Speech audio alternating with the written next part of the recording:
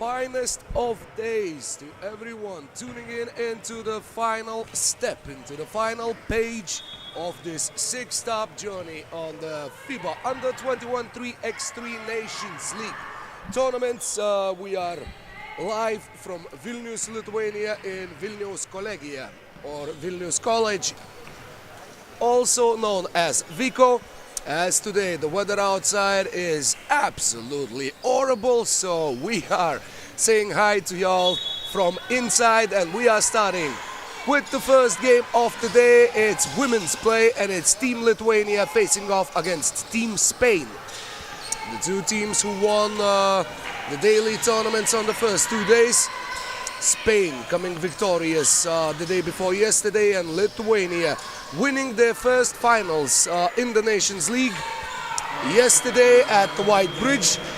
But here comes Spain with the first bucket of the game, scored by Carla Brito Hernandez.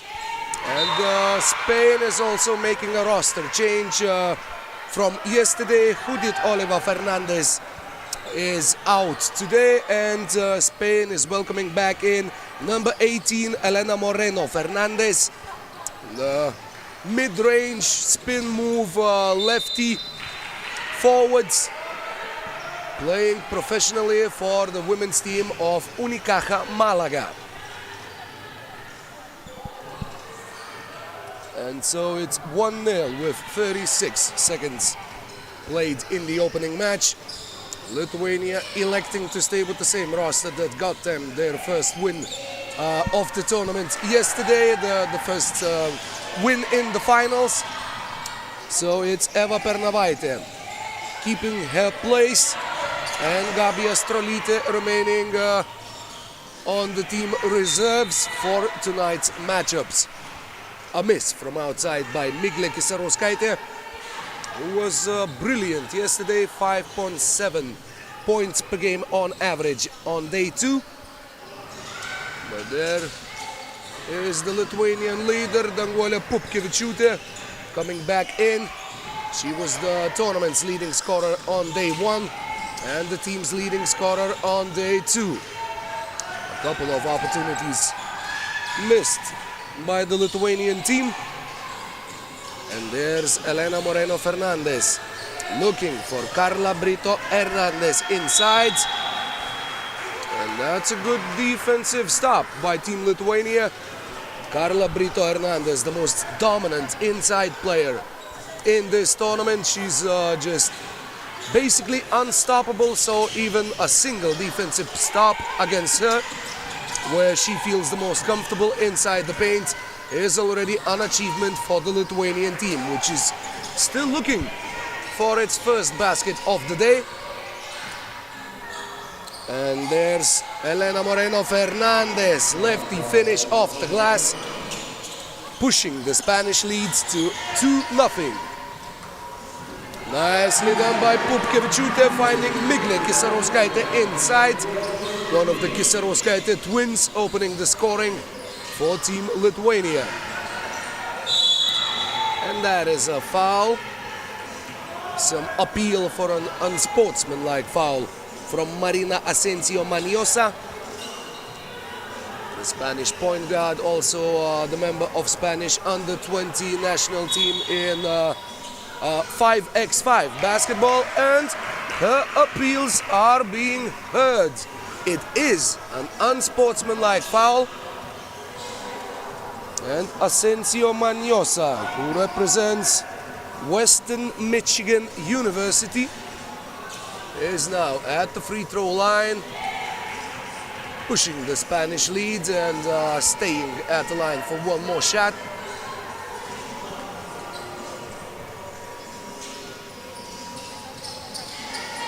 And the ball bounces twice but finds its way inside of the rim. So it's 4-1.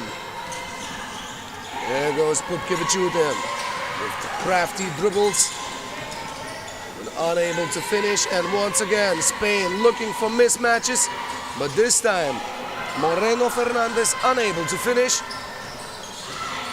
And There goes Asensio Maniosa, nothing but the net. She sank the 2 free throws. She saw the ball go in. She gains her confidence, and she was able to capitalize on it by sinking the outside shot from the right angle. And now it's Lithuania's turn to ask for an unsportsmanlike foul. No such decision being made by the referees. And Spain with an early convincing lead of 6-1. And there goes Eva Pernovaite drawing a foul, earning herself a trip to the line. Spain is the #1 team in the standings. They are very, very close to earning the qualification to the World Cup. If they finish at least in the 4th place of the 6 teams playing today, they will be guaranteed a ticket to China in mid-late September of this year. Netherlands are in the 2nd place, and Team Lithuania is currently 3rd. But both of these teams trail the Spanish by a significant margin, and they need not only to win the tournament, one of them, but also to see Spain perform miserably today, and that has not been the case in the opening match. The first TV timeouts, we are 3 minutes and 3 seconds into the game. Spain 7, Lithuania 2, and the early dominance established by the Spaniards, looking to regain their status here as the favorites. Yesterday they lost the 2nd pool play match against Turkey 13-20, thus allowing the Turks to reach the finals for the first time throughout this competition, where Team Turkey succumbed to a loss against the host nation.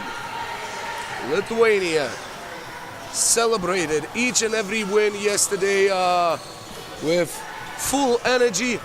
You could plainly see how much it meant to the girls to finally become the #1 team of the day, and now they are able to find the bucket through Eglė Kisarauskaitė, both twins, and Pupkevičiūtė, the 3 on the floor for Lithuania at the moment.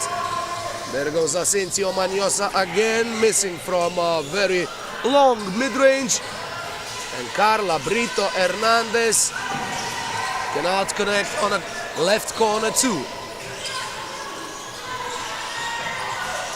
Pupkevičiūtė attacking the taller opponents, and Lithuania trying to string together consecutive successful offensive possessions that they were able to do, but they were unable to stop Carla Brito Hernandez on the ensuing possession. But sometimes being lucky is even better than being good. An absolutely fortunate bounce off the ball for Eglė Kisarauskaitė. It's 8-6 at the moment. The lead is cut down to 2. And Lithuania with the 4th team foul. Team Spain has 3 at the moment.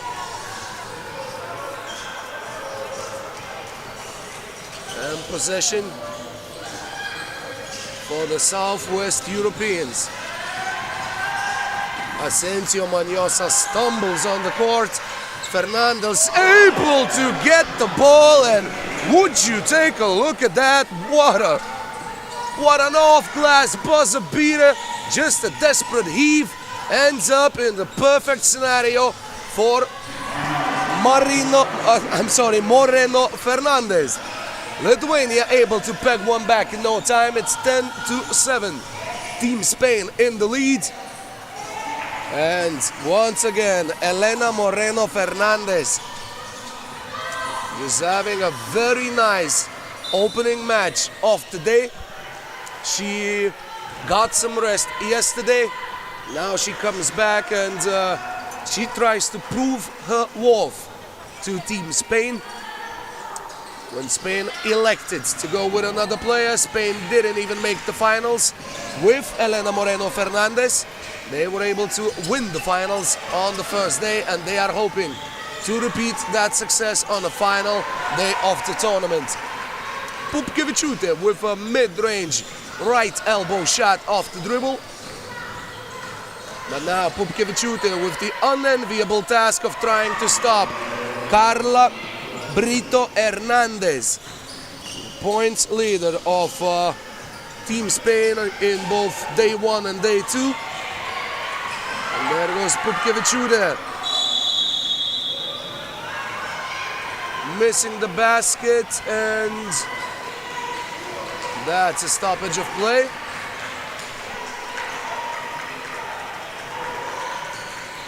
A turnover by Team Spain, who are currently 5 points in the lead, 13-18. And Pernavaite stopped without fouling by the brilliant today Elena Moreno Fernandez. She's just leaving her imprint on the match on both ways. It's just such a reflex to see on both ends on the court, which is so ridiculous when the game is played on a single basket, but old habits die hard. 14-8, Spain pushes the lead up to 6. Miglė Kisarauskaitė unable to go through Irene Broncano Avellaneda. And Carla Brito Hernandez missing a good opportunity under the rim. Lithuania unable to reply. And there goes Moreno Fernandez once again looking for the pass, but that's what Pernavaite was anticipating. She gambled on that defensive possession and the gamble paid off. And now Pernavaite with some nice footwork, but Broncano Avellaneda with a stingy rejection on the shorter opponent. And Broncano Avellaneda, who made her EuroLeague debut on January 28th of this year, scoring 3 points and getting 2 rebounds for Valencia in a matchup against Fenerbahce Istanbul. Now she's imposing her will defensively, getting the block and preserving the Spanish lead, which is 14-8. Currently, 3 team fouls on the Spanish, 4 team fouls on Team Lithuania. 3 minutes and 25 seconds left on the clock. Spain are looking to open the day with a much-needed win. Well, much needed for their confidence to get the bitter aftertaste out of their mouths after yesterday's loss against Turkey. The defensive mismatch. Pupkevičiūtė electing not to foul, and she's actually able to stay in front of the able-bodied Carla Brito Hernandez. Now that's a defensive mini victory for Danguolė Pupkevičiūtė, who now draws a foul on Moreno Fernandez. 4 is the number of team fouls on both teams at this present moment. Pupkevičiūtė calls a screen by Eglė Kisarauskaitė. Pupkevičiūtė working extremely hard, creating herself an opportunity for a layup. The scoop shot is missed. And that's Fernandez looking for Hernandez. And they can be doing this daily. 15-8. And a turnover forced by the Spanish defense. 7 points in the leads, a dominant performance so far. Yesterday, only 2 games ended with teams reaching 21 points. Spain beat Slovakia 21-9, and the Netherlands took care of Israel 21-7. All of the other games were tight and intense, but this time Spain sets the tone on game 1. That's a foul drawn. Miglė Kisarauskaitė shall be going to the free throw line, fouled by Asensio Maniosa. But there's only 2 minutes and 9 seconds left on the clock. Lithuania trailing by 8 points. So Team Spain, basically this victory would secure them a place in the World Cup. And mathematically, I guess there would still technically be some possibilities of an incredible scenario, but Spain is laser focused in the first match, both offensively and defensively. They are looking to extend their leads. Fernandez looking for Hernandez once more. The duo of Carla and Elena working to perfection. And Carla Brito Hernandez, the leader of Spanish under-20 team in FIBA 3x3, or the conventional format of basketball, also being indispensable for her team here today and throughout this tournament, throughout the entire Nations League cycle. She starts another offensive possession for España. Off the dribble, a tad bit too much of moves, and Carla Brito Hernandez is denied by the shot clock this time. 17-9, 1 minute and 34 seconds left on the clock. That's Migle Kisarauskaitė missing the long-range attempt. Eglė Kisarauskaitė getting the rebounds, but the Lithuanians appear to be quite shell-shocked by the Spanish intensity in the earliest match of the day. 17-9.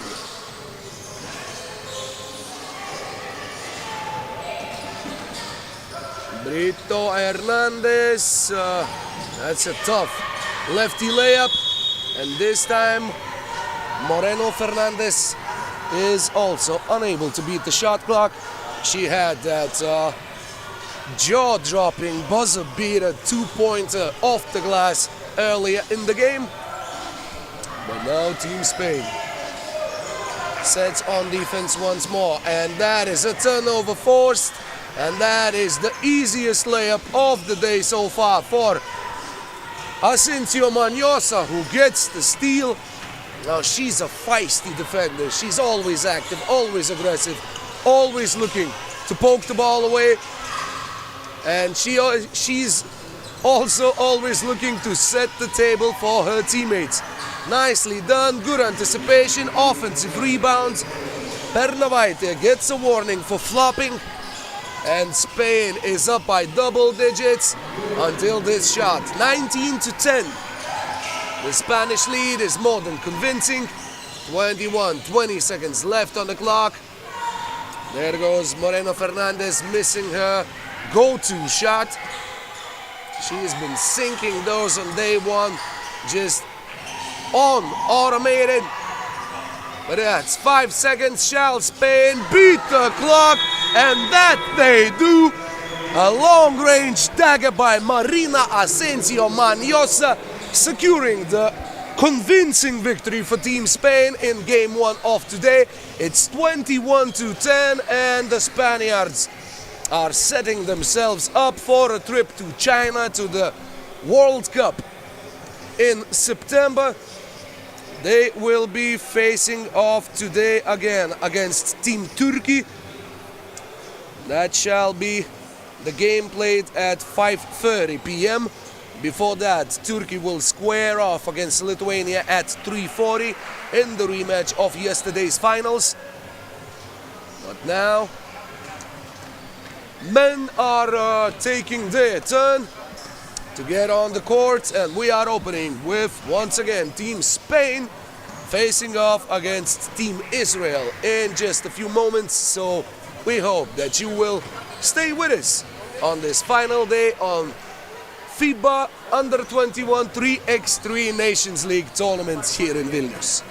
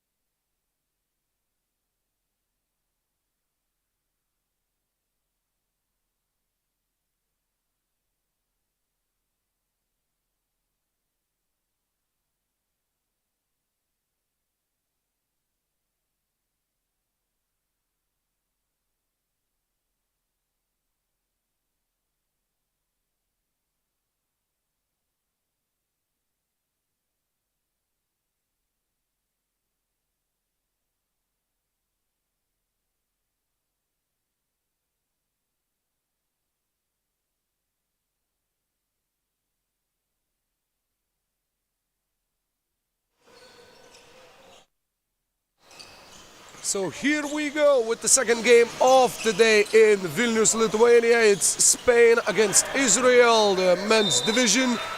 Teams facing off in the opening match of the day for men's division.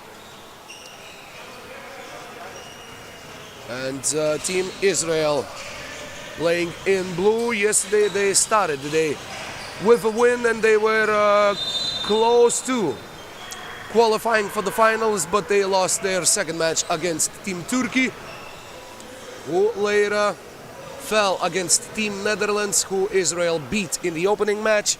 And Netherlands made the finals and upset the hosts, Team Lithuania, by winning the finals and thus securing their daily trophy on the top 5 of the Nations League. Some good defense inside by the Spanish players. These two teams are in Pool A today together with Team Lithuania, who is the third opponent of these two teams. Now that's very nicely done by Luis Garcia Perez, just blocking the opponent's shot without even getting his feet off the ground. And so Spain looking for the first bucket of the day. That's Comabea, missing from long range. Jonathan Sella securing the rebound. Veschler looking to kick it out to the two-point line, but Luis Garcia Perez was waiting for that exact scenario. And that's a good foul by Veschler. He stopped Alejandro Redondo Sibak for attempting a shot from going to the free throw line, and yet he didn't overstep any boundaries. No consideration for a possible unsportsmanlike foul. So Spain once again with Pablo Luengo Mateo kicking the ball out, and the big man Alejandro Redondo Sibak, who showcased his long-range shooting here in this court the day before yesterday. Now his presence is intimidating enough for Goran Mojsik to miss 2 shots from under the rim. Israel still without points with nearly 1 minute and 20 seconds played. Yoav David Veschler starting their possession. He was the team leader in scoring on day 1, averaging 6 points per contest. And on day 2, he even upped that. He even became even better when it came to scoring 9 points per game yesterday.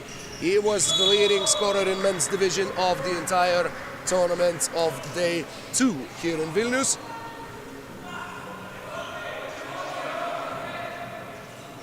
And now his team regains possession. And there goes Veschler.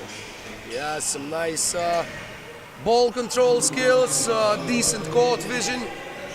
And at least once per match, he just is able to conjure something out of thin air, to draw something out of a magician's hat when it comes to finishing down low. But there goes Comabea with a long-range shot, extending, well, not even extending, but giving the lead back to the Spanish team. Comabea played last season for Team Mataró in Liga Segunda in Spanish 3rd Division, where he faced off against Luis Garcia Perez, who represented Tarragona.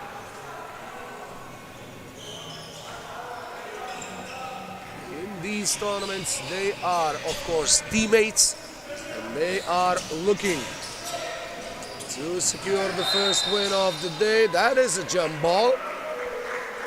Team Israel double-teaming Alejandro Redondo Sibak under the basket, and the decision pays off.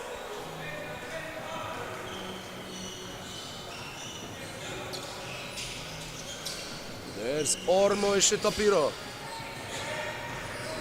Veschler goes inside, and that's what I was talking about. Finishing through contact, creating just openings where it seems that the opponent did everything right. He's able to draw a foul and get the bucket, and to get an and one opportunity, which he converts, putting Team Israel in front. There's Luengo Mateo. Has a soft touch, but not this time, attacking from long range. And there goes Veshler attacking the gargantuan Alejandro Redondo Sibak. And Veshler unable to create separation. And Redondo Sibak, on his behalf, unable to hit the shot from long range. He gets his own miss. Attacks or Moishe Tapiro and draws another foul on the Israelis.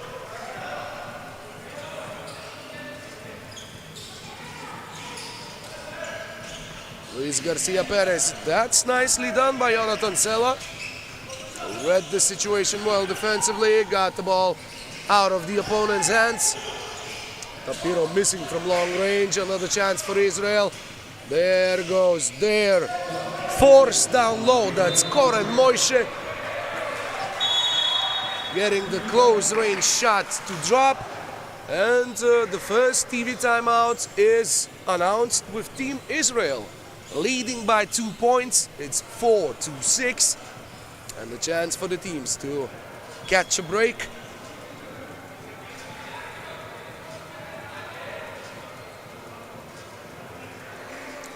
Well, on the first day, when we moved from the outside location by the White Bridge here to the Vico basketball court, it was just absurdly hot in here. It felt like a sauna. Everyone was just sticky as it gets, but today outside is only 17 degrees Celsius. Humidity is 92%, so at least the indoor conditions to play ball could not be better. And Alejandro Redondo Sibak could not be better on this attempt. Nothing but net. The score is tied at 6. Veshler. Plenty of tricky moves. And he was unable to beat the shot clock. He played smart there, allowing his opponent to knock the ball off his hands to get an additional step to try to create some additional space. But the shot clock was not as cooperative as he would have liked. A miss by Redondo Sibak. Tapiro sends the ball inside. A good pass over the top to Koren Moishe. Moishe gets his own miss, and persistence pays off. Luis Garcia Perez just tried to do everything by himself on this possession. He's unable to convert as the ball just spins off the rim. And that's Yoav David Veshler. Once again, just creating something out of nothing. And his shot off the glass beats the shot clock buzzer and also beats the Spanish defense. Israel up 2 at the moment.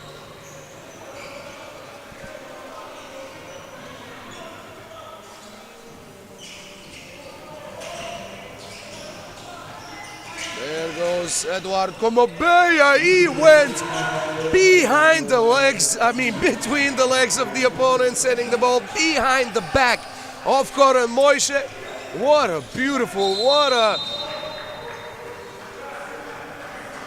courageous play. Now that's street ball at its finest, eh? Eduard Komobeya with something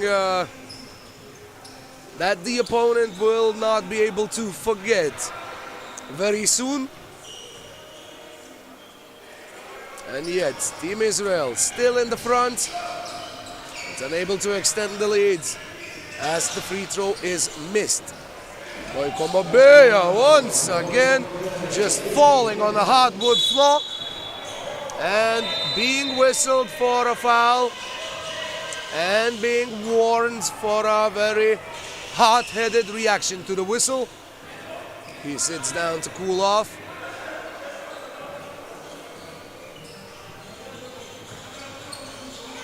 Team Spain on the defensive end this time. That's a kickball violation. The score is tied. The Spanish already have 5 team fouls in a tiny bit less than 5 minutes played.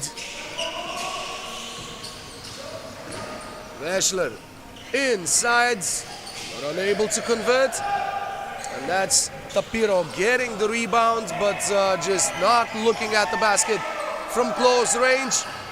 Electing to go for the off-the-dribble mid-ranger and missing everything on that attempt.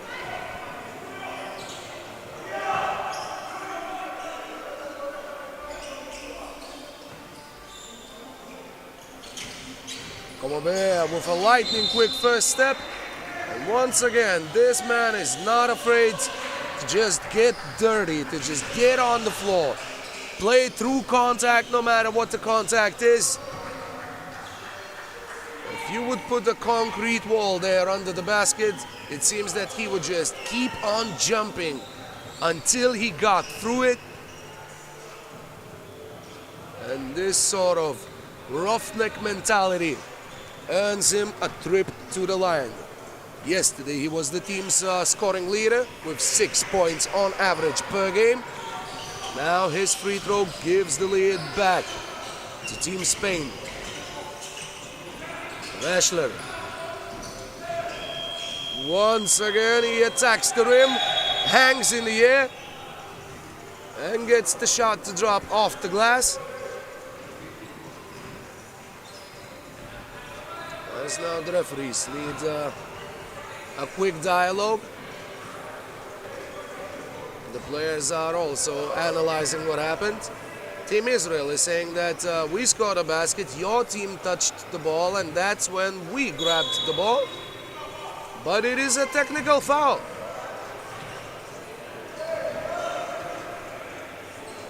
Or Moishe Tapiro cannot believe it, but he elects for the smart move to just share his emotions with his teammates instead of discussing it with the referees.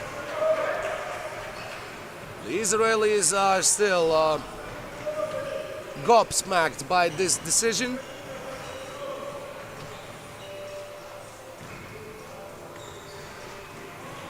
And Comobea converts the opportunity. Spain is up front once again.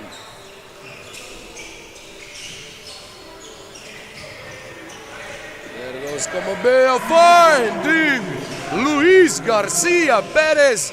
2 hands for safety and 2 hands for double the fun on this moment. A nice done by Team Spain, and Luis Garcia Perez knocks the ball out of bounds off the back of the head of Veschler.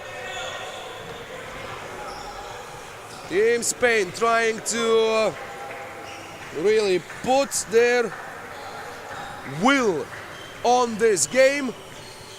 They have pushed their leads to 2. They have possession, not for long. And how quickly did Israel tie up the game? Jonathan Sella just gets the ball, and after the steal, after the bad pass, it was what, like 1.5 seconds until he put the ball in the basket from beyond the arced line.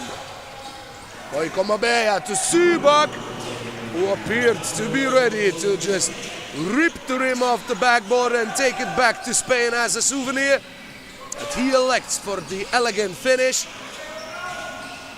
1 point is still 1 point. You don't get no style points in these contests. And at the TV timeout, Spain is leading by 1 point, 12-11.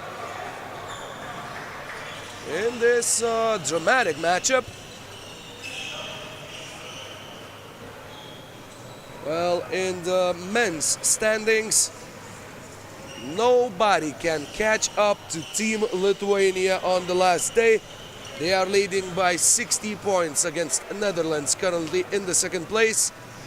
And even if Lithuania finished 6th today, even if they lost all their matches, even if they didn't score a single point in today's contests, they would get 45 points for their performance.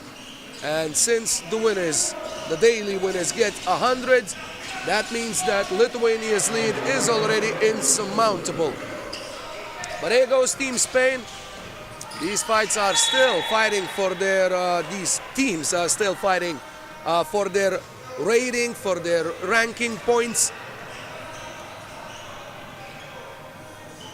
And even if that wasn't the case, the competitive spirit of these players, of everyone playing competitive team sports, just doesn't allow you to sulk and to not give 100% in any game that you are playing in.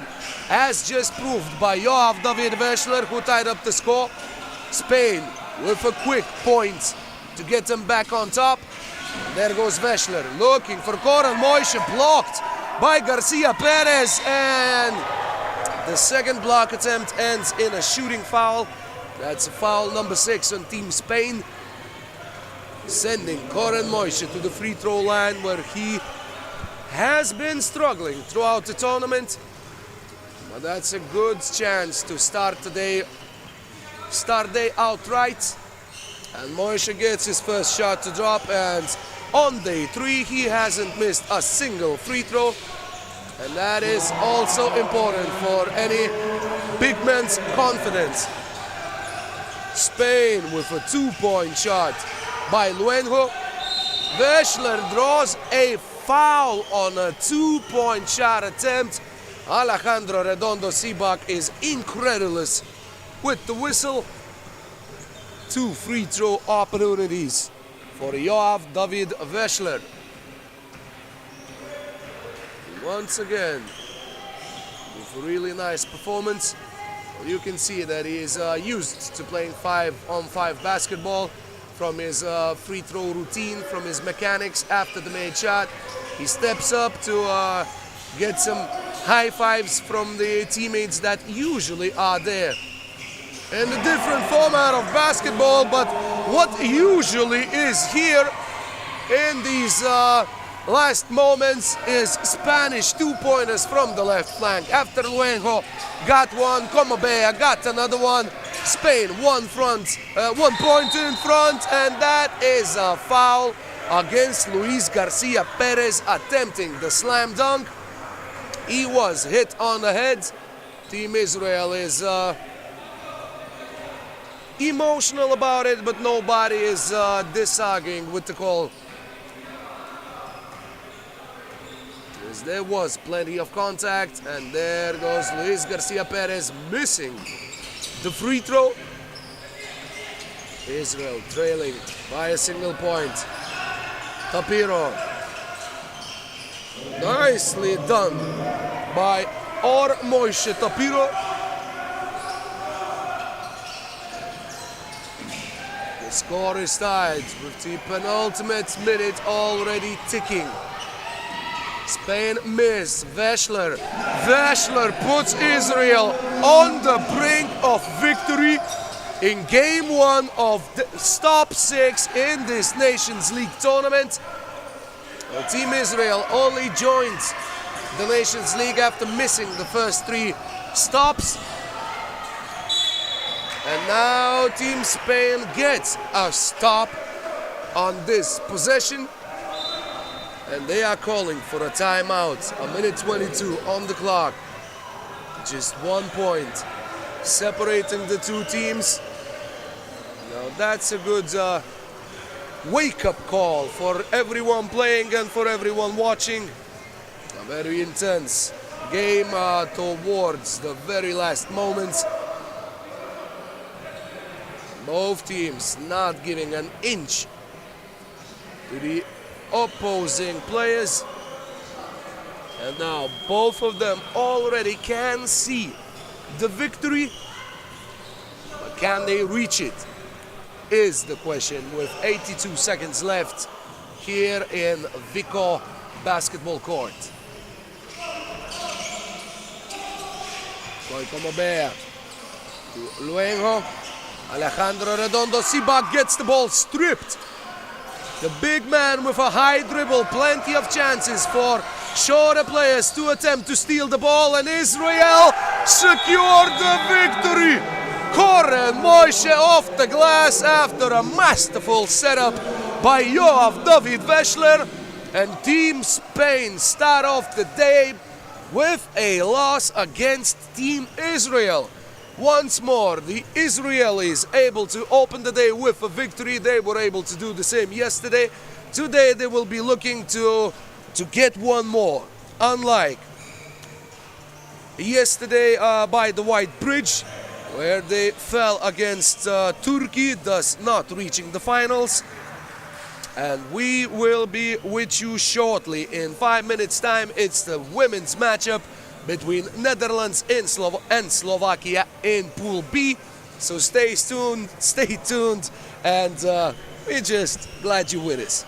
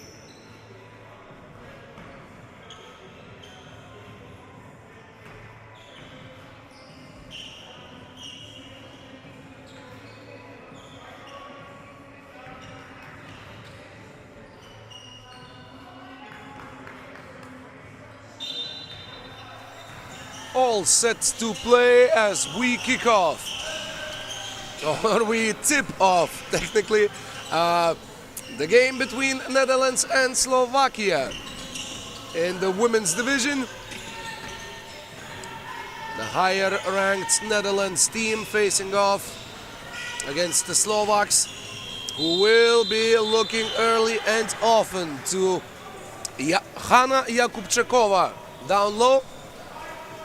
6.5 points per game in day 2, and she is the main offensive option for the Slovaks, but she will be facing off against Lynn Annike Peters, possibly the best defender of the tournament. And as if she just heard what I was saying, she tips the ball away. Team Slovakia shall retain possession after the opening 2-pointer scored by the Dutch. And there's a foul. Lynn Annike Peters, just 18 years old, playing in this under-21 tournament. And she's really an important part of this defensive mentality, defense-first Dutch team. But the defense was scrambled in this play.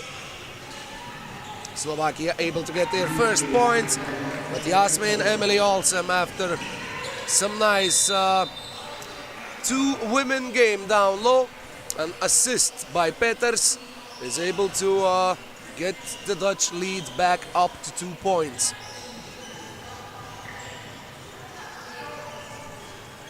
Team Slovakia in possession. Jakubczakova far away from the basket. She's looking for Liana Užovičova, who misses and is unable to get her own miss. Liana Užovičova playing for Slavia Banska Bystrica in the Slovakian women's highest professional division. There goes Iris Venema. An aggressive drive towards the basket, and now she's whistled for a holding foul. Team Netherlands is piling up on their lead, but also piling up on the team fouls early in the game. Liana Užovičova looks for Jakubczakova, who is stopped down low. The physical matchup, and there is a kickball violation called against the Dutch. The Dutch team reached the finals in day 1 here in Vilnius, the day before yesterday.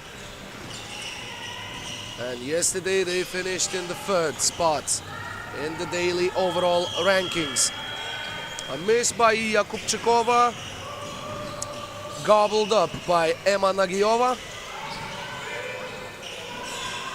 Once again, aggressive Dutch defense, not giving just an inch of space for Team Slovakia anywhere on the court. But now, once again, that defense forces Team Netherlands to pay the price. Team foul number 4 already, with just a little bit more than 2 minutes played. That's Užovičova, missing from long range.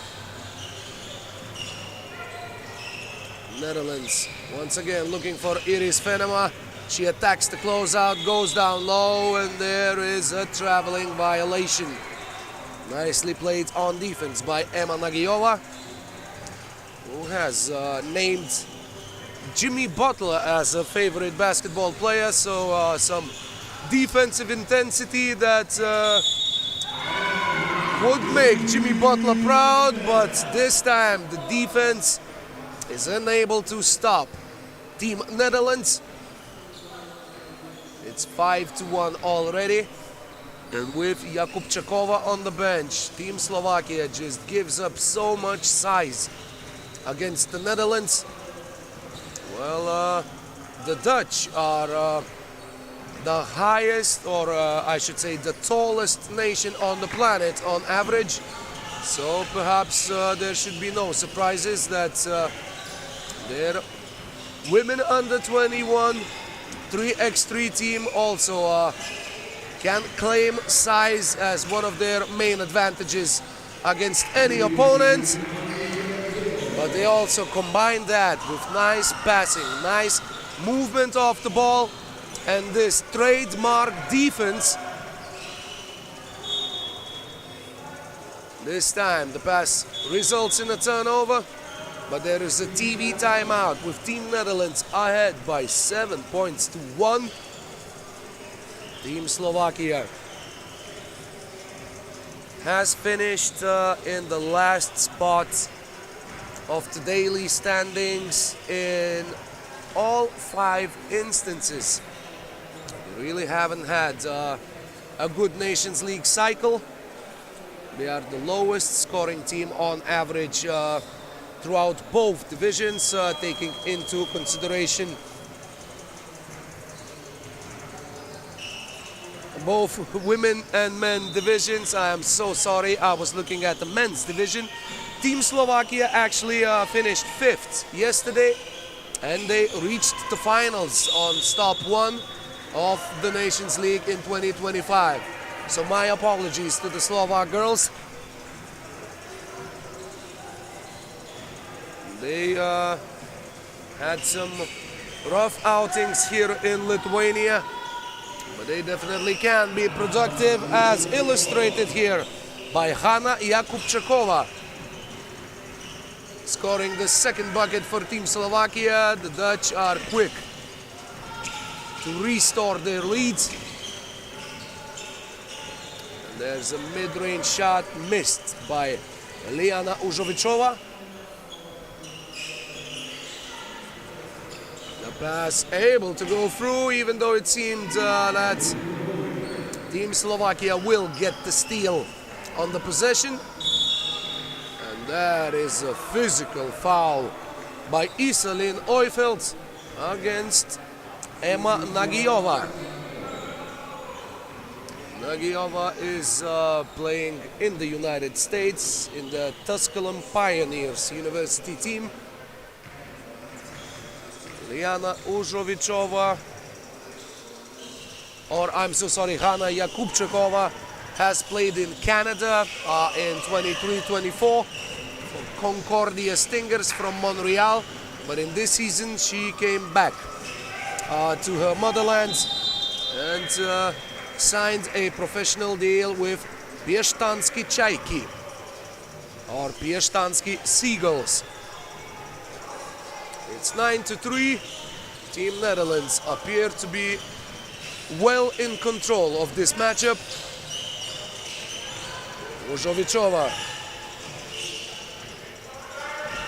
looking for the inside presence of Hanna Jakubczakova, but once again, Team Netherlands so active on defense, on every pass, on every attempt to post up, on just every possible and imaginable circumstance.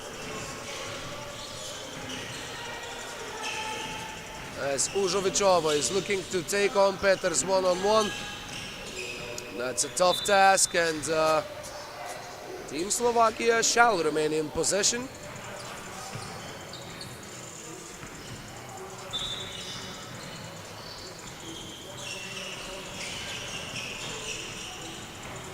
Užovičova again trying to break down the defensive barriers with her one-on-one play, but unable to score once again. And there goes Team Netherlands.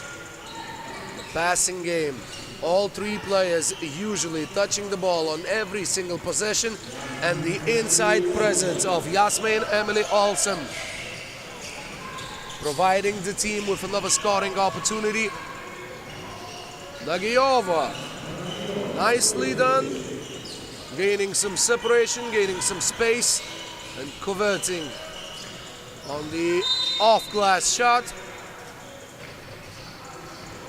And there is a shooting foul on Team Slovakia. And Iselin Oifeld is going to the free throw line. She scored 5 points in total yesterday in the 2 games played by Team Netherlands. All of the other players, Venema, Olsen and Peters, all had 11. So one of the most teamwork-oriented teams here in the tournament. Once again, getting a defensive stop. Usually a good defensive team is not something that you would particularly enjoy watching, because the games tend to become very clampy. But just the way that Team Netherlands persistently, consistently works on both sides of the ball is a thing of beauty. That's awesome, getting an and one and sinking the free throw. The lead is up to 9 points for Team Netherlands in their opening match of day 3 of this trifecta here in the Lithuanian capital.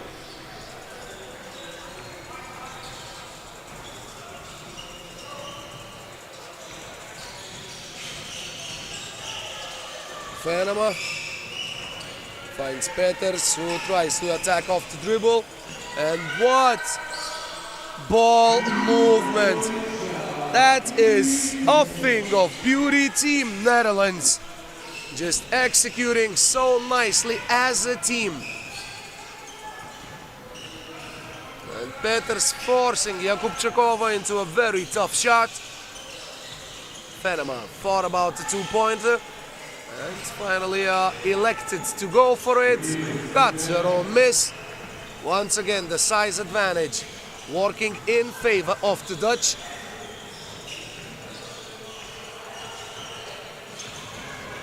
Who now have a chance to record the most lopsided victory throughout these 3 days in the tournament.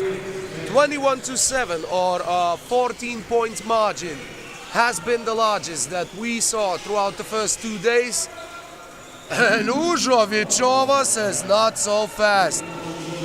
She had a toe on the line, so that's a 1-point shot from long range. And that is also a foul on Team Slovakia, sending Lynn Anike Peters to the line. 17-5 with less than 3 minutes left. Now, the question that we may be asking ourselves is whether we are seeing the most lopsided victory of them all throughout 3 days here in Vilnius. Team Netherlands.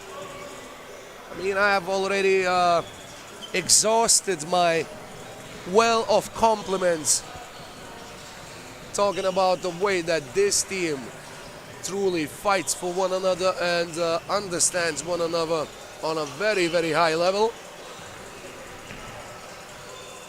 And there goes Lynn Anike Peters, once again only 18 years old. But she's completely not out of her league, quite contrary. She has been one of the key players in this Dutch team, but to be fair, Team Netherlands is the only team in the tournament that has 4 key players on their roster. Peters, after sinking the free throw, attempts to go for a long-range shot. That was a nice idea, but Netherlands are unable to convert, and Slovakia get one back, 18-6. And they need at least 1 more point to not suffer the biggest loss of these 3 days here in Vilnius. Jakubčekova with the handoff. There's Karolina Rodkova once again looking for the tallest player on the team. But the Dutch defense time and time again. Proving not a tough nut to crack. That's basically an incrackable nut for most of the opponents here in the Nations League. What a nice pass. Oifeld and Fenema combining on this possession. And that is the team foul number 7 on Team Netherlands. So 2 free throws coming up for Team Slovakia. That is Liana Užovičova, who started playing tennis as a kid, but later fell in love with the camaraderie of basketball, the feeling of belonging to a team, the feeling of working together to achieve the mutual goals. She started her career with BK Lokomotiva Sered. And now, as I mentioned before, she represents Slavia Banska Bystrica. Oifeld unable to close out the game. Team Slovakia already with 8 points. So if that was a theoretical goal for Team Slovakia, they have already reached it. That's not the lowest points scored number throughout these 3 days. Nagijova sidestep, wide right on the 2-point attempt.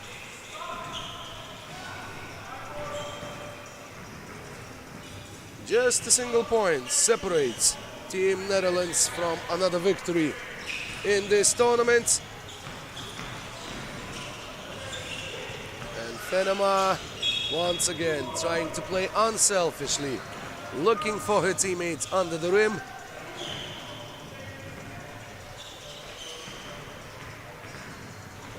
And when these teams finish their matchup, it's once again going to be Netherlands facing off against Slovakia, but this time in the men's division. That's men's Pool B.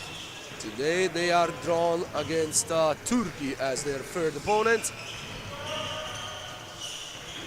1 minute left on the clock.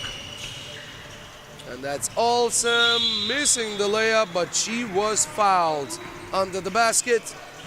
So a chance to ice the game from the free throw line coming Yasmin Emily Olsen's way.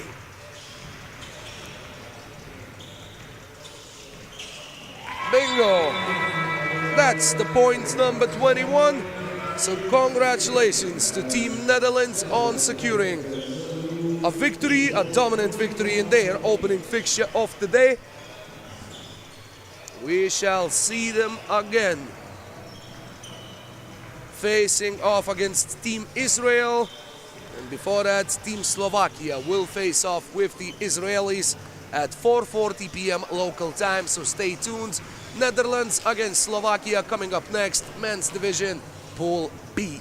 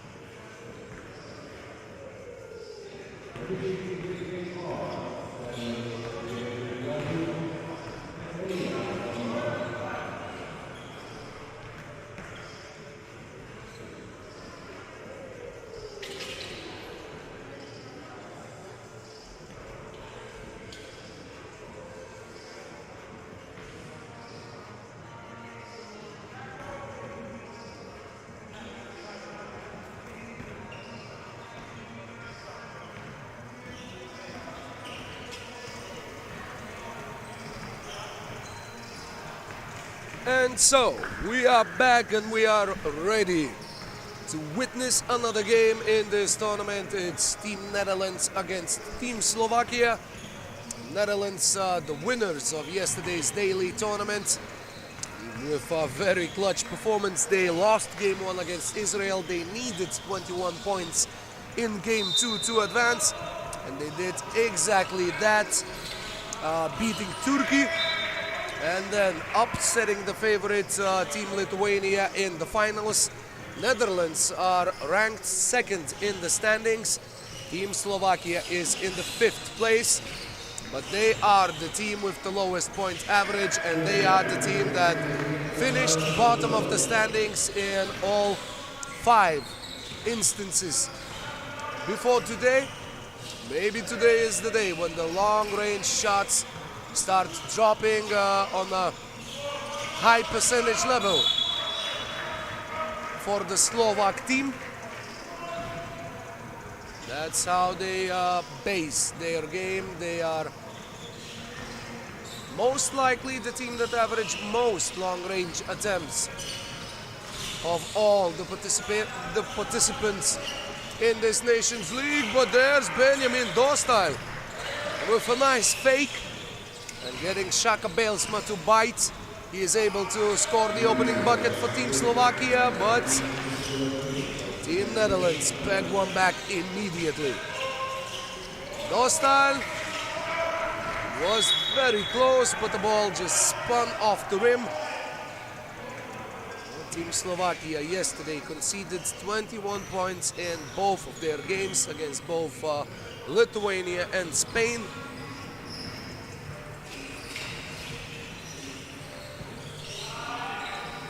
Now Team Netherlands are unable to convert on the first chance. That was Bram Terveme missing from under the rim.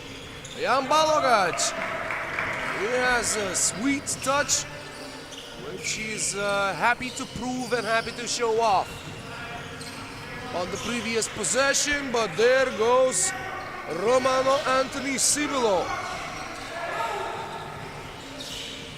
Slovakia unable to string consecutive possessions on the offensive end. They are trailing by 1 point currently.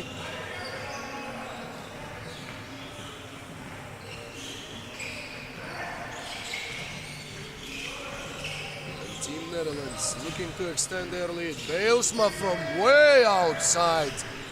That was made from a different neighborhood than the game is being played in. the Dutch appear to be confident, appear to have had an injection of extra energy after winning yesterday's finals. They are ahead by 3 points.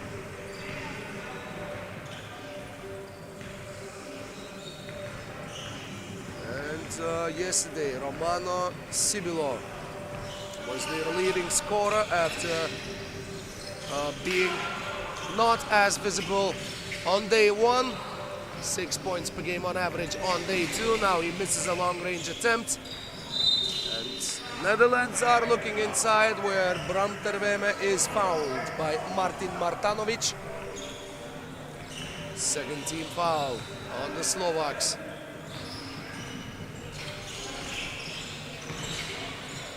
Sibilo nicely finds Terveme. Slovakia tried to kick off the ensuing possession as quickly as possible. Martin Krebes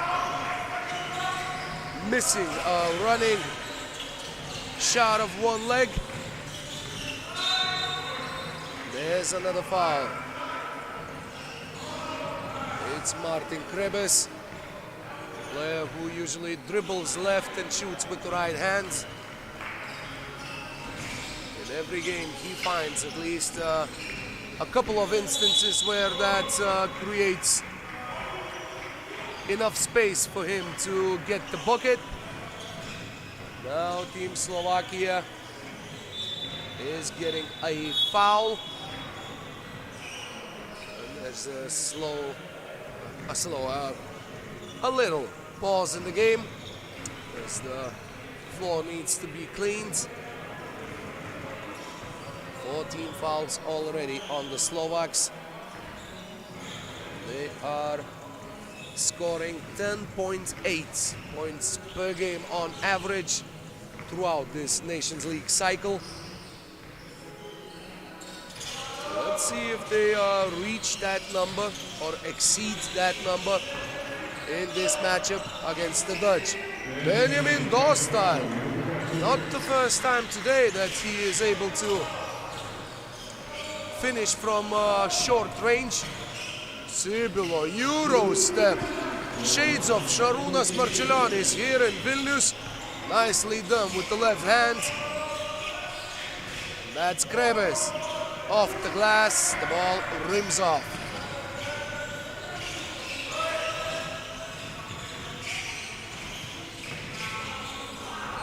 Sibilo looking for Shaka Belsma, but finding Jan Balogac, who had only one thing on his mind, just dribble out to the two-point line and shoot.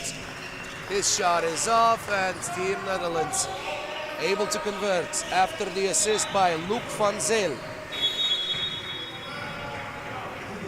First TV timeout, and Team Netherlands already have 10 points on the board. 6-point lead. You can see that there's not too much of fighting spirit in the eyes of Team Slovakia. That's been a long tournament for them. I mean, a long Nations League cycle. All the 6 stops ending in the same result, as they are still looking to improve, even though the bar of the results is not set very high, to say the least. That's Dostal. A fadeaway mid-range is off, rebound secured by Bram Terveme. Sibilo off the catch. Once more, Netherlands successful on their long-range attempts. The lead keeps on growing, but Martin Martanovic hits a right corner two-pointer. A left corner two-pointer. Before Team Slovakia gets called for team foul number 5, and that's a shooting foul. Luc van Zyl at the free throw line. He was the team's leading scorer with 7.5 points per game on day 1. Day 2, only 2.3 points per game. But despite that, Team Netherlands were able to win the daily tournament. Even though Van Zijl's scoring decreased in dramatic fashion, but his teammates were able to step up and lead the Netherlands to victory. Terweme to Van Zijl. Look, Van Zijl going inside, faking a pass and getting the ball to drop. And that's a very nice pass by Martin Krebes. Slovakia showing signs of enjoyment on offense, not much enjoyment on defense. It's 15 points already for the Netherlands with 5 minutes and 1 second played already. 8 points separating the teams. Dostal off again. Sibilo gets the board. Sibilo gets the ball back. Nice shot fake, finding Bijlsma and Sydney Ochieng, Shaka Bijlsma. Getting point number 16 on the board for the Dutch. As Benjamin Dostal earns a trip to the line. 2 team fouls on Team Netherlands, both of them shooting fouls. Free throw attempts for the Slovaks. And Benjamin Dostal converts. Bijlsma off the dribble, way off. But Sibilo gets the board and Team Netherlands so spry, so active, so energetic.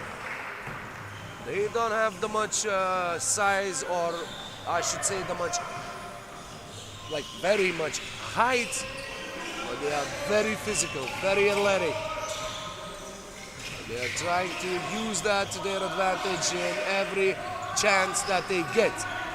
Balogac unable to use the chance that he got after securing the offensive rebound, and that is a foul against a 2-point shooter.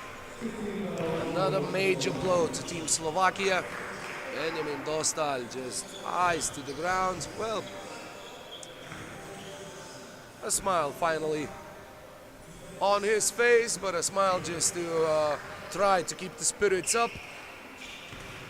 Team Netherlands steadily approaching point number 21. Luc Van Zijl makes both.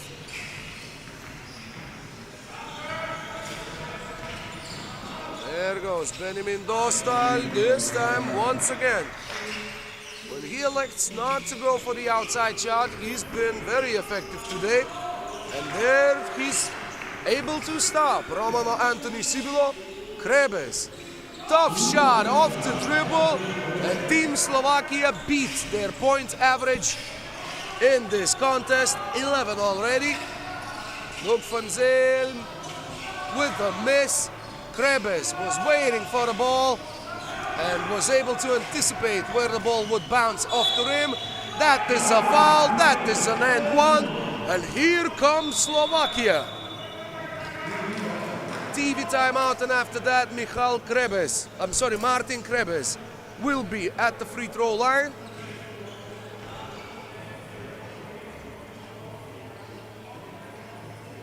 It's been a tough outing for Team Slovakia, but now they are really showing what they're made of against the physical Dutch team.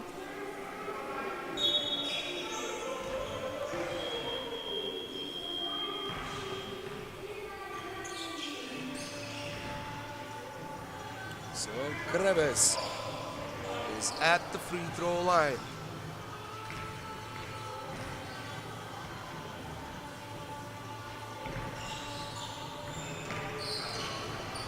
Sometimes the free throws aren't free, as was the case on this occasion.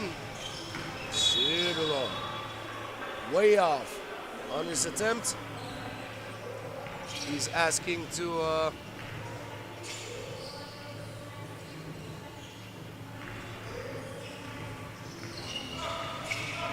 to clean the ball, it seemed, saying that it was wet and slipped off his hands. And there goes Jan Balogac with the same ball, slipping it into the basket, 18-13. And now, just the energy in the eyes of Team Slovakia looks different. They are feeling it. There goes Krebas, dribbles left, shoots with the right, misses the opportunity. Look, Van Zyl. The Dutch are nearly in the predicament where the points are becoming more and more necessary. They haven't been able to score. They are forcing the long-range attempts. And that is a sliver of hope for Team Slovakia. Martanovic gets inside. It's 18-14. And that is a foul, resulting in 2 free throw attempts for Team Netherlands. So Team Slovakia was climbing back up all this way, but now free throws might be the straw that broke the camel's back, as they say in Arab countries. Just the final drop.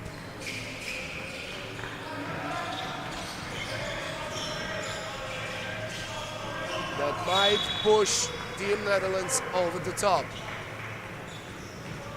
It's 20-14.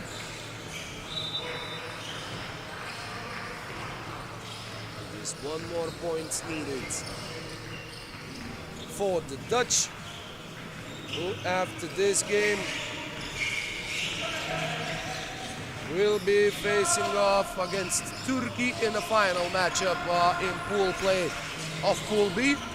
Before that, Turkey will play against Slovakia, who suffer a loss in their opening fixture of the day. Team Netherlands able to get the win, able to keep the good vibes going. They are on a streak after winning yesterday's tournament, and they start today by beating Team Slovakia 22-14. After yet another short break, we will be joined by Women Pool A. It's Turkey against Lithuania, a rematch of yesterday's final. Should be a good one. We hope that you will still be with us in 10 minutes time.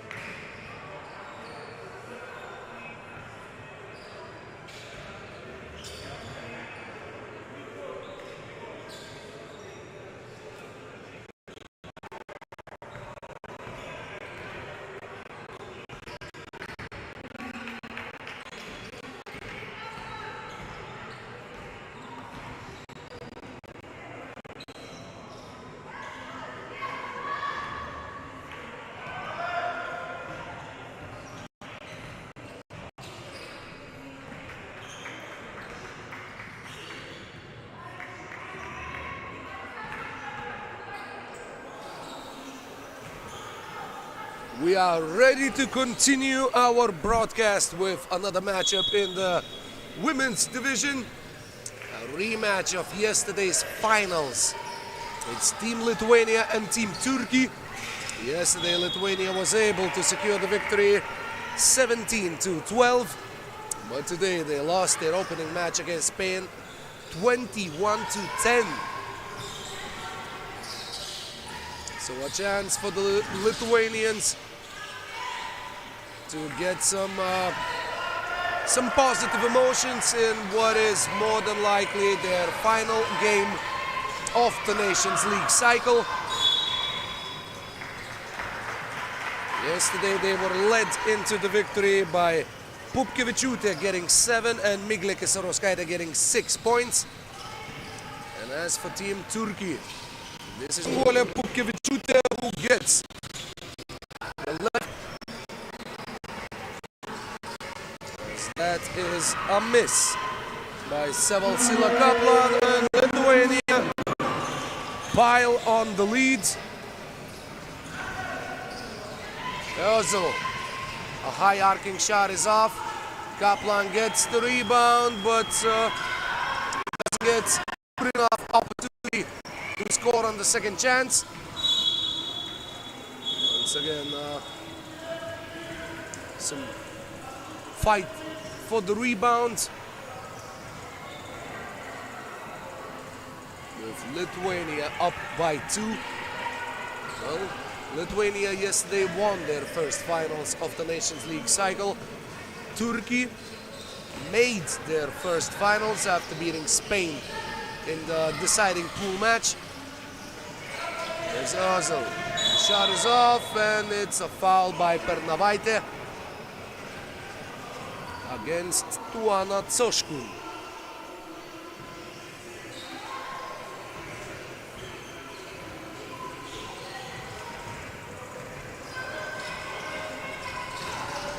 There is Irem Erdik finding Tsoškun on left elbow. She faces up, goes to attack to him, and it's a traveling violation. Nicely done on defense by Miglė Kisarauskaitė.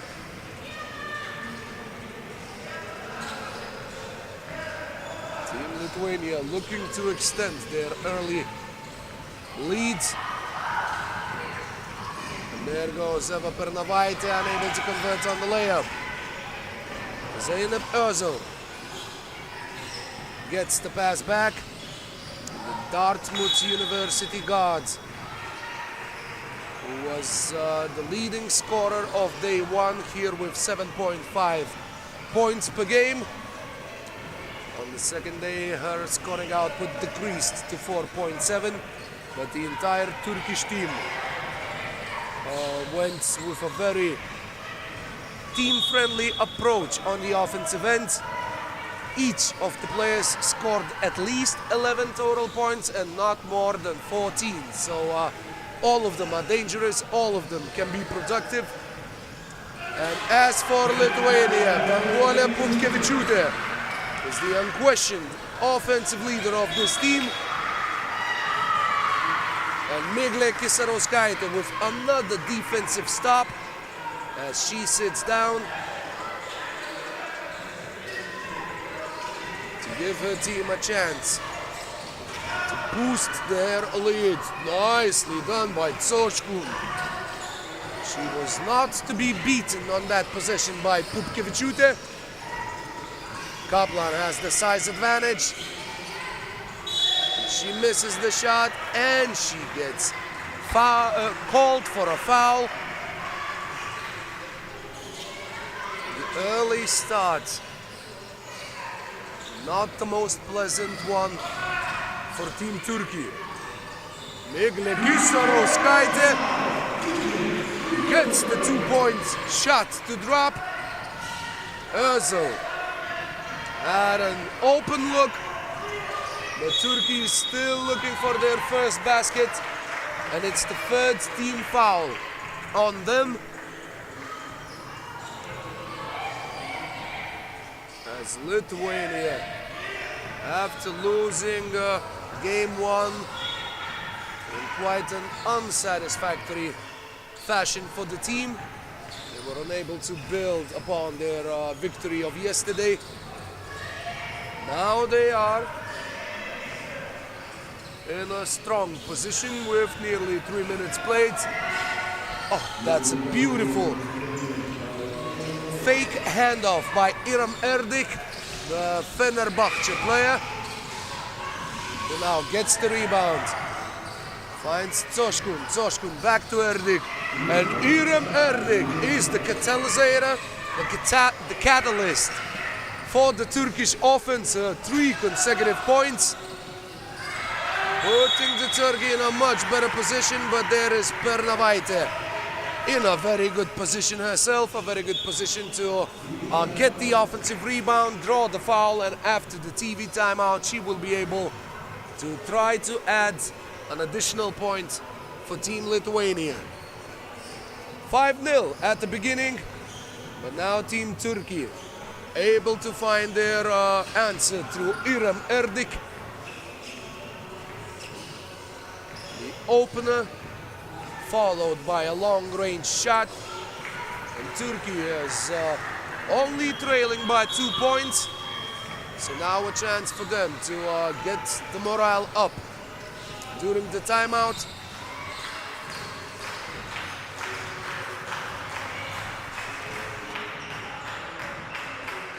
As Pernavaite steps to the free throw line.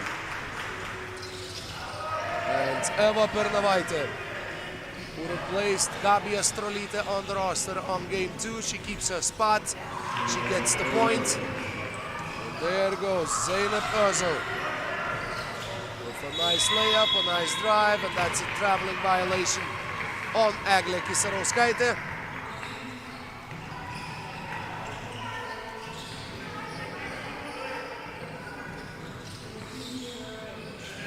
Team Turkey with a chance to tie up the game, but the shot is missed by Tsoshkun. Same opportunity for Özil, and she doesn't miss too many of those. They're all locked up at 6. What a pass and what a patient play under the rim. That's Tuana Tsoshkun, and Turkey get the lead. Their run was 7-1 after the Lithuanian strong opening. Pupkevichute able to tie the game back up. Also shoots from just limitless range. Pupkevichute misses her own attempt. A foul is called on the floor. As we are approaching the midway point of the game clock. And the technical foul is called on the floor. A chance for Iram Erdik, who scored 4.3 points on average yesterday.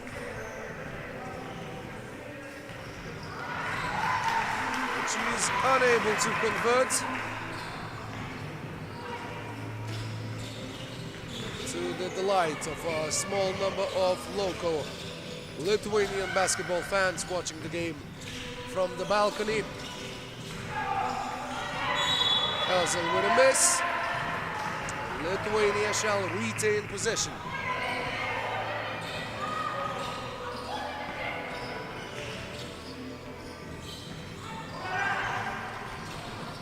There goes Eglė Kisarauskaitė. That's a very, very fine defensive stop by Sila Kaplan, who stripped the ball without fouling. Lithuania has to work for their shot again. The Kisarauskaitė twins just flying around. They are everywhere. But the shot by Eglė is off. And there goes Kaplan. Shoulder fake and a block by Miglė Kisarauskaitė. Stopped the opponent in her tracks.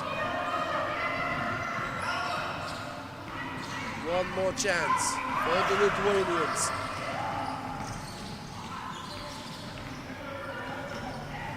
3 seconds on the shot clock. Bernovaitė with a tough step back attempt. The ball goes out of bounds, thus giving Turkey the chance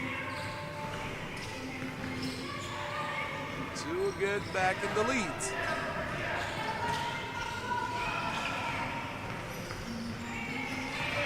There is Soshku. A fine fake spin move. She goes over her left shoulder, creating enough space to make the shot count. Lubkevičiūtė there. This time missing with the left hand, but she gets the ball back. Thought about the two-pointer, finally decided to shoot. But she just stuttered with her decision-making, and she was unable to give Lithuania the lead back. There's Zeynep Ozil with her long-range attempt also being off. Still anybody's game. Bernovaitė. That's another lucky bounce for Team Lithuania. We saw one in the first match against Spain. Now in a very similar fashion, Eva Bernovaitė sinks the long-range attempt.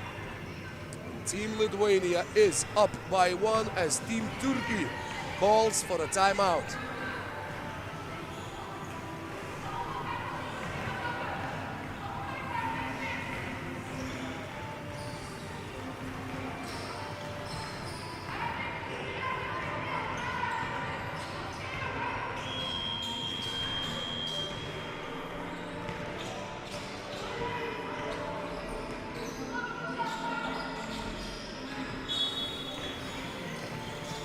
In the final pool match of this group, Turkey will face off against Spain, giving the Spaniards a chance to get their revenge on the Turks after yesterday's upset.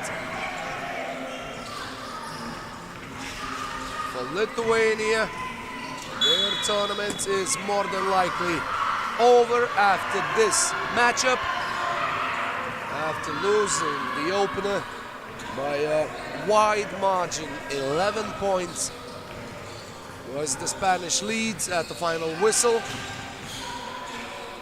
Miglė Kisarauskaitė gets her shot blocked. That is a shot clock violation. And the floor is a bit slippery on that spot, so that needs to be taken care of.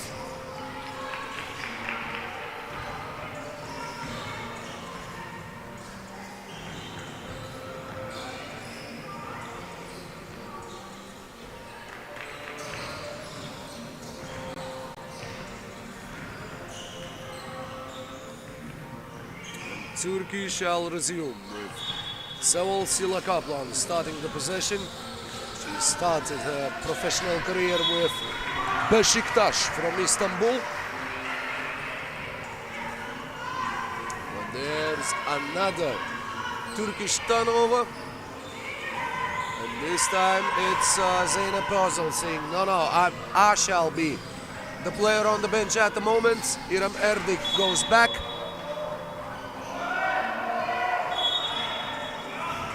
And the referees decide on a jump ball, and both the Turkish delegation and the Lithuanian delegation are upset by the call. But that's the Occam's razor, giving Turkey the ball back as they are trailing by 1. Nice two-women game.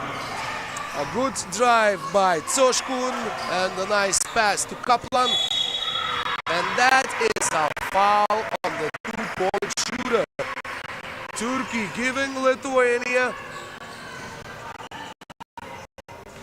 not necessarily a lifeline in this match, but an easier chance to come up with points that have been hard to come by. In the last few minutes, Miglė Kisaroskaitė misses the first one with her right thigh under a heavy bandage.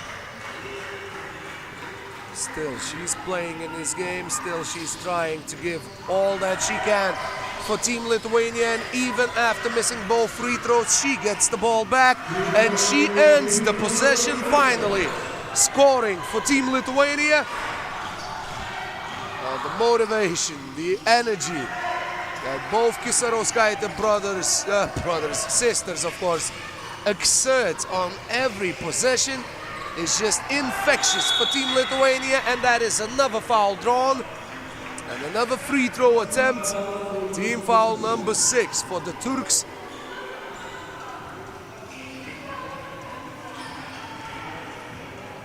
And Kisaroskaitė, after missing 2 just moments ago,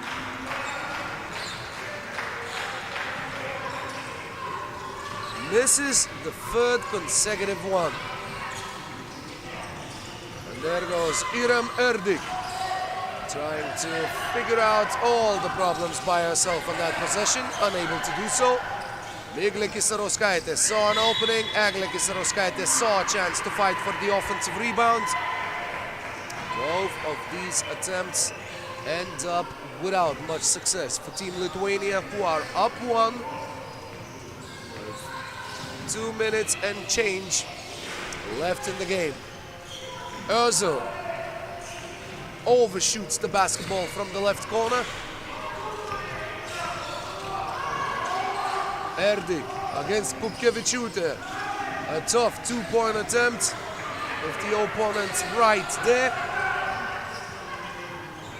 Vermelaitė likes to kick the ball back to Pupkevičiūtė, who's been shooting left-handed for a longer period of time. And those of you who were with us for the entire broadcasts of all 3 days may remember that Pupkevičiūtė got hit on the right shoulder in, I believe, in the opening game of yesterday's tournament.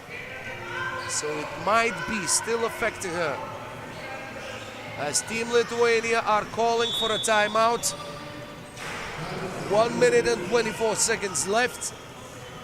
And the Lithuanians up by 2 points.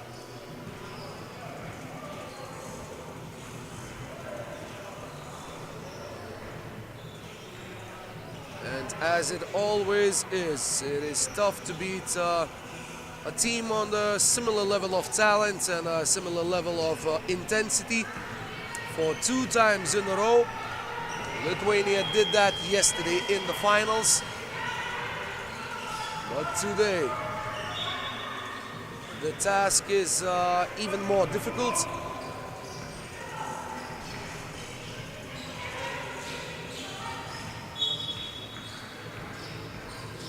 As Kaplan starts another possession. There's Zeynep Özil going baseline.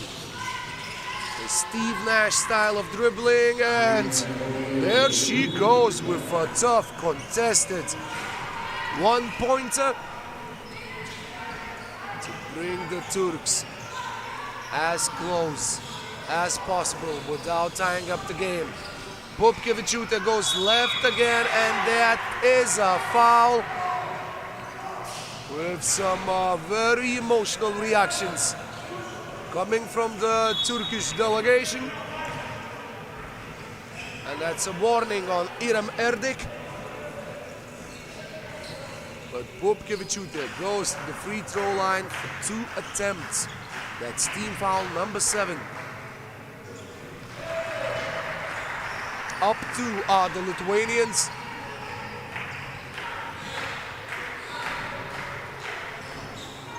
And make that 3. 10-13, Kaplan being aggressive and getting one back. The final minute of this match has already started to tick. With Lithuania holding a 2-point lead. What a spin move by Popkevičiūtė, but she's unable to finish. The Turks secure the rebound, but fail to pass the ball out to the 2-point line. A disheartening moment for Team Turkey. They worked really hard to get the stop, but they are unable to get on the offensive. Miglė Kisarauskaitė had some space, but she chose to go closer to the rim, and her twin sister finishes the job. Özil with the most important shot of the game. 13-14, there goes Popkevičiūtė getting one back on short notice. Özil, this is an incredible shootout. That's just a Western movie style. Final moments of the game. Popkevičiūtė gets beyond 2 opponents and gets fouled. That's 2 free throw attempts for Danguolė Popkevičiūtė. With less than 8 seconds on the clock. Up 2. A shot to potentially tie up the game. Well, I mean, tie up all the necessary knots on the outcome of the game. And Danguolė Popkevičiūtė does her part. There goes Özil once again. This time it's off. Lithuania with the rebound, and that is it. Lithuanian women's under-21 3x3 team ends their participation in this tournament. Will most likely end their participation with a victory against Turkey for the 2nd day in a row. Team Spain only needs to score 8 points in their final match against Turkey to make sure that they are making the finals. And now we have Team Lithuania facing off against Team Israel in men's play in 3 minutes time. After this nail biter between Turkey and Lithuania in this wonderfully dramatically scripted match.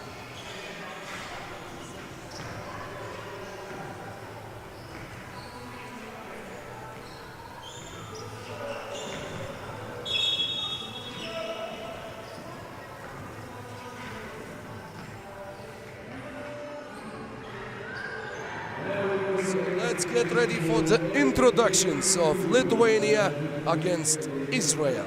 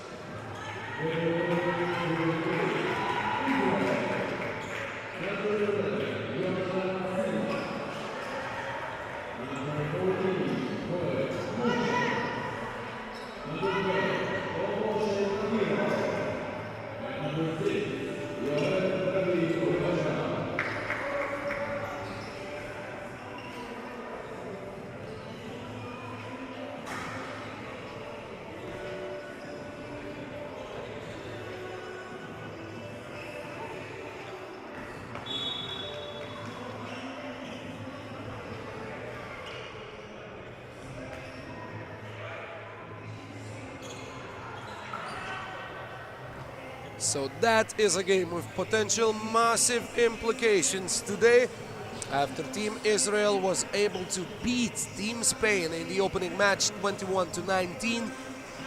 Lithuania have to try to keep themselves in contention for the finals. They have to beat Team Israel to do that, and they are starting this match, and they are playing out this day with a roster change.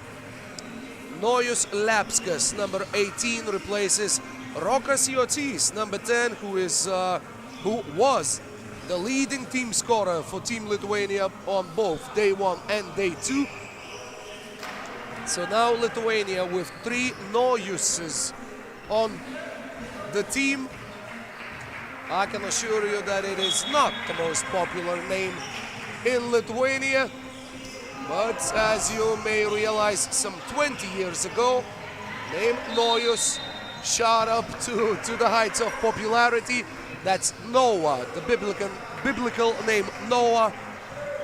It's a Lithuanian version, Nojus, and we have 3 of them on the Lithuanian team, with Nojus Vaivada, Nojus Bukauskas, and Nojus Lapskas. Vešler finds Tapiro, who misses on a long-range attempt, and Israel shall retain possession.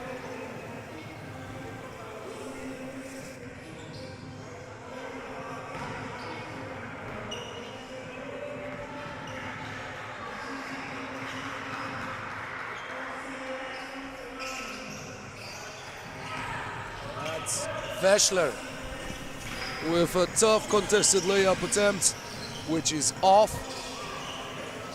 Nojus Bukauskas able to get the long-range attempt to drop.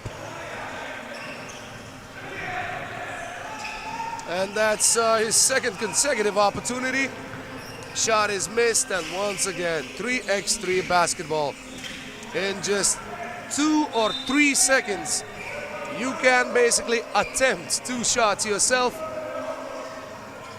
There is basically, well, there is such a thing as a bad shot in 3x3, but the whole concept is way more liberal and open than in a traditional game of basketball. Vaivada calls for a screen, goes left, and finds a bucket at the end of his drive. Lithuania up 3. Vešler missing once again. Vaivada calmly secures the rebound.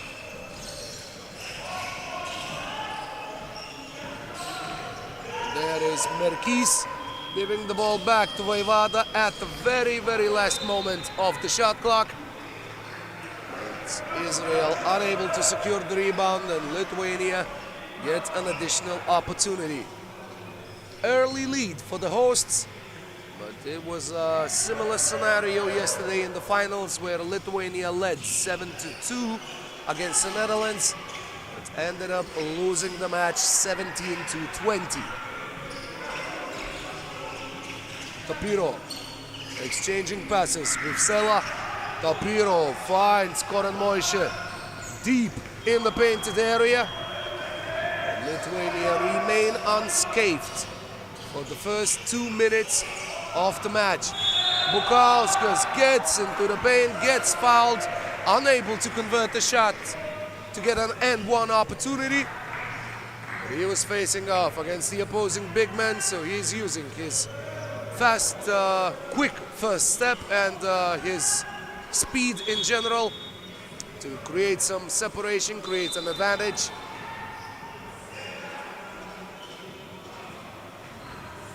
And to eventually earn himself an opportunity at the free throw line. Representing Kėdainių Nevėžis, his hometown team in the Lithuanian highest basketball division. Nojus Bukauskas gets the free throw to fall, but Lithuania is unable to secure the rebound after the miss by the Israelis. Boran Moishe gets the first point for the visitors. 21-19, their victory against Spain. Honestly, it was impressive. That's something really unimpressive. Augustas Merkys just way off on his attempt. So Israel trying to make the finals for the first time in this Nations League cycle, and Yoav David Vešler cuts the lead down to 1. Nojus Bukauskas feeling it today. It seems that without Rokas Jocisa on the roster, Bukauskas knows that he has to shoulder much more of the offensive burden. Just feeling confident, attacking with ease. He tried to foul David Vešler way before the shot, wasn't able to do so. The eventual foul is called on Nojus Vaivada. The foul gives Yoav David Vešler an opportunity to score from the free throw line. Vaivada unable to convert, but he gets his own miss. Bukauskas against Jonathan Sela. Nicely done, patient in the air, nice hang time, but Lithuania don't get no points on that possession. And the upcoming whistle shall be the signal for the first TV timeout, as we are under 7 minutes on the clock. Vaivada is unable to beat the shot clock. And there we go with the first break of the game. 6-4. Early leads for the Lithuanians, who are trying to end the Nations League cycle of 2025 on a positive note. They are already guaranteed that they shall be in the World Cup in China in September, mid-late September. But yet still, nobody wants to end the entire cycle on a sour note.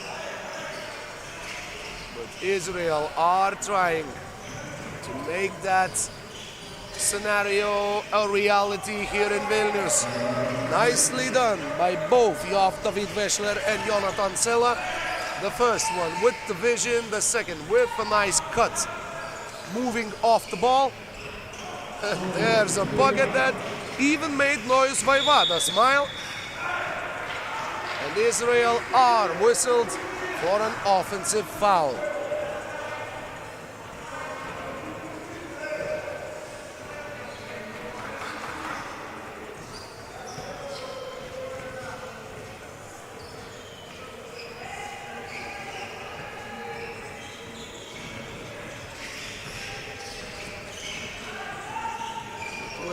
Trying to work the ball around.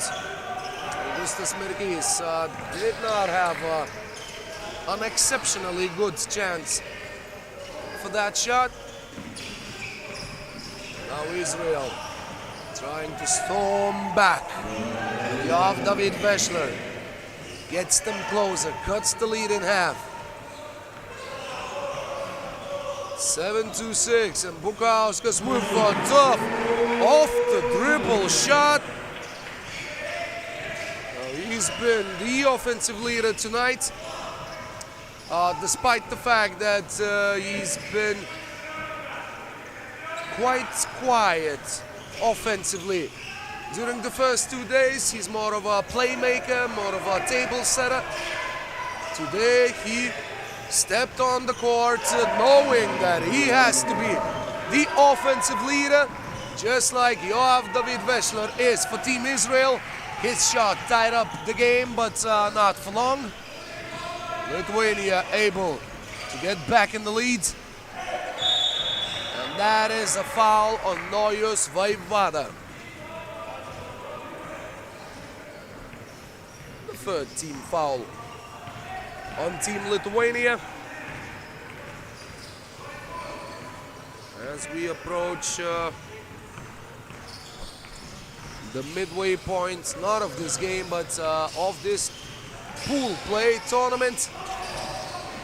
We are going to have a short break after this match, as we will be halfway through the competition. Celeb wasn't able to get it on the first try, but he got the second one as well. We are all at 10. And that statement remains correct after the miss by Vaivada or Moise Tapiro. He's trying to look for Jonathan Sela, who was held back by Augustas Merkis.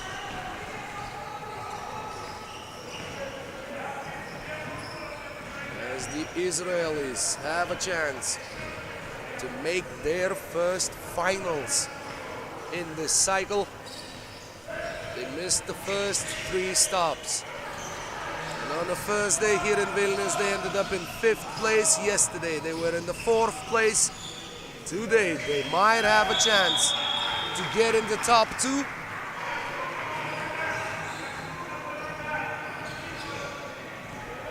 And of course, that would be a very important psychological achievement for the boys in blue. We are all tied at the second TV timeout. Lithuania started out well. Nojus Bukauskas later kept them in the game with his outside shooting. But Israel have been playing with patience, have been playing with composure, not giving up an inch at this particular moment of the match. Yoav David Veschler had 12 points in their opener against Spain, hitting a couple of long-range shots and also converting 4 free throw attempts. This time out, he's also the most productive, the most dangerous Israeli player on the court. Vaivada with the spin, and that's a well-polished move. You could see that from the way that he executed. Jonathan Sela gets blocked by Merkis, but there is Koren Moise, the ever-present Israeli big man. Vaivada trying to create some space, and he does, attacking the aforementioned Koren Moise. David Veschler with a momentarily timed reply. Bukauskas able to keep it in. Israel switch. Bukauskas wants to play against Koren Moise. Another 2-point attempt, and he's been on fire in this matchup. Whatever he had for breakfast, that should be his daily diet, because he's been just feasting in this match with his 2-pointers, keeping Lithuania in the lead with less than 3 minutes to play in the match. Veschler, now he is someone that must be accounted for at all times. Bukauskas misses badly this time, but he gets the rebound himself. 3rd chance, 4th chance, 5th chance for the Lithuanians on this possession, and they are able to convert to regain the lead. Yoav David Veschler. It was even surprising to see him come up short on that attempt. As there goes Tapiro with an aggressive drive towards the basket, off the glass. He ties up the game once again, and Lithuania calls for a timeout with 2 minutes and 10 seconds left on the clock. Team Israel must be feeling really good about their chances to make the finals. All they have to do is not to lose the 130 seconds left, or not to lose the race towards 6 points in the final minutes of the match.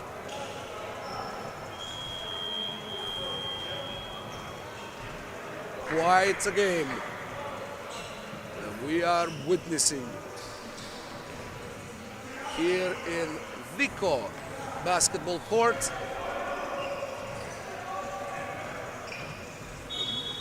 The weather outside is still terrible. It's been raining cats and dogs, as they say in England, to describe the never-ending pouring rain. Here, Nojus Bukauskas has been the rainmaker on the Lithuanian side, and Joaf David Vešler has that title just permanently attached to his name in this Israel under-21 3x3 team.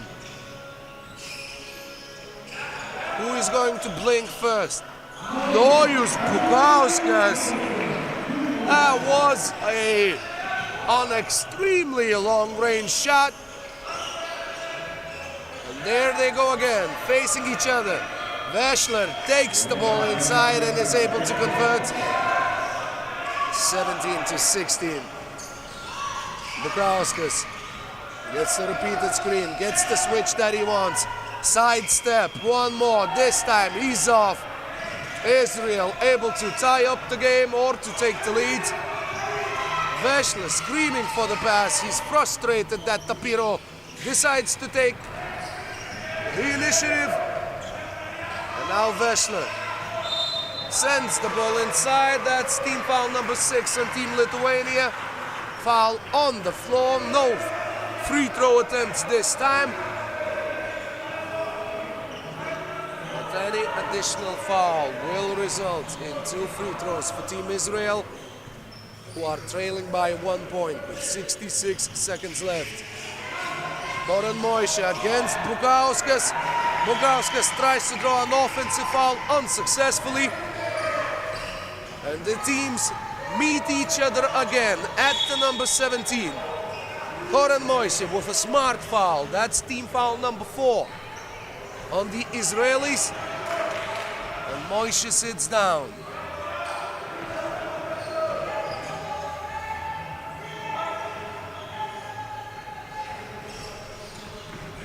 Feels that the air has been sucked out of the building now. The Lithuanian basketball fans can inhale as Merkys puts Team Lithuania up front once again. Vešler with a very tough shot attempt forced by Lithuanian defense. Vešler is unable to convert. But Team Israel already have 38 points combined in their 2 pool play matches. Loivana attacks Tapiro, keeps the ball. Bukauskas off the catch, off the corner, off the backboard, and that is a shot clock violation. The Israelis are calling for a timeout. 18.7 seconds left. Israel trailing by 1. Shall they try to tie up the game, or will they be looking for the all-changing dagger from long range?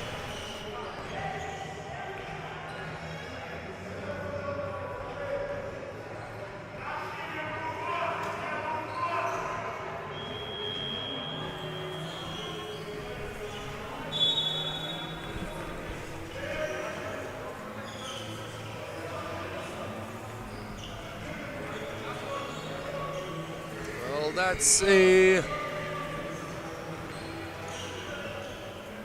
unprovoked lesson of Lithuanian language. Nebaudot, nebaudot. Somebody was shouting here. Don't foul, no fouls. As a foul would give 2 free throw attempts to Team Israel, so Lithuania must, at all costs, avoid fouling. Goran Moishe gets the offensive rebound, not once, but twice. And the score is tied again.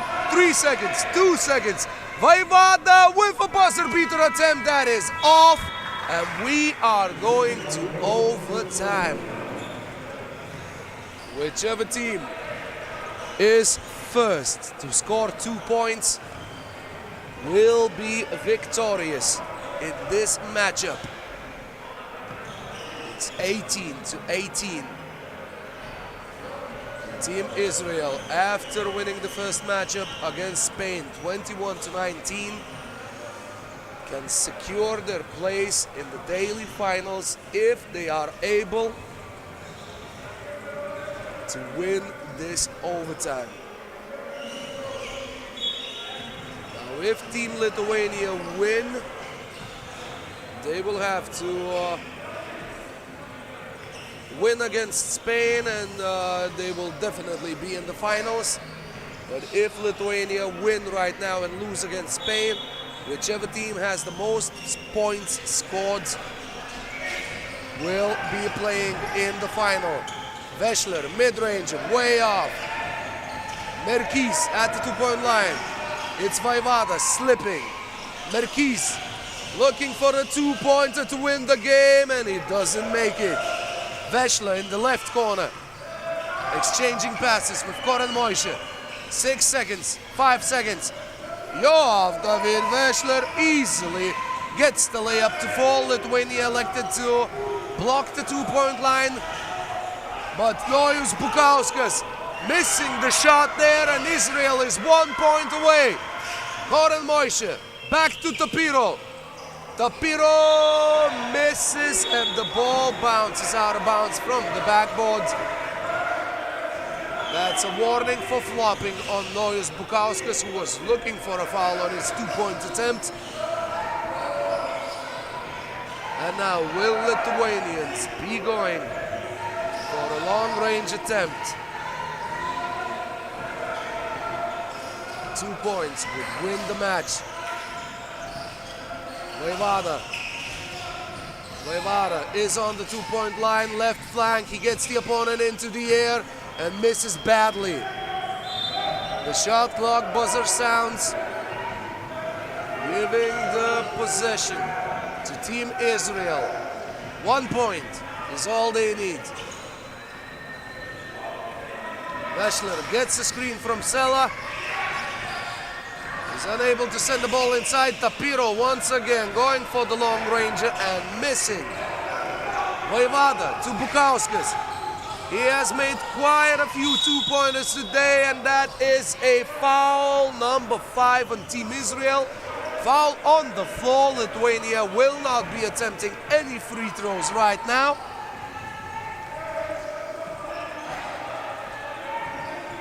Another opportunity for the locals. Bukauskas missing on the potential game winner. Israel keeps the ball in. David Veschler. Moishe asking for the ball. No foul on Koren Moishe, who misses the mid-ranger from the left corner, and the Israelis are just furious amongst themselves.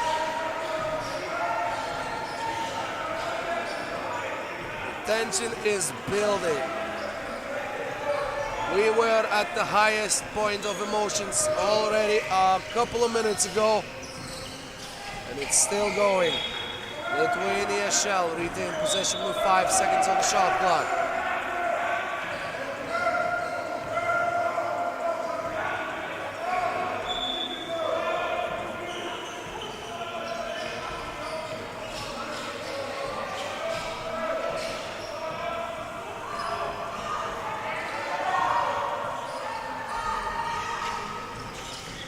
Merkis off the dribble, makes it! He makes it, and Augustas Merkis wins the game for Team Lithuania in the most dramatic fashion that you can imagine. What a game!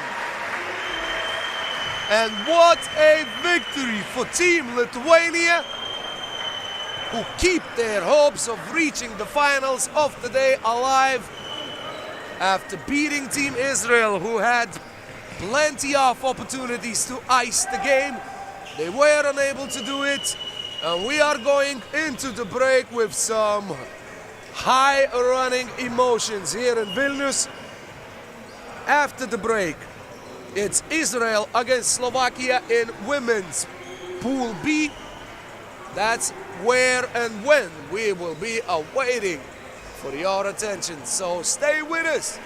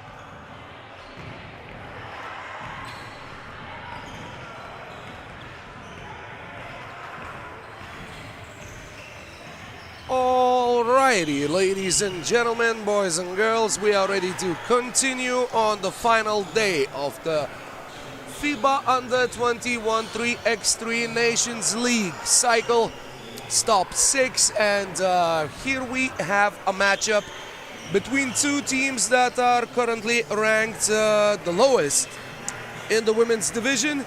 It's Team Slovakia and Team Israel facing off against one another. And Team Slovakia will definitely have the plan that has been working against most of the opponents. Feed Hanna Jakubczakova inside and look for her to provide offense. Israel have their own leader, Lihi Azuri. Scored 6 points on average on both days here in Vilnius. And on day 2 she also received some solid help from Noah Vashdi. On day 1 she only scored 1 total points, but day 2 she came up with 9 points. And Israel is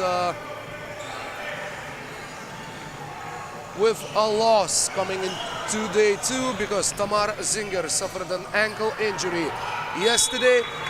So Israel with no substitutes, the 3 players, Yael Mayan, Lihi Azuri and Noah Vashdi will be trying to secure the first victory for Team Israel.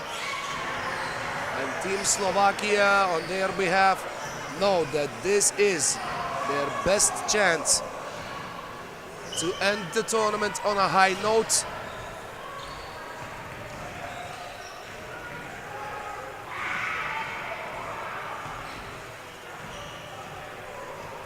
And without a doubt, victory in the last match would be a huge morale boost for Team Slovakia. There's Azuri, a head fake, she drives left and misses a shot off the glass. Noah Vashdi, nicely done, pass to Azuri, catch and shoot. And Team Israel still in the lead but unable to extend it. And they are whistled for a foul. As Slovakia with a substitution, there is Užovičova missing from long range. And once more, Jakubczakova trying to get the points inside, but this time she is stopped by Yael Mayan. Nice screen by Mayan. Noah Vashdi back to Azuri. Azuri step back and unable to beat the shot clock. That is a violation, with Israel still up front by a single point.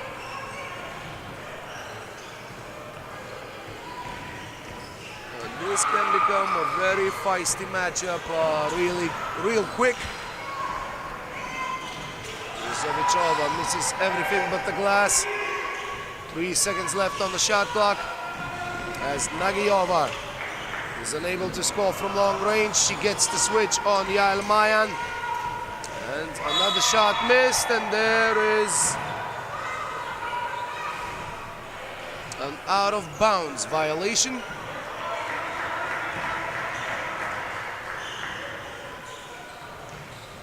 With Israel still in the lead by 2 points to 1. There is a warning for a bad pass into play on Nagyova. Azuri goes left. Yael Mayan from long range. That doesn't appear to be a shot that she's comfortable with. Team Israel needs any sort of production from wherever they can find it. Uzovichova looking for Yakubchikova, who is able to gather the ball at the second attempt. Nagayova. The ball hit the glass, and Israel able to get the rebound. Noah Vashdi gets the screen, steps back, and sinks a two-point shot beautifully. Nothing but a net, a perfect angle, perfect trajectory, nice spin on the ball. And that was a nice spin by Yakubchikova, who fails to convert. And then the Slovaks turn it over. That's Azuri drawing a foul.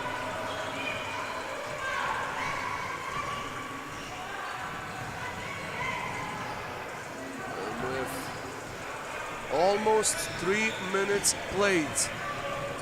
Israel is in the lead. Azuri loves that twitching dribble on the first move. She's able to find Yoel Mayan, who went looking for her teammates with not that much time on the clock left. A shot clock violation has been a common reoccurrence early in this game. Uzovichova thought about looking for Yakubchikova inside, later decided to try to score from the outside. That's Noah Vashdi. Convinced that she was fouled. And there comes Slovakia with Karolina Rodkova hitting the long ranger. Noah Vashdi is whistled for a foul after going for the steal. And it's the first TV timeout. Israel up by 1. Both teams trying to secure their first win throughout these 3 days. And whoever comes up with it will be more than happy to leave the tournament on a high note.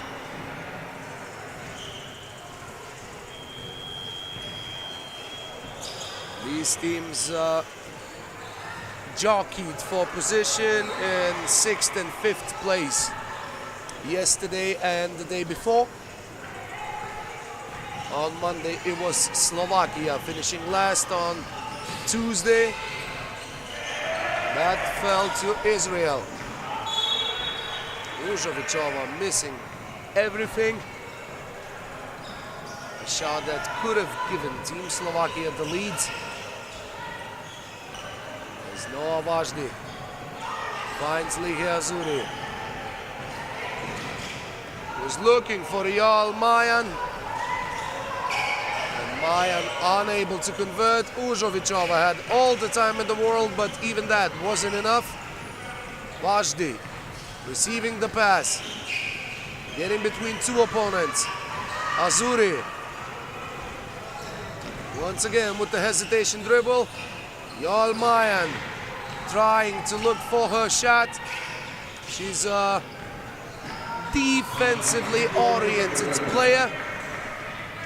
And now, when the team is forced to play without Tamar Zinger, has to try to look for her opportunities. And an opportunity is found by Ligia Azuri. Israel back in the lead. That is a foul on the Israelis.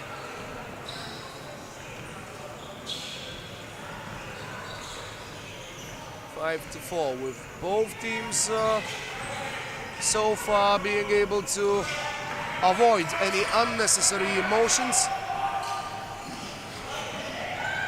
Good composure on both sides. Azuri missing the two-pointer, Vashdi getting the rebound. Nicely done to find Yoel Mayan, who scores the first bucket of the game, doubling the advantage for Team Israel. And Vashdi with the rebound. She switches directions. Mayan passes it out. Vashdi from long range. unable to convert. With Karolina Rodkova with a second two-pointer of the game.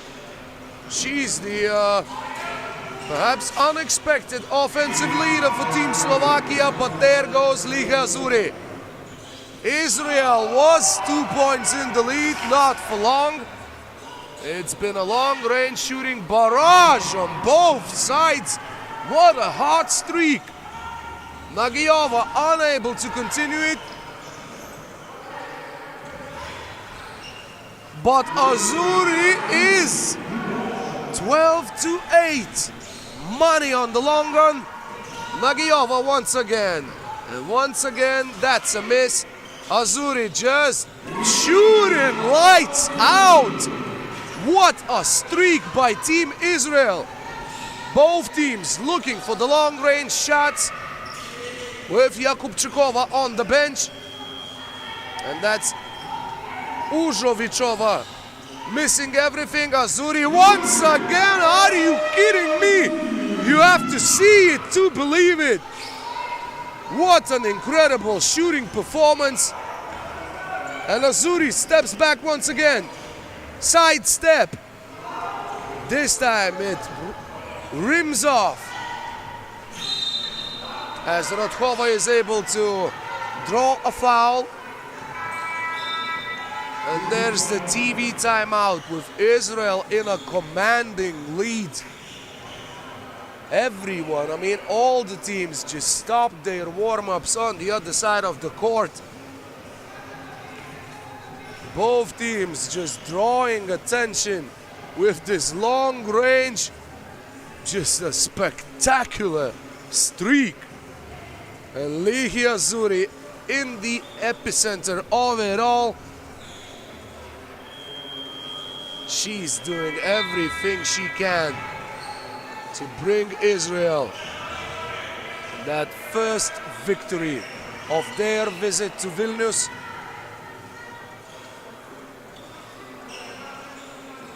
And now Team Slovakia faces an uphill battle.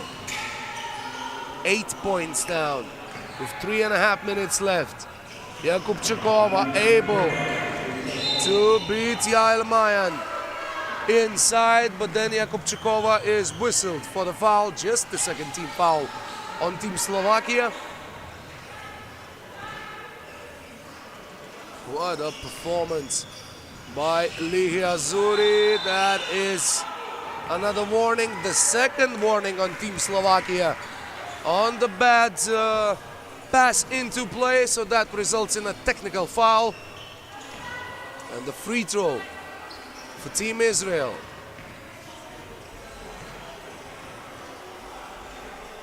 Liga Azzurri has been warming up the net until it became red hot. With her outside shooting, she's able to add one more point from the free throw line. And Team Israel playing with no substitutes, 3 against 4. Is fighting not only for themselves but also for the injured Tamar Zinger, as Yael Mayan is whistled for an offensive foul on a moving screen.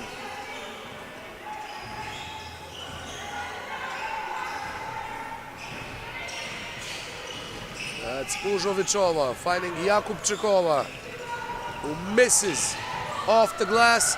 Mayan gets the rebound. It's Vajdi going inside, stopping, turning around and getting the lefty shot to fall. 3 points are separating Israel from a potential victory. Yael Mayan whistled for the foul, going for the ball, and upending her opponent. 16 fouls on Israel. Užovičova to Jakubčíková. Yael Mayan appears to be short for breath, but Jakubčíková misses twice. Nagyova from the mid-range gets one in. Slovakia needs a defensive masterclass to get back into this game. And that is a very solid start, a shot clock violation. 8 points separating these two teams, vying for their first victory.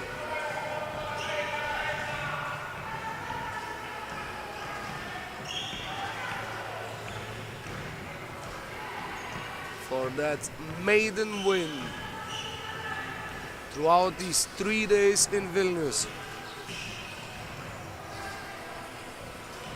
And Team Israel will be facing off against the Netherlands in the final match of pool play.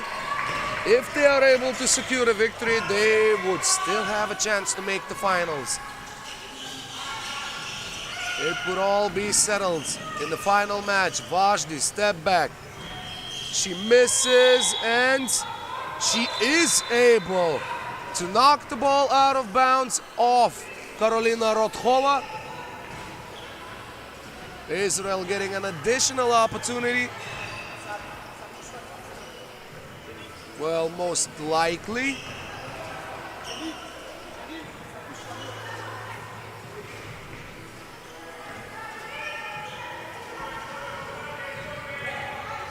And yes, after it all is settled, Israel remain in possession.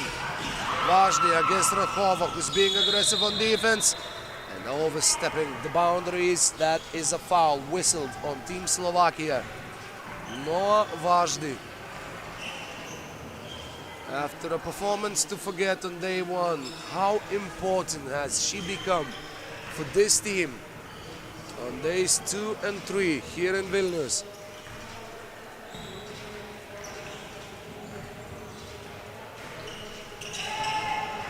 She gets Team Israel 2 points away from the victory. Yakubchikova once and twice again attacking inside as a foul is whistled on Liana Užovichova.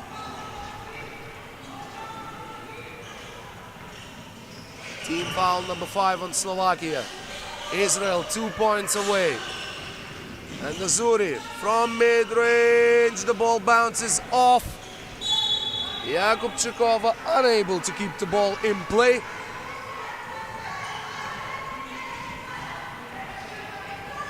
It is 19-12 as Israel gets another chance. Vashti beats her opponent off the dribble but is unable to finish the play off the glass. There's Azuri. Got the opponent into the air. Nicely played. 1-2 with Yael Mayan. Israel is on the verge of victory, but they are whistled for team foul number 7. Slovakia gets the double free throw opportunity. It's in the hands of Hanna Yakubchikova. Piasztanskie Czajki represent as she misses the first attempt.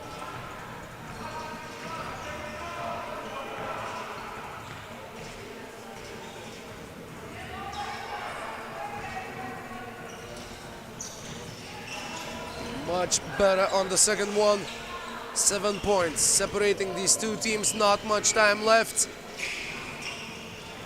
Israel needs just a single point. Slovakia trying to gain momentum. It is a traveling violation on Hanna Yakubchikova. And that's another dent in the chances of Team Slovakia.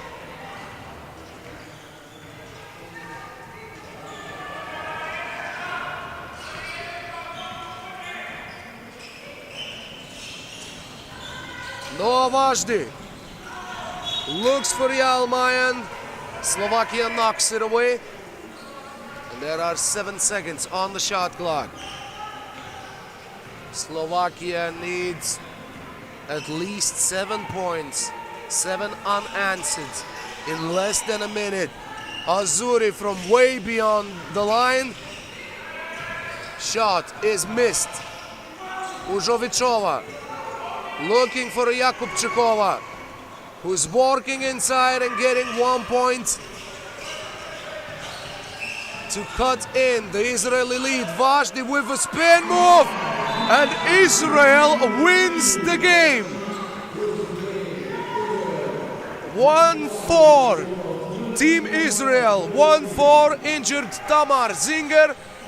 Israel get the victory against Team Slovakia as they are celebrating their maiden win of the Nations League. They are also getting ready to face off against Team Netherlands in the ultimate pool match for both teams. We are getting ready for another men's matchup. It's Turkey against Slovakia in 6 minutes, tipping off here in Vilnius, with Slovakia trying to get their maiden win of this visit to Vilnius, and Team Turkey trying to open their day by winning the first matchup. So that is coming up next. Stay tuned, stay with us as we are approaching the end of the Nations League Tournament 2025.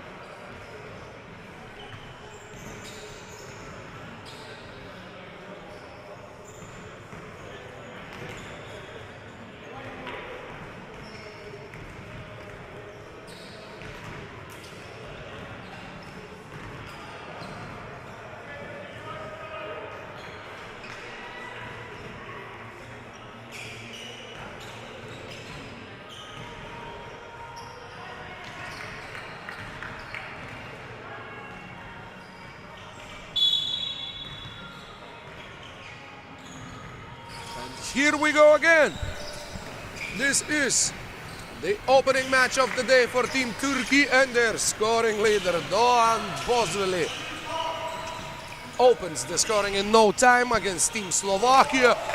And that's another reminder what a vertical presence Ahmed Ali Oralkan is. Now he can just jump out of the building, but that's an incredible reply by Team Slovakia. We're in the lead, not for long, but once again, maybe this is the match where their long-range attempts will start to go down, thus providing them the advantage that they are constantly looking for. Dostal, the ball slipped out of his hands, but Dostal gets another chance. He goes inside and he attacks Oralkan without fear and is rewarded for his determination.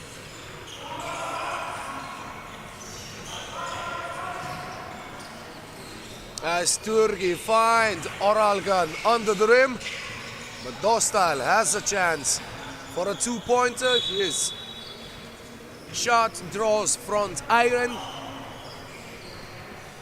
and Team Slovakia is still in the lead but unable to build up on it.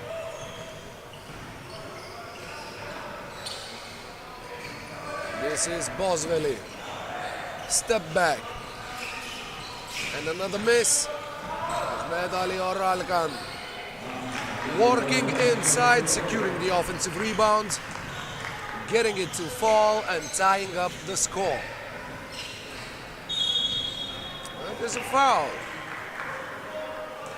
And a shooting one at that. Doğan Bozveli is whistled for it, and Benjamin Dostal goes to the free throw line. Team Slovakia lost their opening matchup against Team Netherlands 14-22. And there's a reminder that yesterday they also... Ooh, that's a traveling violation on Kara. A reminder that yesterday they also conceded 21 points in both of their games. So defense has been an issue for them throughout the tournament, as they now seek another bucket inside. But the shot is missed by Martin Martanovic. Oralkan, step back. Unable to get the ball to go down. And with a bit more than 2 minutes played, it's Slovakia in the lead by a single point. Doğan Bozveli. Just frustrating Martanovic. There goes Balogac. Shot is missed, but Martanovic secures the rebound and puts Slovakia up by 2, but not for long. There goes Bozveli again. 9 points per game. Day 1, he was the leading scorer of the competition. 8 points per game. Day 2. So he is extremely important to Turkish offensive success. As there goes Dennis Gökpınar. The ball eventually finds its way to Muhammed Emin Kara, who ties up the score. And Turkey now making it look easy as they regain the lead. Kremes off the catch, sweet touch, nothing but the net, and Slovakia once again finding ways to get in the front. That's a nice defensive stop as Balogac gets his opponent in the air, but his pass is intercepted by Gökpınar. And Bozveli unable to hit from the corner. But Muhammed Emin Kara is there, the Turkish big man dominating the offensive board.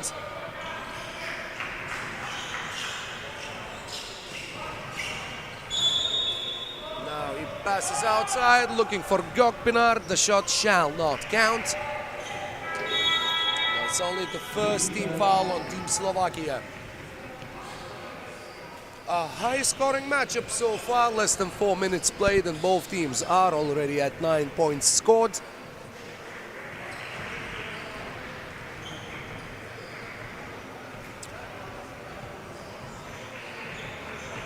Turkey will be facing off against the Netherlands in the final match of Pool B in men's competition. As for Slovakia, this is most likely their final matchup. Even if they win against Turkey, they have to hope for Turkey to beat Netherlands in a low-scoring matchup. Slovakia got 14 points in their opener against the Dutch.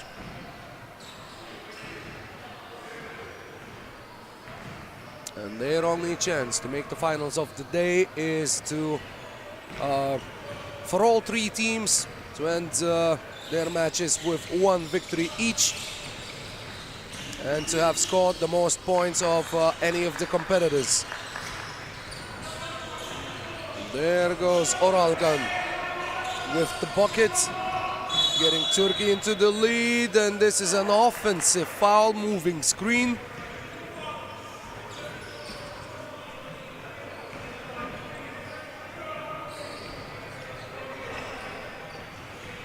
As we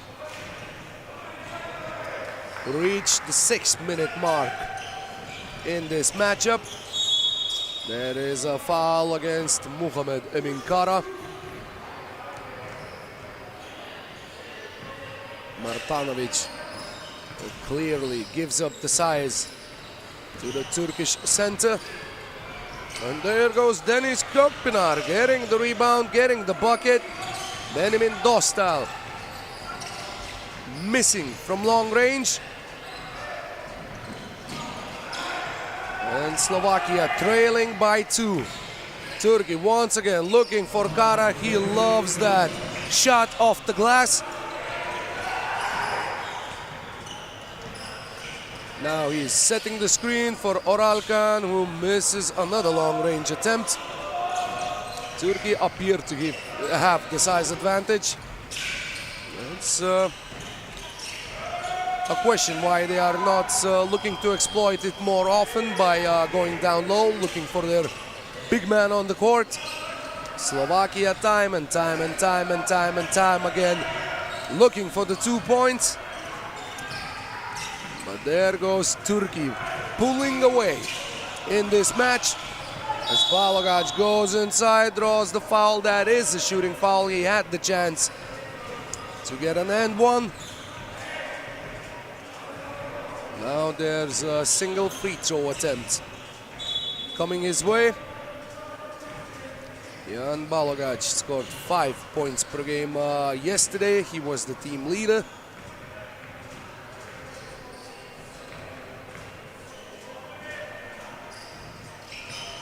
Now he gets his own miss. Good reaction, good reads. Finding Dostal, who sends the ball back in, and there goes Jan Balagac. Free throw missed, but he did not give up on the play. As Turkey is doing everything to make Slovakia give up mentally. That's a very painful long-range shot by Doan Bosveli.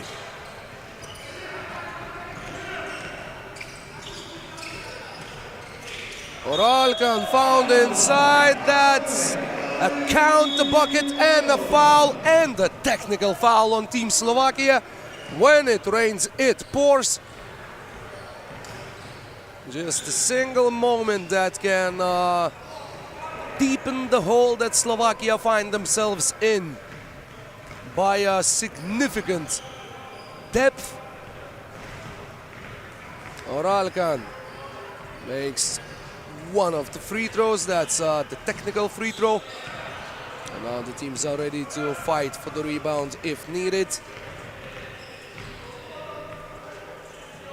Slovakia already have conceded 18 points with less than 6 minutes played. Krebes. That is a miss from the right corner. Gökpınar exchanging passes. That was a lot of contact, but no fouls called. And Slovakia able to stop Turkey on that possession.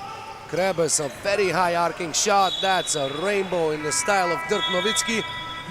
But that is a miss, and we have reached the second TV timeout of the game. It's 18-10, Turkey in the lead, looking to get their first win of the day.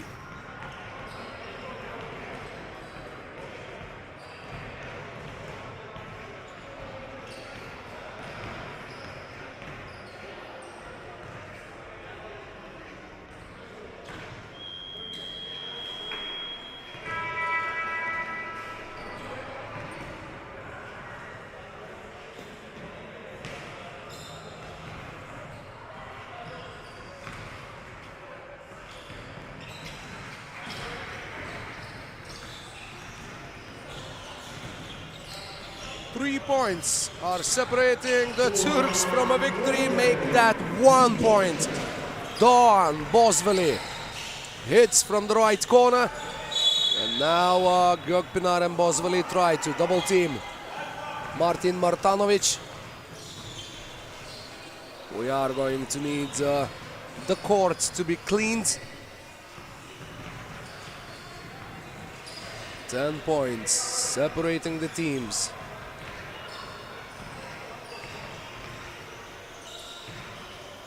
Slovakia in possession. It's been a long road for Slovakia throughout these tournaments. They have never finished not bottom of the standings on any of the days. And today they are hoping to at least do that. They already have 11 points in this matchup. That is a foul called. And they scored 14 in the first game.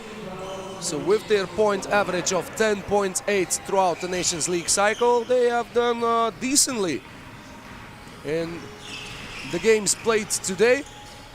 That was an alley-oop towards Oralkan, and that is Martanovic falling in a painful manner after a foul was whistled.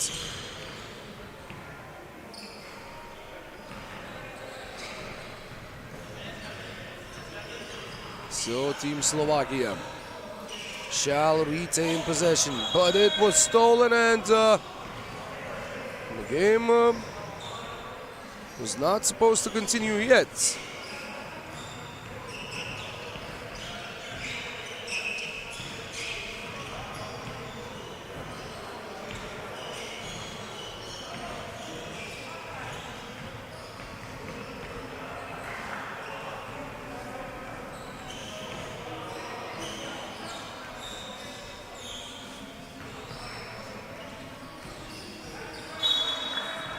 Now we are officially back.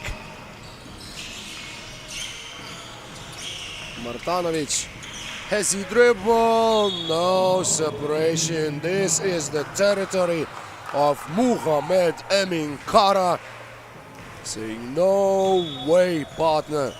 Number 15 on number 15 crime down low. There's 3 minutes left. There are 4 seconds on the shot clock for Team Slovakia, who are on the verge of elimination for quite some time now.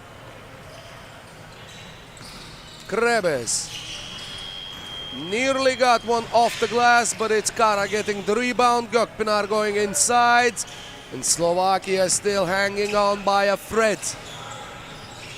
Dostal. No good. Gökpınar keeps it in play, but not to the advantage of his team. No foul against Benjamin Dostal. Will Turkey deliver the finishing blow? No, that's a traveling violation. Well, after this matchup, we will be looking at a women matchup between Türkiye and Spain. Woo, how nice was that? Krebes sent the ball between the legs of the opponent, finding Dostal for the easy one. Gökpınar looking inside, and that is officially the end of the game. Turkey 21, Slovakia 12. We will be awaiting for your attention shortly.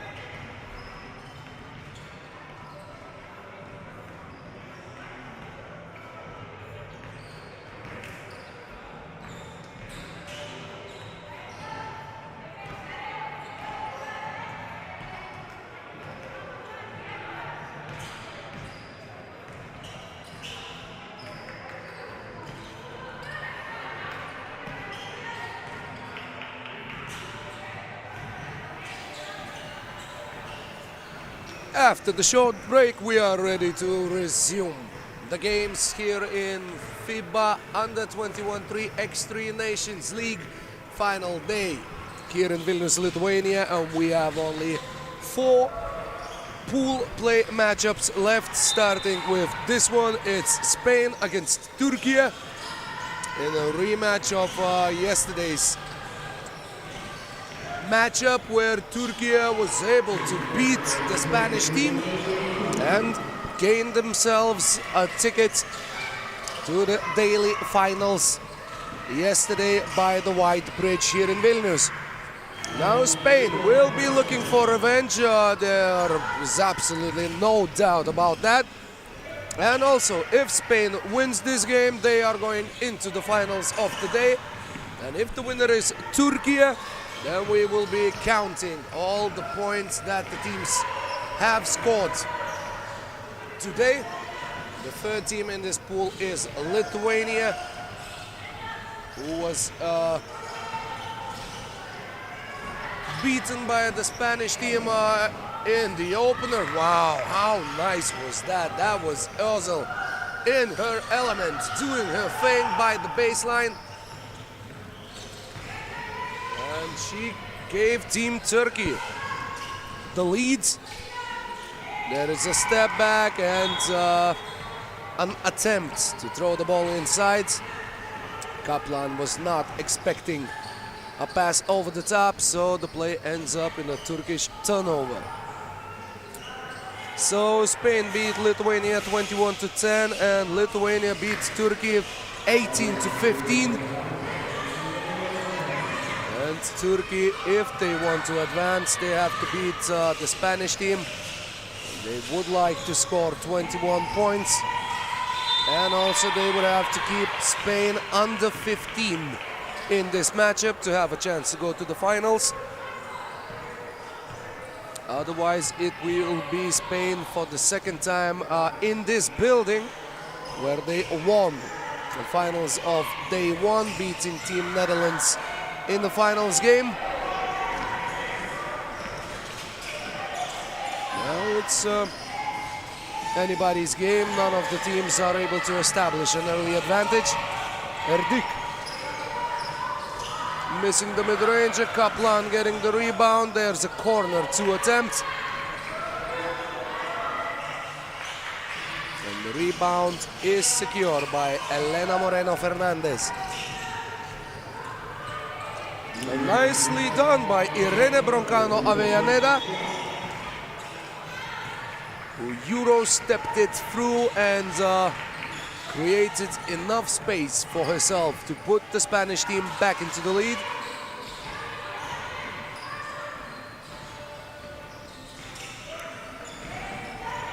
Erdik able to keep the ball in play. And the foul is whistled on the floor. Just the team foul, just the first team foul on either team in this matchup.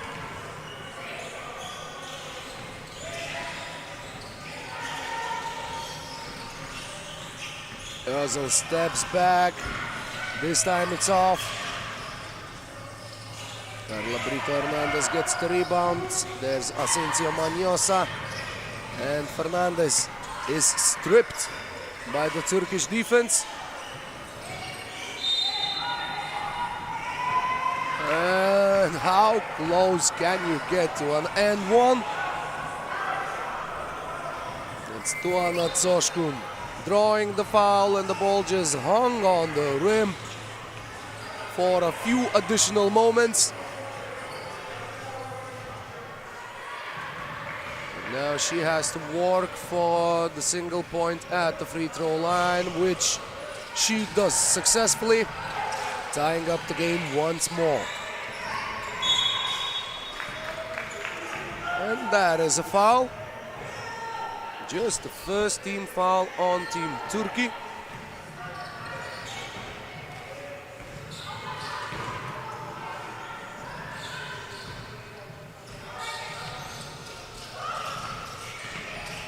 It's a pick and roll.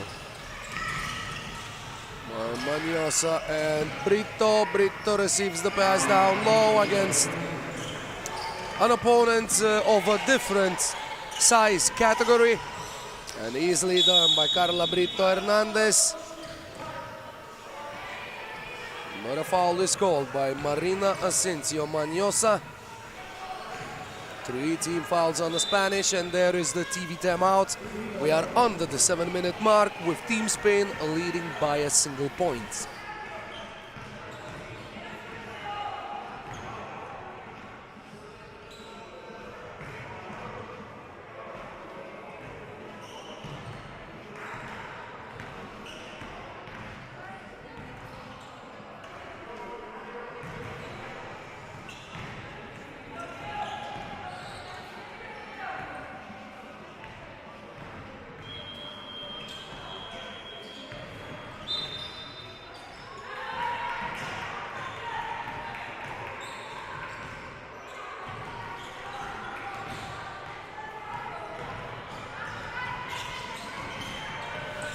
The ball is back in play with Team Turkey already regaining the lead. Nicely done by Tuana Tsoshkun. She dropped 4 points on Spain yesterday in the game that ended in a victory by Team Turkey. There, Irem Erdik was the team leader, 9 points, 2 long-range shots, 4 free throws made. Even though she's not the first offensive option on the Turkish roster, but she had her best performance of the tournament to put Turkey into the finals. And in that matchup, Team Turkey had 9 free throws made as they secured the victory by the scoreline of 20-13. And that's waves off the basket. It's a shot clock violation. Marina Asensio Maniosa unable to put her team back in front. Now one of the scoreboards is off on the far side of our screen. Offensive foul that Team Turkey commits.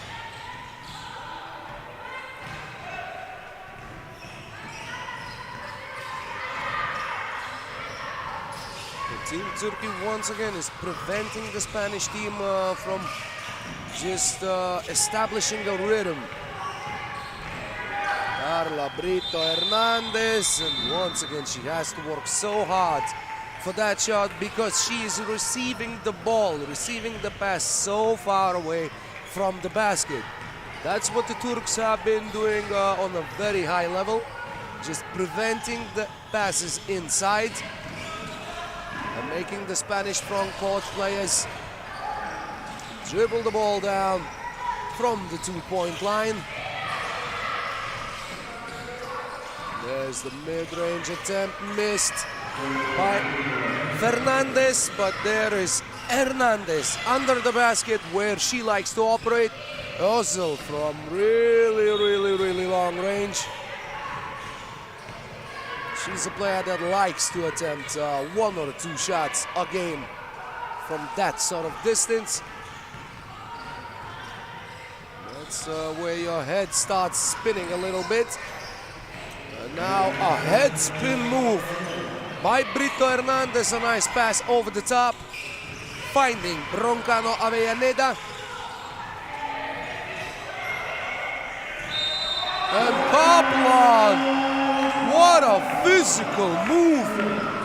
She just took the opponent to the basket.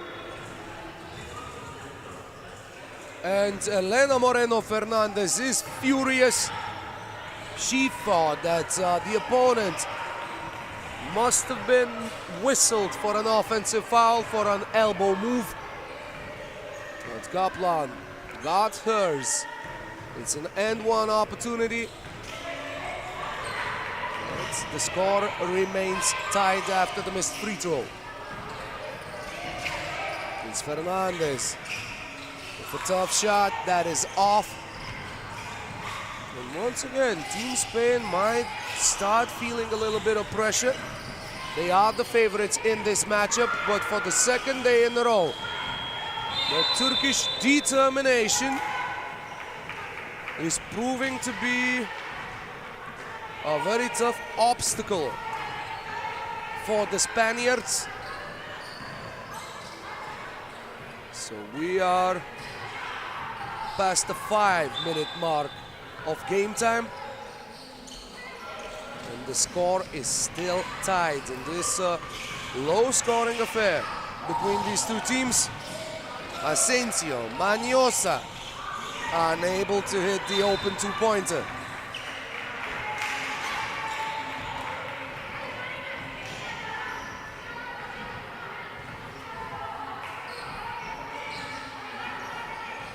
And we appear to be set to be headed until the full-time whistle.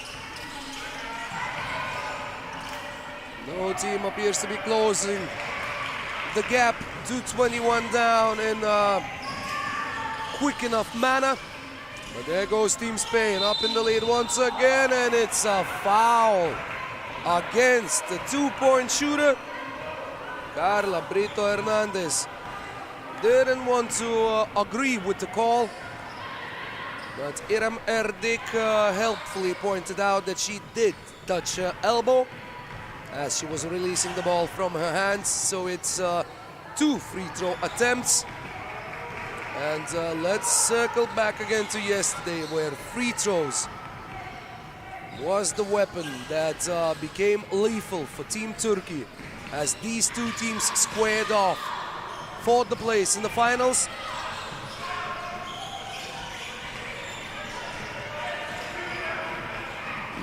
And there goes Team Spain. What a bucket! And how much emotions here all the way around. After the successful drive towards the basket by the baseline by Irene Broncano Avellaneda.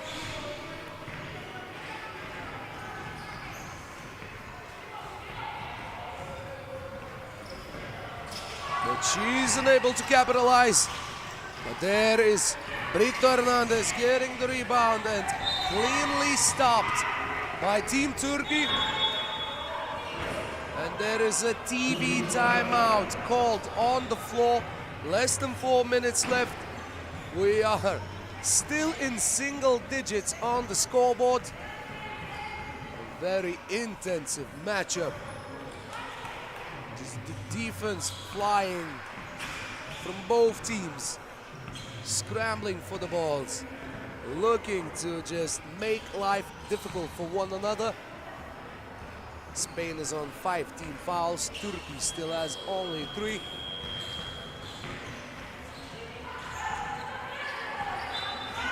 As we are ready to resume.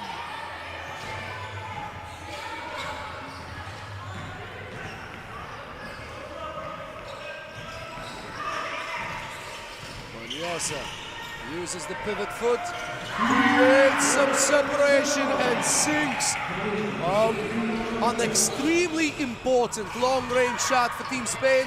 Shal Özil tried to get back at the moment. She elects to go inside and is unable to finish as Spain are looking to assert their lead. Nice defense by Kaplan. He's poking the ball away, knocking it out of bounds. With less than 3.5 minutes to play.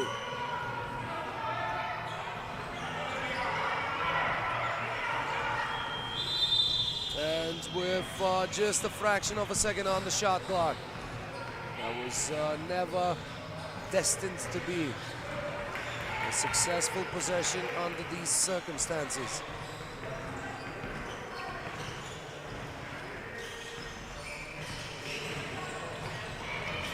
There's Toshkun working one-on-one. She found some daylight, was able to put the shot up, but wasn't able to get the ball into the basket. The Spanish answer, the lefty, Elena Moreno Fernandez. Unicaja Malaga player with a timely basket, pushing the lead up to 3. And it's a shot clock violation, which must hurt Team Turkey. Zeynep Özel once again doing everything right, but just a fraction of a second too late. With less than 3 minutes left to play in this fiery matchup. There goes Maniosa. She was stepping on the line. So that's a 1-point shot, but the Spanish lead keeps on growing. They have 4 consecutive unanswered points, and they are looking to really get comfortable in this game. Team foul number 4 on Team Turkey.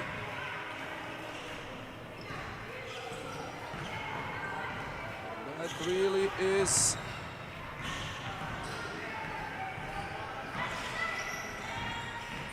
a long and elongated game with a lot of stops, with a lot of whistles. And there's a traveling violation.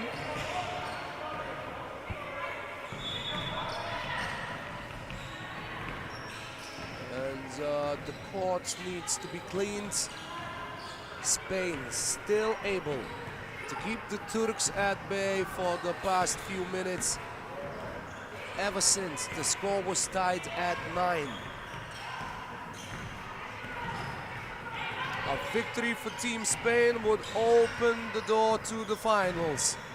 For them, after stopping at this very exact hurdle yesterday, losing against Team Turkey in the all-deciding pool match. Elena Moreno Fernandez stopped without fouling, but can you see the passion? Can you see the desire, the hustle by Team Spain? And they get another rebound. Asensio Maniosa was looking to post up, and now Elena Moreno Fernandez misses the long-range attempt, but Team Spain will remain in possession.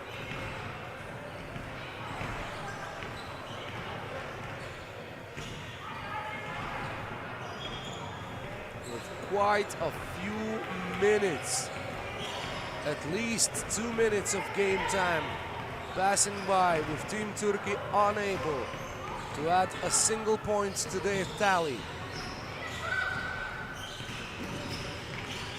Pass inside and nicely done by Kaplan, but there is a foul on Soshkun. 5th team foul, and it's a painful one on Irene Broncano Avellaneda.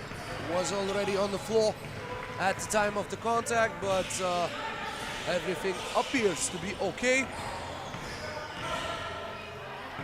No harm done and no hard feelings on either side. That is a timeout called by Team Turkey.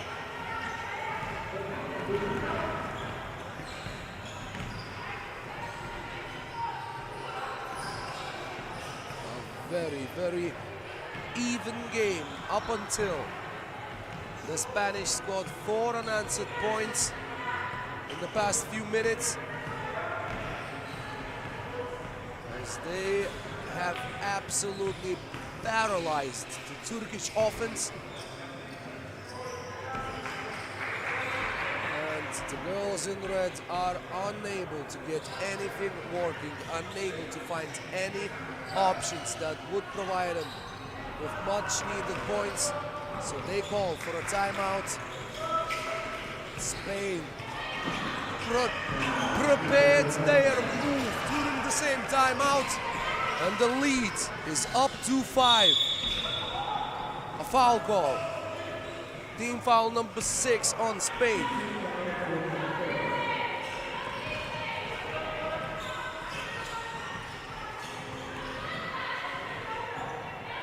Team Turkey deciding on the positioning that they want to open the possession with. It's İrem Erdin. Going baseline. Stopping, turning, and missing the shot, thus keeping the Spanish defensive streak alive. What a dominant show of prowess on the defensive end by the Spaniards.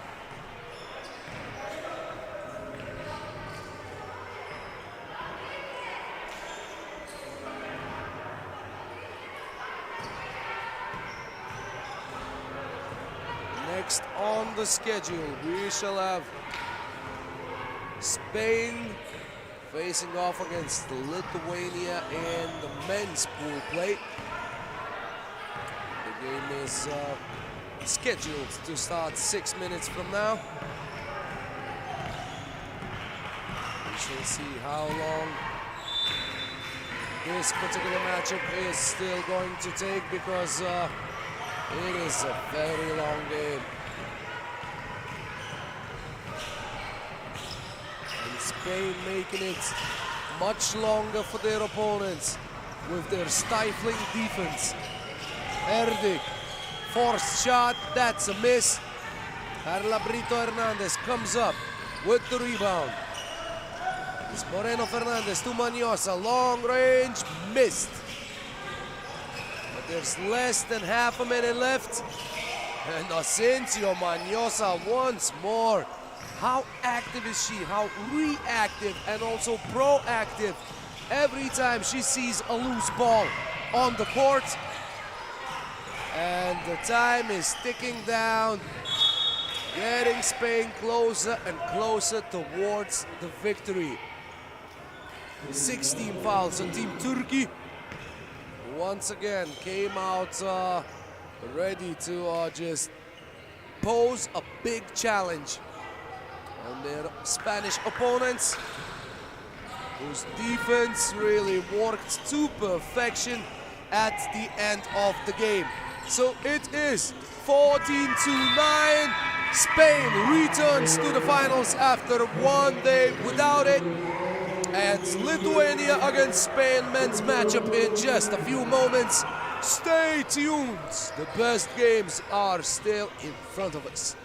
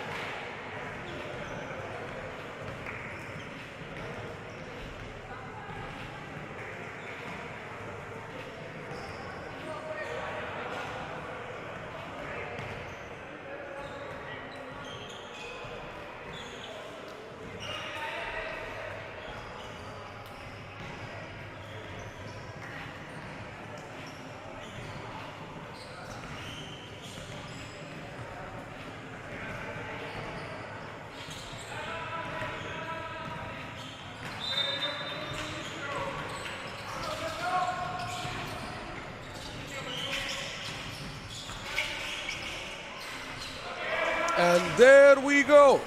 It's Spain against Lithuania for the third day in a row. These two teams are facing off against one another. First day it was in the finals where Lithuania secured the victory. Second day was in pool play where the Lithuanians were able to beat the Spanish team once more. But now Team Spain opens up with the first bucket of the game. Nois Bukauskas was seeing if his hot shooting streak is still with him after game one. He misses the first attempt, and Alejandro Redondo Sibac is whistled for a foul.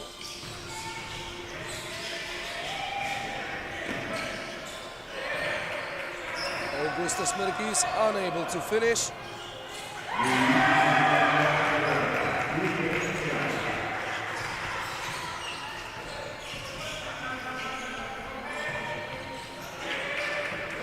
Intensity is on. Spain open up with 3 consecutive points. And it is still on. Team Spain should only now concede the first bucket by the host nation. It's 5-2.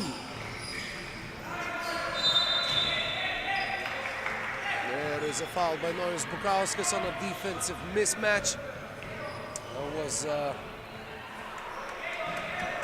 fight that he could not win down low against Luis Garcia Perez. But Spain are just setting the nets on fire. Now in the game that we just witnessed, it was less than 3.5 minutes left and both teams had only 9 points. Spain are approaching that number with less than 2 minutes off the clock.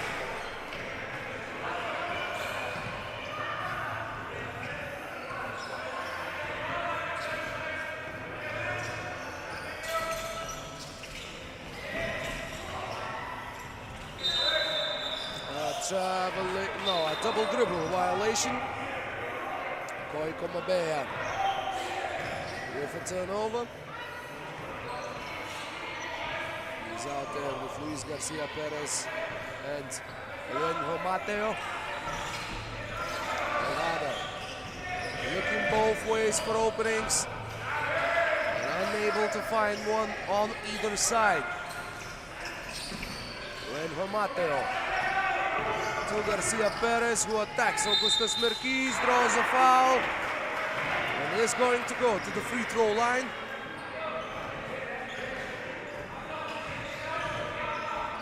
Spain just so aggressive at the beginning of the game. And when you lose against the same team 2 times in a row, the third time you start off with your blood already boiling from the very first minutes. Lithuania able to get one back. Luis Garcia Perez with a slam dunk, and he releases all the emotions that had bundled up inside him. Spain with a 6-point lead. And forcing a turnover. Augustas Merkis with some pressure on the line is unable to keep balance. And Spain piling it on. It's 10-3. Nois Bukauskas trying to take some initiative. He finds Vaivada. Vaivada doesn't find the target. Spain just on fire. Absolutely, what domination. Lithuania without their leading scorer, Rokas Jocis, of this tournament. Offensive options are much harder to come by.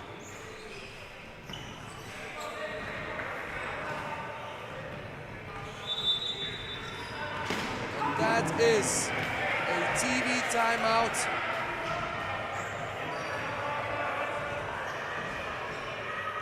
As Lithuania is trailing by 9 points with 3 minutes played.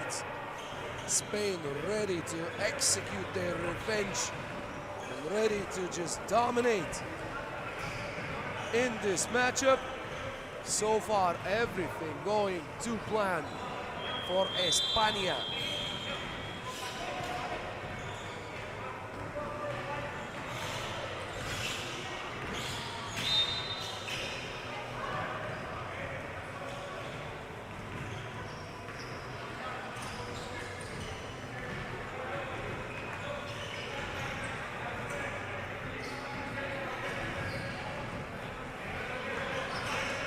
Vaivada at the free throw line for a single opportunity to cut into the lead, and Vaivada does just that,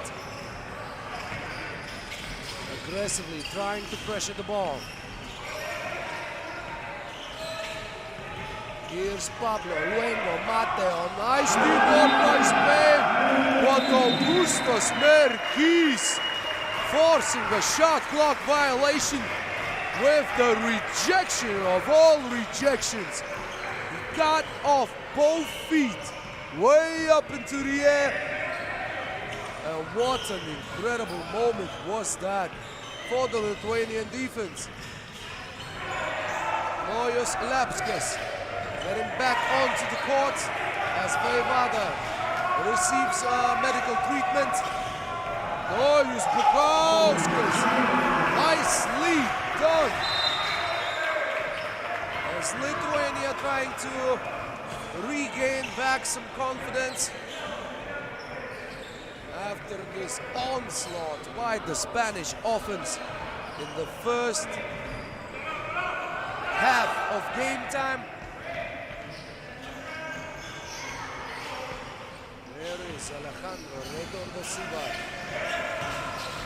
Indicates a handoff, but attacks himself. Vaivada with the rebound. Merkis is fouled on a 2-point attempt.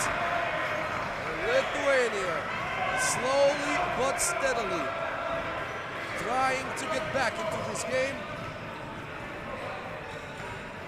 Spain led by 12 points to 3, which was their biggest lead of the game.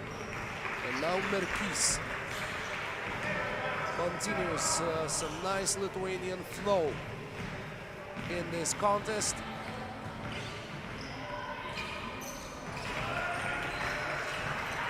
Some applause by the locals.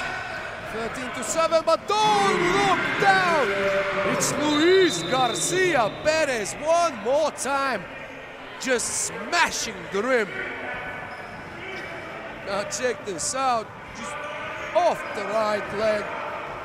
He knew what was on his mind, and it seems that it was on his mind ever since yesterday, ever since that second loss. Bukauskas steps back. That is a miss. Merkis is whistled for a foul, team foul number 5 on Team Lithuania.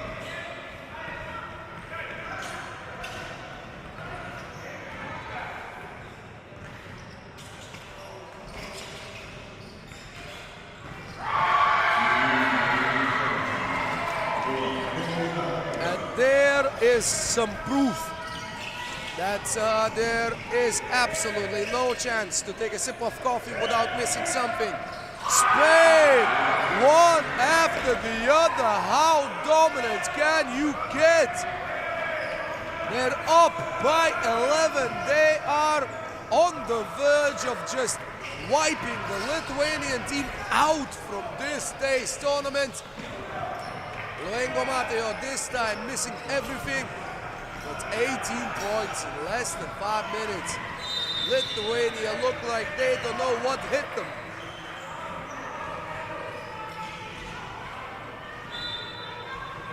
And there is a Lithuanian timeout to just regroup, to realize what's happening. How is this happening? Spain with some slam dunks, with plenty of two-point shots. They are just doing everything on the offensive end. Chupin, Luis Garcia Perez, Koiko Mabea, just combing the net with their outside shooting. What an amazing performance by Team Spain.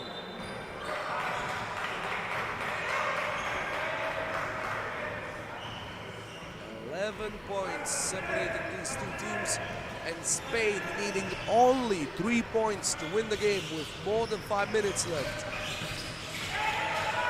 Merkis looks for Vojvoda. That was a brilliant pocket pass, but Vojvoda is unable to finish. Koiko Mabea. The ball is knocked out by Nois Bukauskas.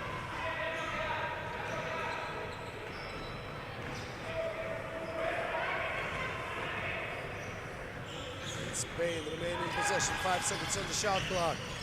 Koiko Mabea saying we don't need 5 seconds on the shot clock. 1 is going to be enough. You can see the Spain women's team just cheering the guys on. And the Lithuanian basketball fans, it seems that they have already sort of agreed to the outcome of this match. What a performance by Team Spain. Koiko Mabea with the chance to end this with 4:34 on the clock. And that's it.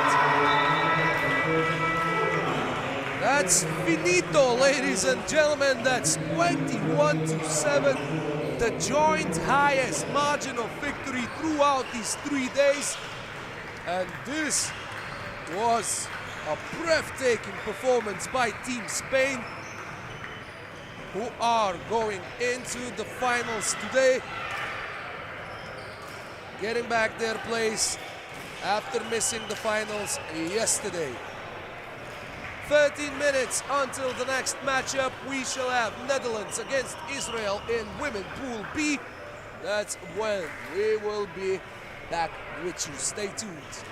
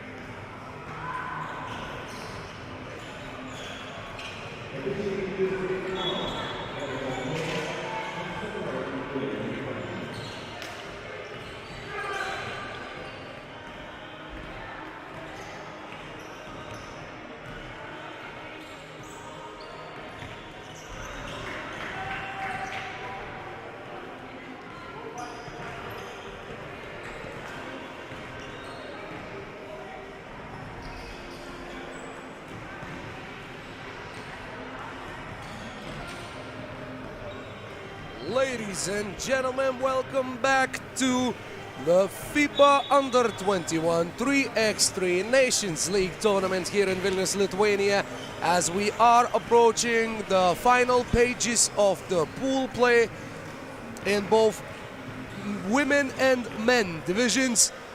And we will start by finishing off the women competition, the women pool competition.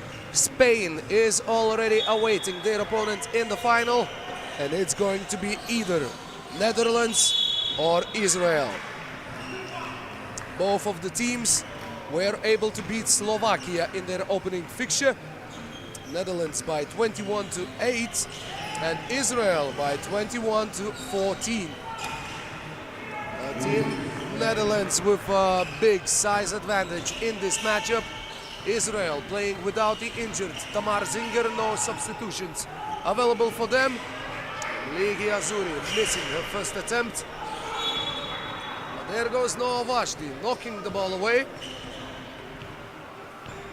I mean, in the first matchup, Ligia Azzurri not only scored 13 points for Team Israel against Slovakia, but also she made 5 two-point shots, which is the record of the 3 days that we have spent here in Vilnius watching these games, loving these games, and anticipating so patiently everything that is happening, just as Noah Vashti was patiently working on Peters. Its offensive rebounds are going to most likely work in the Dutch favor throughout the game.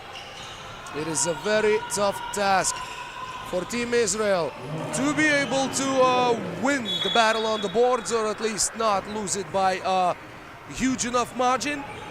But there goes Noah Vashti once more attacking Lynn Annike Peters. And this time Noah Vashti is able to score under the rim. And there is the world famous shoelace break. And this quick break is about to be over. There we go. As the Dutch are trying to reach the finals for the second time in 3 attempts. They faced off against Spain here on Monday in the final game. And they are the second team in the standings. With Spain making the finals, it is already obvious and official that the Spanish Under-21 women's 3x3 team has won and secured their tickets to the Under-23 World Cup taking place in China in September. But the Netherlands will do their best to reach the finals once again, and also to possibly get one back over their opponents, as the Dutch already have built up a 3-point lead. Team Israel shall remain in possession. The pass cut off, ball went off the knee of the Dutch defender. But no, Vajdi has such a tough task in this matchup. There is nobody that she can attack that would not be much taller, much longer, with a much bigger wingspan than she is. And yet, she is just constantly trying to probe in. Team Netherlands gets a warning on faulty pass to play. And Noah Vajdi once again is able to score inside.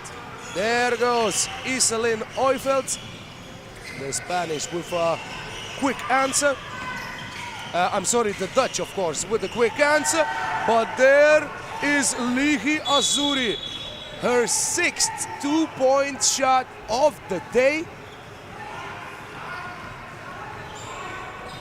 And even though the Netherlands start out well, they seem to be in control, but Team Israel is only trailing by a single point.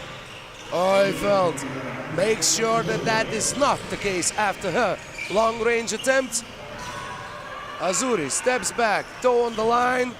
The shot missed and the ball goes out of bounds. Possession to the Netherlands.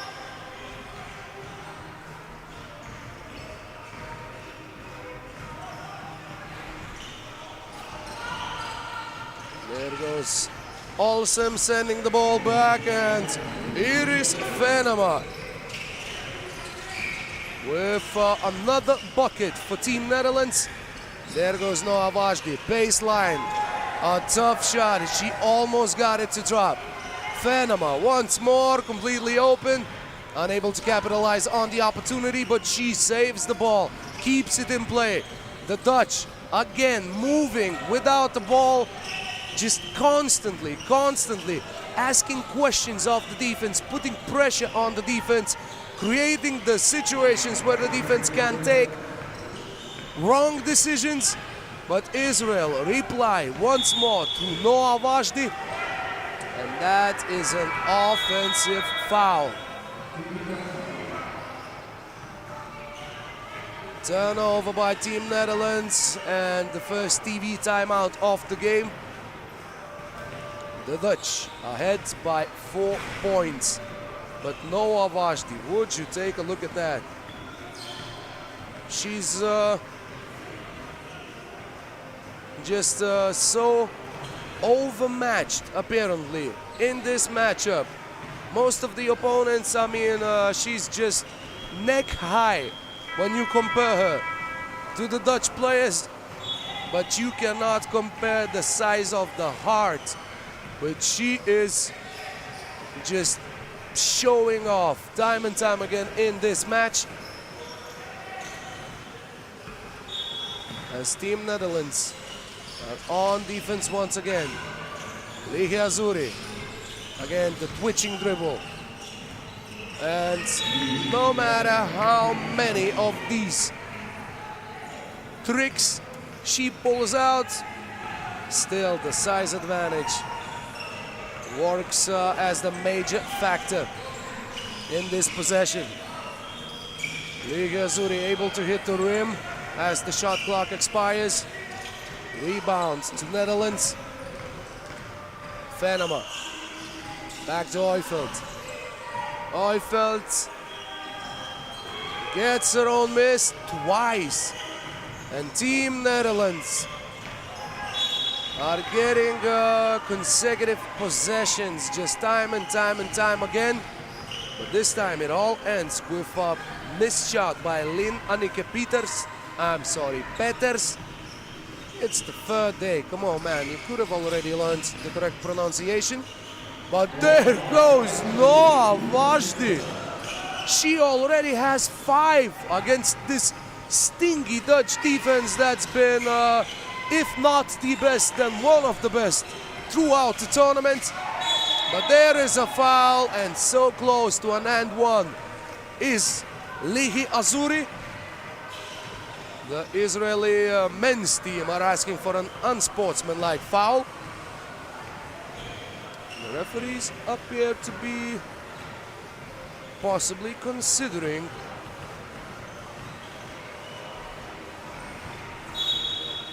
that, and it is an unsportsmanlike foul on Isa Lynn Oifeld.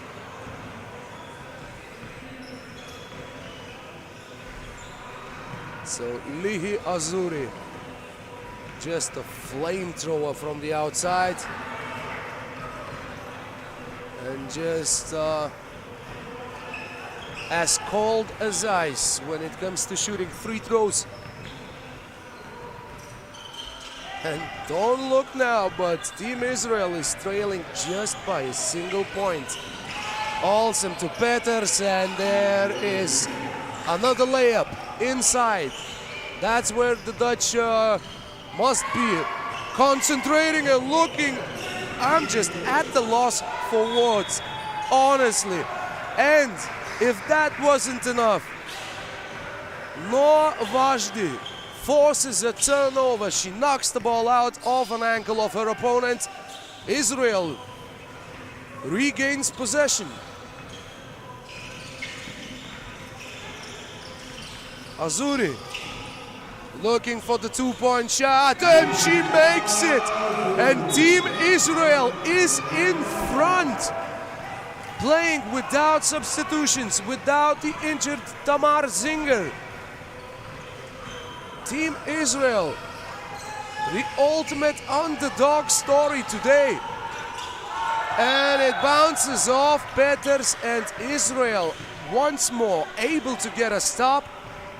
And now the Dutch look a bit bamboozled by what on earth is going on. How is this even possible? Well, that's how. By playing with tenacity, ferocity, without fear, without any sense of opponent intimidation. Lihi Azuri takes it inside, draws another foul, and goes back to the free throw line. And it's team foul number 5 on Team Netherlands.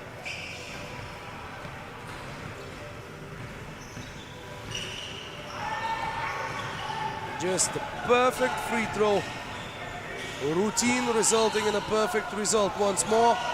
The Dutch are going outside, and they are tying up the game. Oifeld with a timely bucket. Netherlands needed that. Azuri steps back. This time it's off. Once again, Noah Vashti trying to knock the ball away. Netherlands are in possession. Oifeld, one more, I'm sorry, that's Venema, but that doesn't change the fact that Team Netherlands hit consecutive two-pointers to get back in the lead, but there goes the unfathomable Noah Vashti once more with a layup, and the Dutch miss, failing to keep their hot streak going. Vashti asking for the pass. Going baseline once more, changing directions. A right-hand shot, it was a shot clock violation.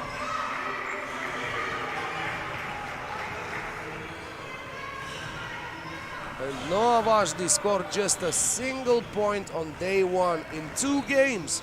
She just got a single point. And what an incredible, insurmountable, I'm at a loss for words. What a turnaround that she has displayed. Peters to Olsen. Back to Lynn Annike Peters. The Dutch once again opting to go outside. And there goes Yael Mayan fighting for the rebound. Azuri with a successful fake, and that's a foul drawn, and that's the foul number 6 on Team Netherlands. The TV timeout, after which Azuri will be at the line with the chance to tie the game at 15. What a fight by Team Israel. It was their first victory in the game against Slovakia. They had lost all 4 throughout the first 2 days. And now they are just going punch for punch with one of the heavyweights of this division, Team Netherlands.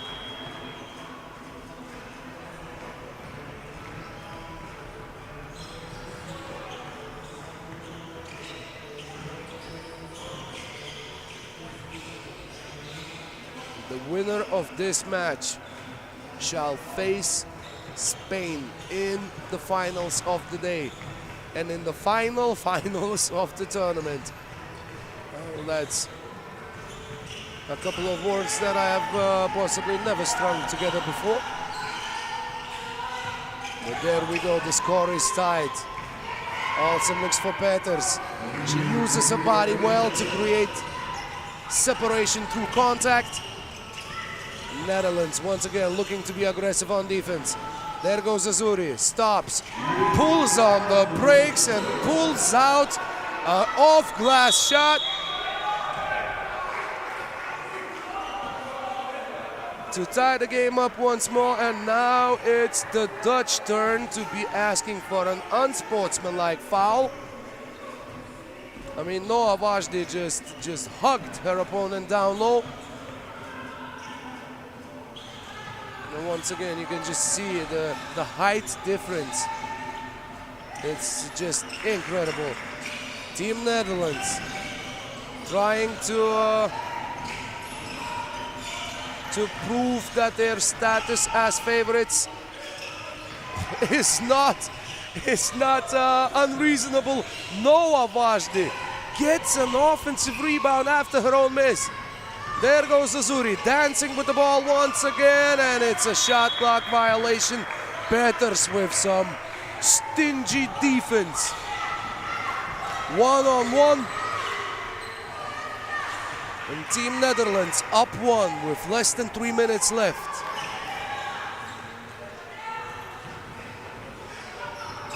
There's Venema looking for Olsen. Olsen stopped by Yael Mayan without fouling. Noah Vajdi once more, and the shot is blocked by Iris Venema.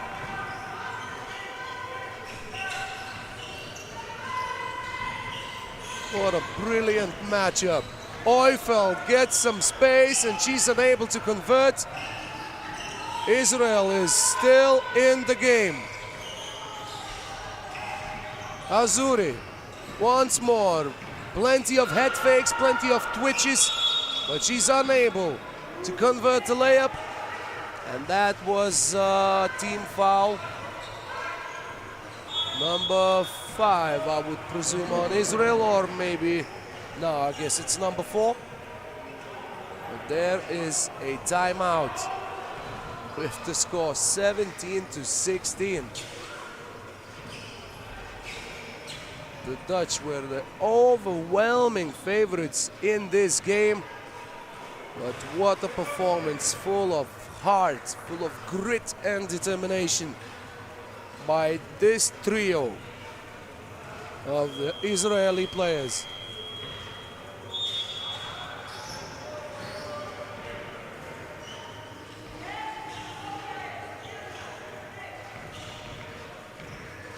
And so it was, foul number 4. Israel still has 2 fouls to give. Venema gets some space, misses the shot, and it's possession Team Netherlands. Yael Mayan knocking the ball out of bounds.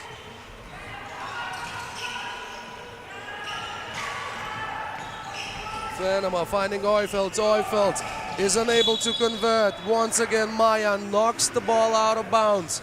Less than 2 minutes to play. But Israel still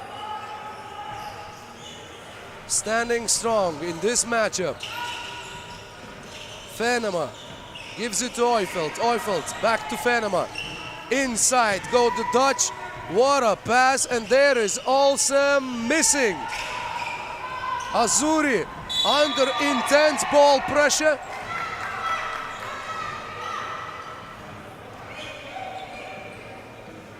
And she just needs to catch her breath. Or is it a contact lens? No, it's more serious than that.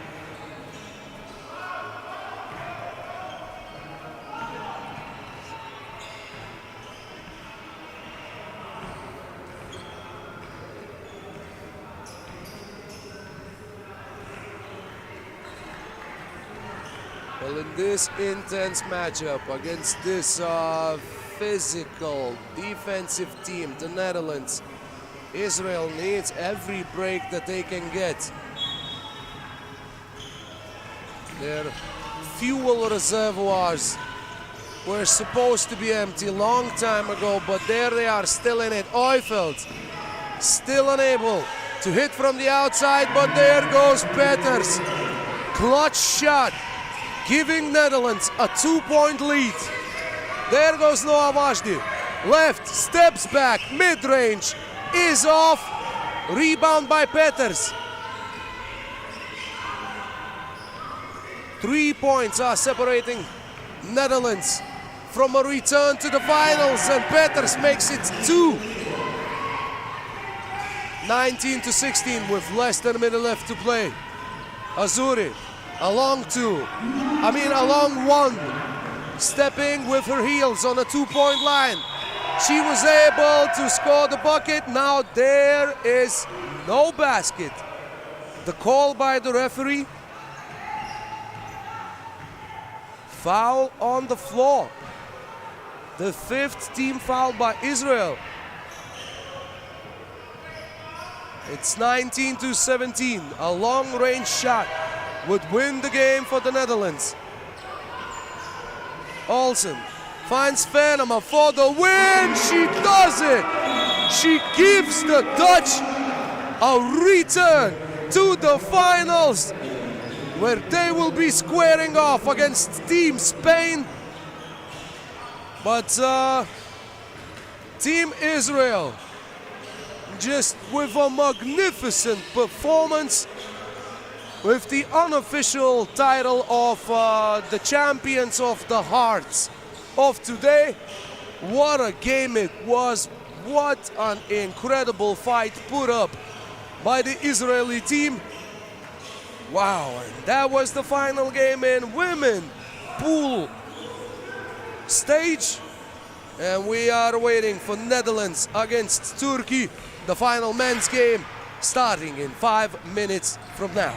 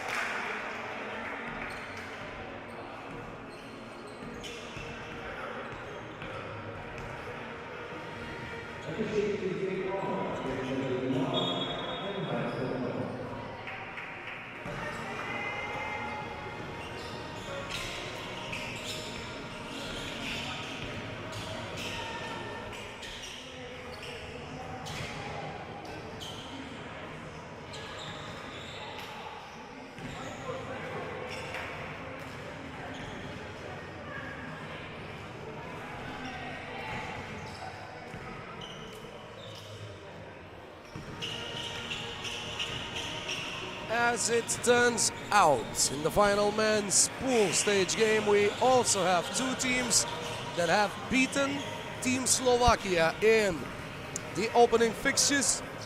Netherlands went up by 22-14 and Turkey took care 21-12. So now it's once more a winner takes their place in the finals and the losing team shall end their participation in the Nations League this year.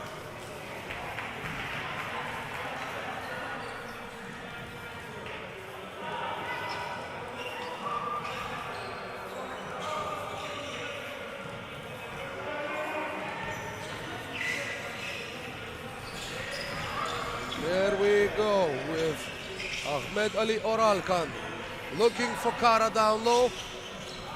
He goes for his favorite over-the-head shot, missing off the glass, but he draws a foul, and he will be going to the free throw line. Yesterday on day 2, Mohamed Emin Kara only scored 1.5 points per game after being much more productive on day 1. And this time he's unable to score the first point of the game. Shaka Baalsma is fouled by Kara. And Kara's teammates are making sure that he doesn't get a technical foul. Shaka Baalsma was unable to land in the shooter's cylinder after going up. And Kara eventually gets a warning. He was extremely displeased with the call. That sent Sydney Ochieng Shaka Baalsma to the free throw line.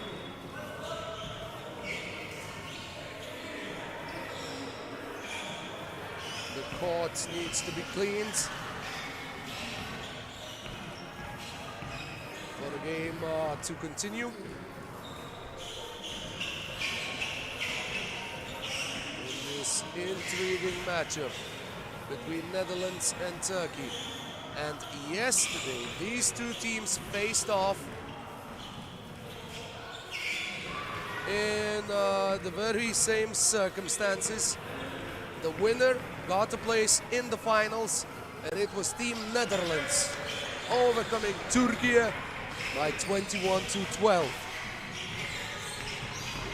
There goes Doğan Bozveli attacking Luke van Zel. Getting the first point on the board for Team Türkiye. Bozveli scored only 3 points in yesterday's matchup. He will definitely be looking for way more today. Oralkan gets his own miss and gets the bucket with the left hand off the glass, tying up the score. There goes Shaka Baalsma. He loves to drive the ball to the basket. And what a beautiful play by Team Turkey. Oralkan wasn't able to finish on the first attempt. But now Oralkan, it's Bosveli, able to draw an offensive foul on Team Netherlands. Team Turkey yesterday was unable to count on their long-range shooting. They made only one 2-point shot and 0 free throws in the matchup, where Netherlands sank 10 free throw shots, getting the Turks to foul early and often. But now it's Team Netherlands stacking up the team fouls.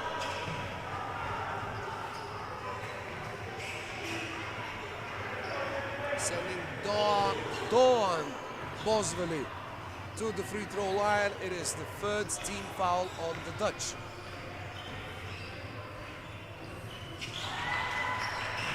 So Türkiye already has more free throws made than in yesterday's face-off with the Dutch. Nice extra pass, and look, Van Zyl makes that pass, an assist for Sibilo. An intense game, and what a play by Dennis Gökpinar. Going through contact, foul called on Bram Terveme. And Dennis Gökpinar is going to the free throw line for the and one opportunity.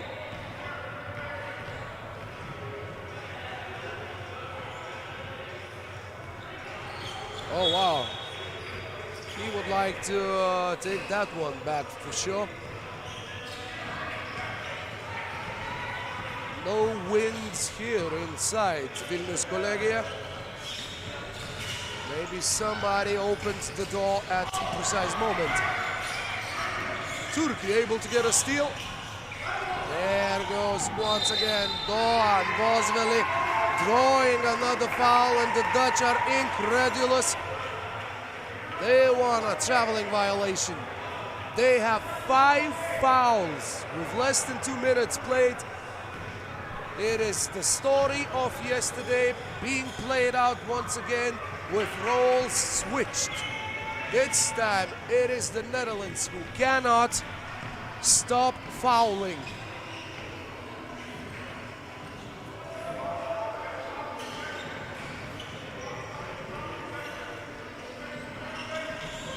Bosveli punishes the Dutch with the foul shot. There goes Shaka Bijlsma missing the layup. Bosveli able to regain composure, regain balance. The Turks are looking for Kara. Kara goes inside, soft hook shot by the big man. And it's Team Türkiye in the lead. Look Van Zyl, back to Shaka Bijlsma. How soft was that? A perfect angle to get the ball into the basket. We are tied once more, and we remain tied after the shot. Missed by Sibilo, and he misses for the second time in a row.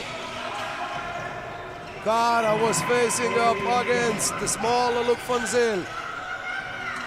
He can exploit that matchup anytime, every time, and that's what he did. And there goes Bosveli, faking a pass, but climbing just on top of his opponent to lay the ball back in. Van Zyl to Sibilo. He's been laying bricks the entire game so far. He loves to shoot from the outside. He is one of the shooters on this team, but the shot has not been falling on day 1 and on day 3. Yesterday he was extremely dangerous. He was the leading team scorer with 6 points per game. But now it's Luc Van Zyl and Shaka Bijlsma knocking down the outside shots, as Sibilo is unable to just get his touch right.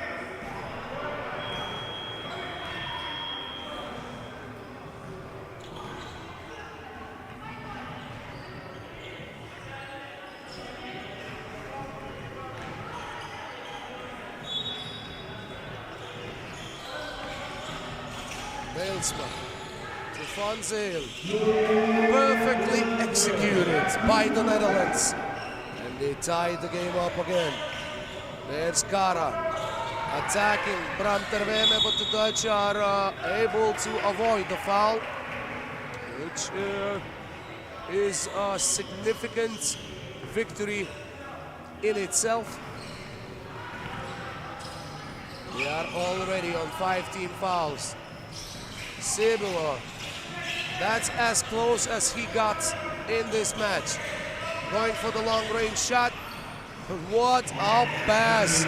Dennis Gökpınar was sitting on the court when he found Emin Kara to put the Turks into the lead once again. That was a nice close-up of the puddle of sweat on the floor. There it is, being wiped out. That guy is wearing Kobe's. That's a nice choice.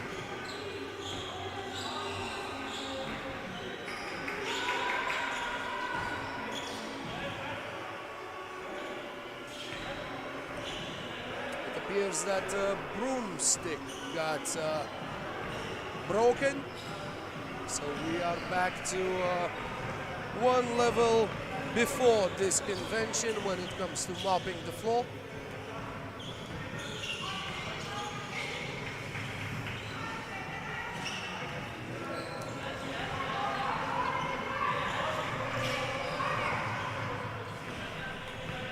Right. That's it. Play on.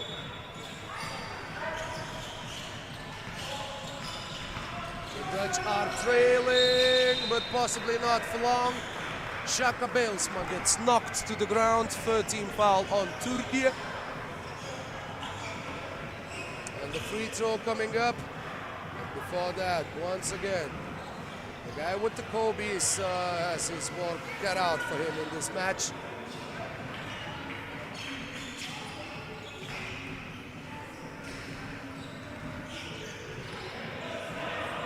Dramatic zoom in this time.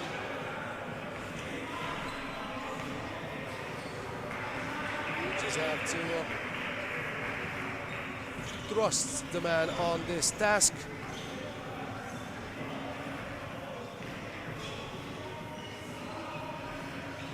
He's very, very persistent and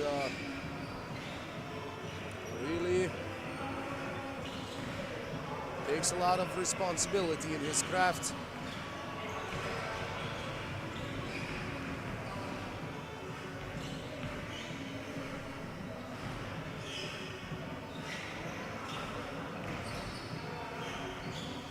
So it's Netherlands 9, Turkey 10. And floor mopping 11 minutes it seems already. Now we are set to continue. Shaka Belsma might have already forgotten what the free throw shot is for. But he has not forgotten how to make those. The score is tied once more. Brilliant pass inside, and there goes Bosveli. Found by Oralkan. Sibula.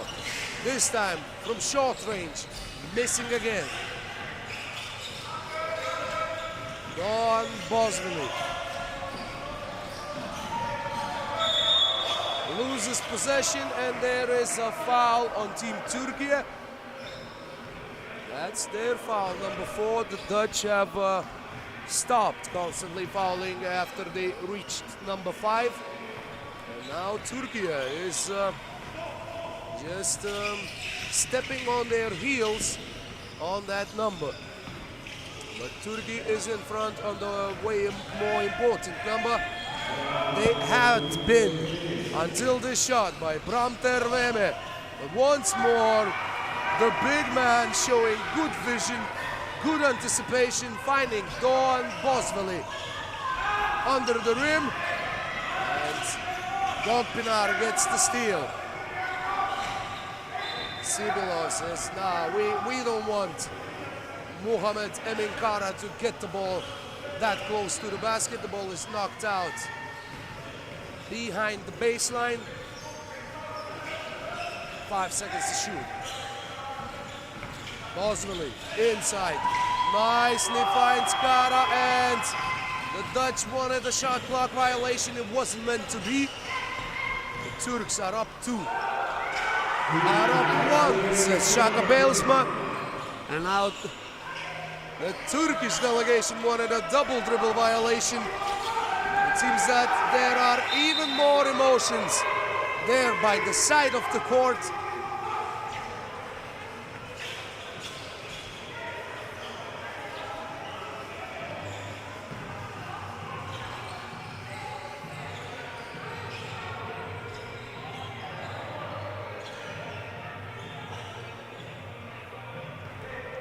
This game has already taken 15 minutes of real time, but we have just crossed the midway game time mark. More than 4:30 still to play. And the teams are more than halfway down towards the scoring limit.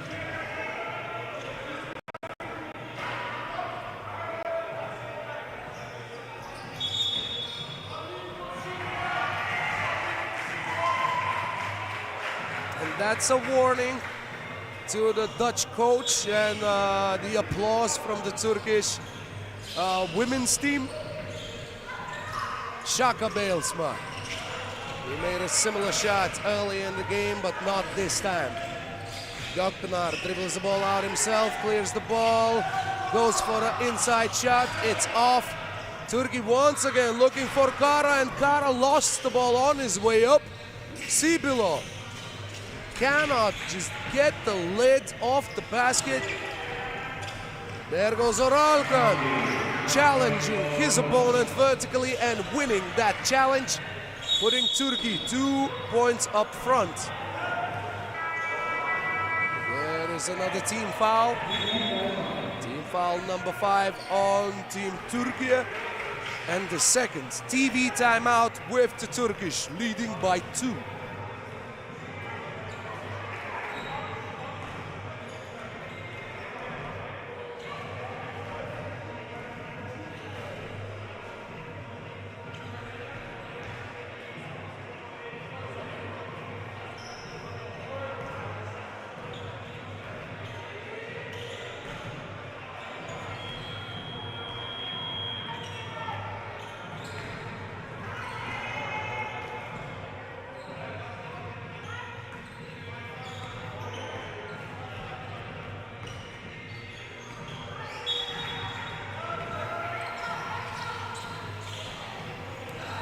We are back with the Dutch, looking to score. Sibilo against Oralkan. Oralkan making life really tough on Sibilo. If he didn't make the earlier shots, there was not much chance for him to make this one. There goes Gökpınar, trying to help his teammate up in a playful fashion. And the floor mopping. Once again at the center of your attention. And there goes Oralkan showing his techniques. And teşekkür ederim. The process seemed to take less time in this instance.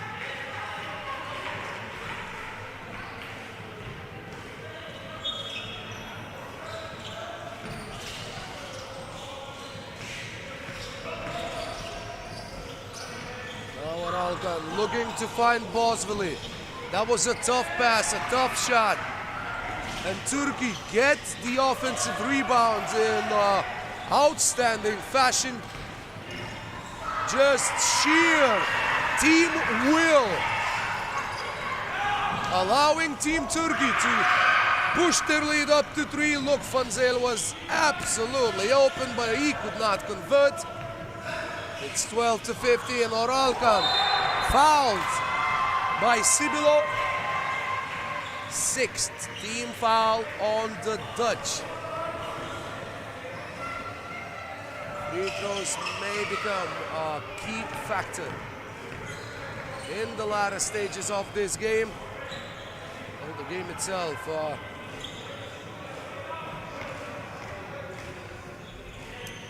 is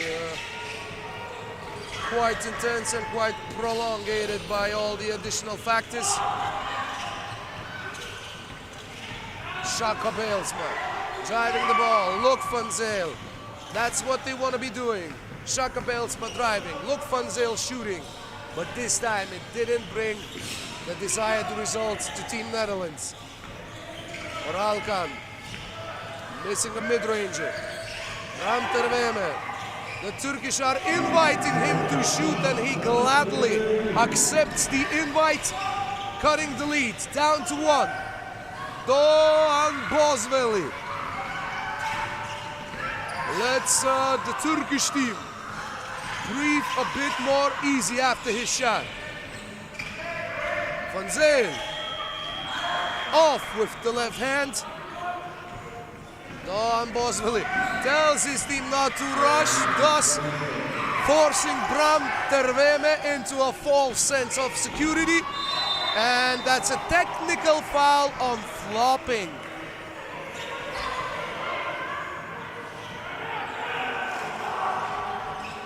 Doğan Bozveli slow to get up, not because he heard anything. He was just laying on his back and smiling for a little bit. He tried to draw a charge, which is a really uncommon call in this tournament. I'm just rushing through my memory right now, trying to remember. Well, perhaps there has been one or two at the very most.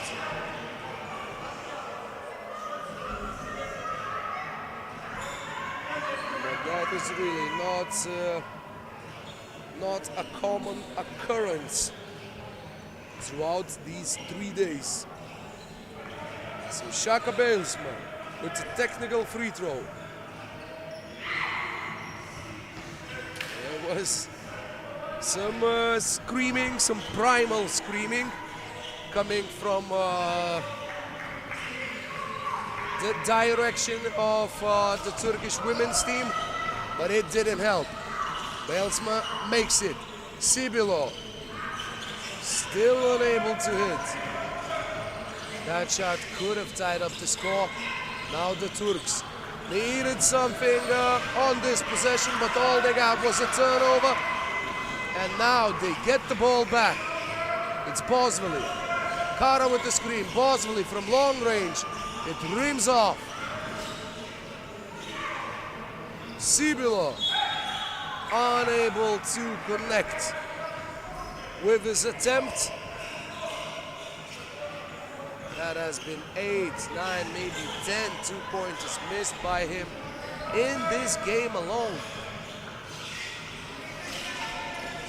Still 2 points separating these two teams with 80 seconds to play. Bozveli, the ball slipped out of his hands, but who was there?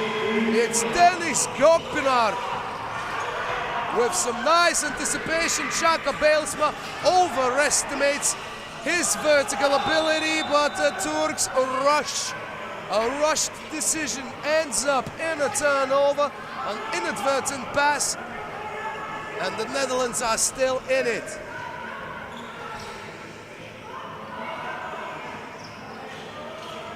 That is just a memorable game. We are 22 minutes in, and that's a timeout called by Team Türkiye.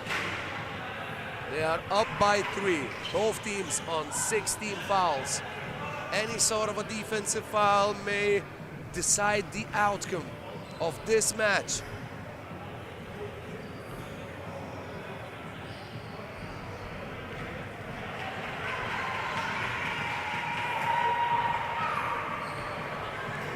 What a thriller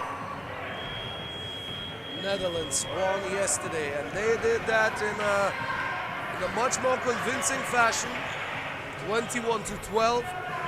Today, Türkiye is much closer to the victory. 1 minute and 3 seconds, but that's plenty of time to tie up the score for the Netherlands, but they need to start making something happen. Sibilo against Oralkan, going inside, and Sibilo with another miss. That's Bosveli. Van Zyl just slipped in front of him, and Van Zyl tips the ball to Bram Terveme, and we need another intervention of the broom. Now we have the broomstick back in action. And it appears to really make the difference.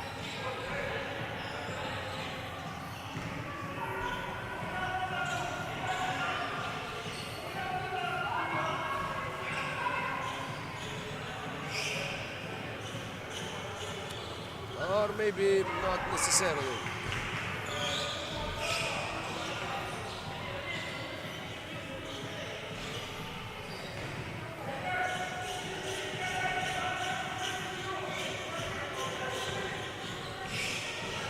So many pauses to just build up the tension even more for both of these teams.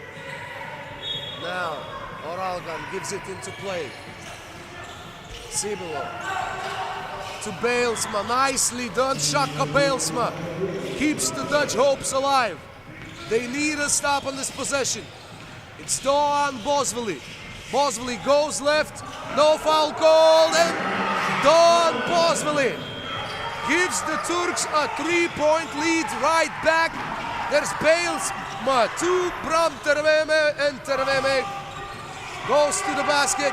The Dutch need to foul, and that is not something out of a basketball playbook. What was this WWE move? Sibilo is going to apologize to his opponent. Well, we all understand that this wasn't malicious, but it was just something from Greek-Roman wrestling, not a Turkish-Dutch basketball competition. And it's 2 shots. Turkey can ice this game, and even if they make only 1, the Dutch would need to come up with 3 points in 8 seconds. Who is going to the finals to face off against Spain? We are going to have a Spain against Netherlands women's finals at 7:20, and we are very close to getting a Spain-Turkey finals at 7:40. Doğan Bosveli. That's 1 small step for the scoreline, but 1 giant leap for Team Turkey, looking to make the finals. And he's unconscious from the free throw line. Celebrations by the Turkish delegation. Yesterday's winners of the tournament, Netherlands, are eliminated before the finals, and we shall see Team Turkey facing off against Team Spain in men's finals at 7:40 p.m. 7:20, it's Spain against the Netherlands women's finals. We will see you there.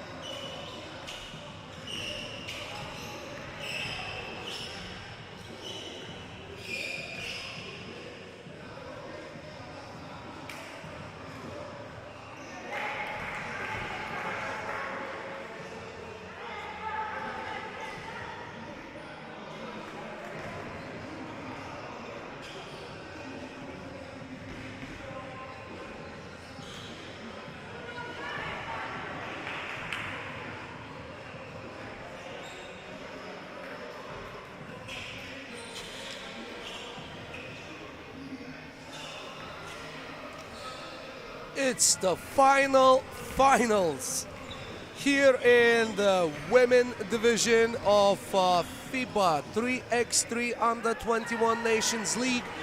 Here we go. We are all set for a rematch of the finals of day one here in the same venue.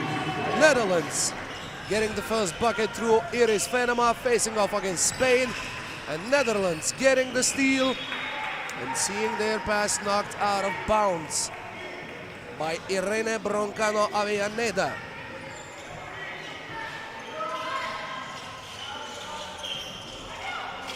Nice pass inside, and once again the Dutch passing game, the Dutch off-the-ball movement, providing the early offensive success for the Orange. That's Carla Brito Hernandez with a shot that's not beyond her range, but with a tough shot as the shot clock was expiring. The Dutch going deep inside early and often. And that's Jasmijn Emilie Olsen scoring the third consecutive point for the Netherlands at the beginning of this game. And Spain also opting to go for additional size on the court. Marina Asensio Maniosa going to the bench. It's Carla Brito Hernandez. There was an opening for a pass, but just a fraction of a second late.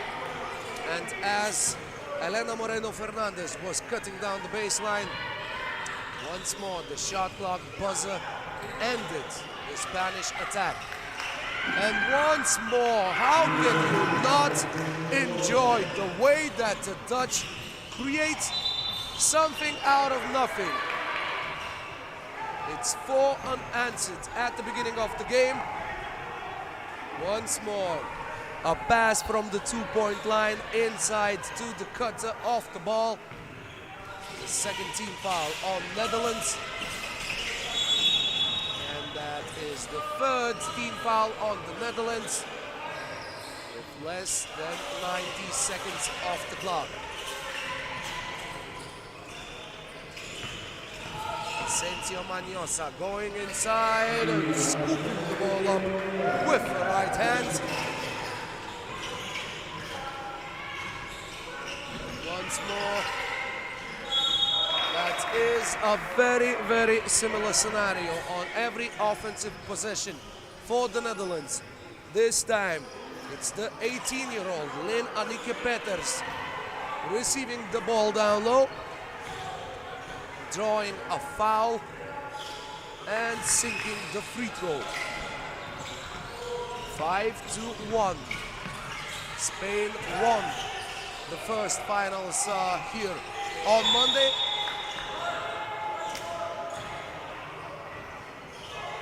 In a very exciting matchup, a very physical matchup.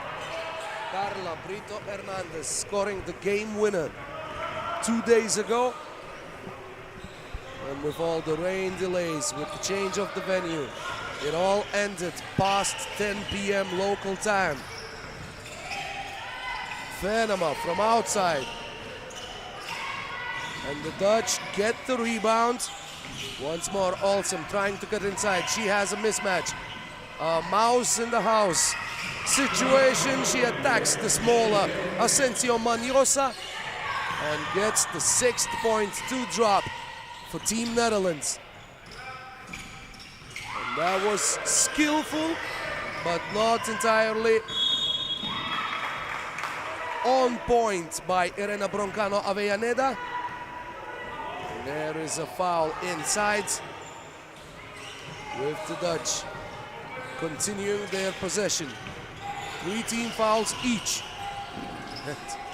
This is just so brilliantly drawn up, and it works time and time again for the Netherlands. With Moreno Fernandez missing after driving baseline. Olsen this time from long range, and she just jumps on off both feet after sinking the long gun. That's 9-1, and the Spanish are called for a traveling violation. It's all Netherlands at the beginning of the game. They are almost halfway towards the goal of 21 points.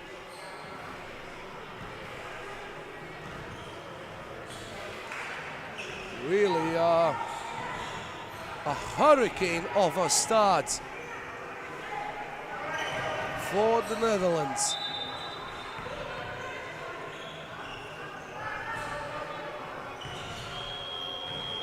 And they shall be in possession.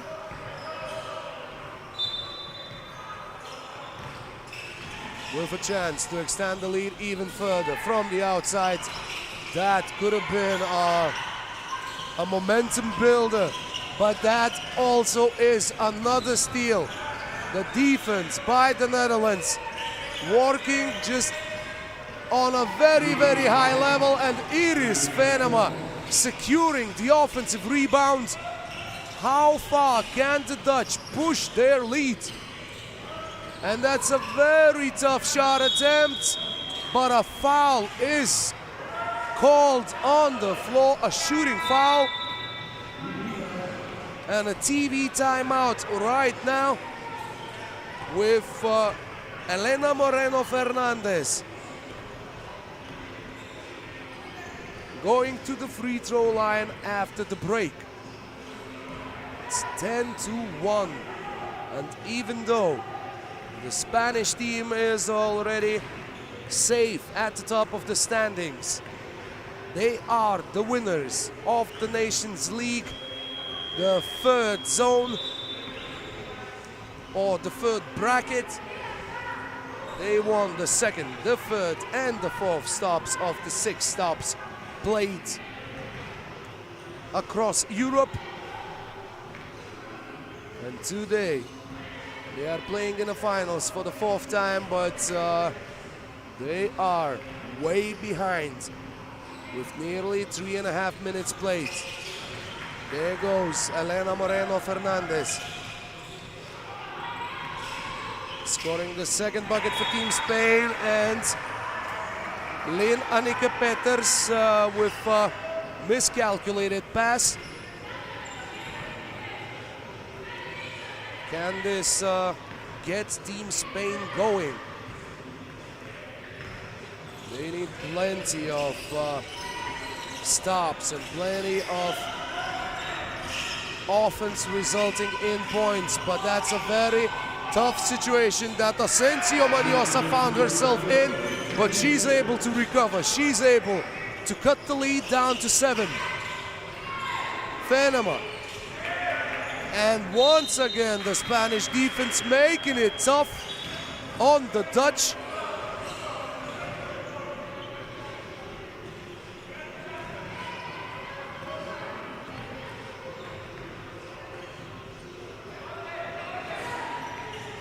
As that is an out-of-bounds call, but there's a single second left, and Venema agonizingly close on a desperation heave. And then kickball violation is called, giving the ball back to the Spanish.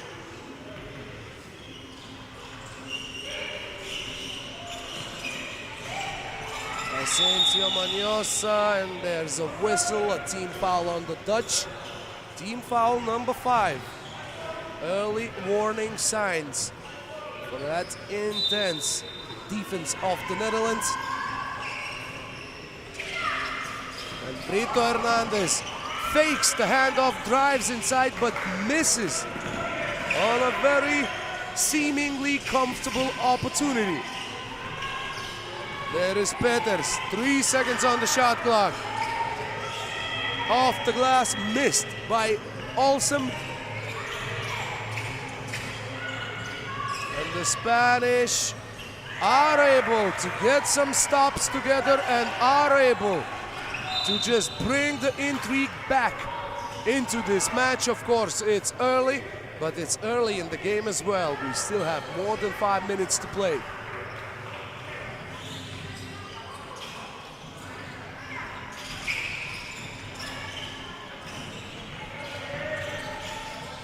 There's Venema from very long range. And the Dutch needed that. They needed to end the dry spell for their offense. And that is a very, very powerful way to do that. 12-4.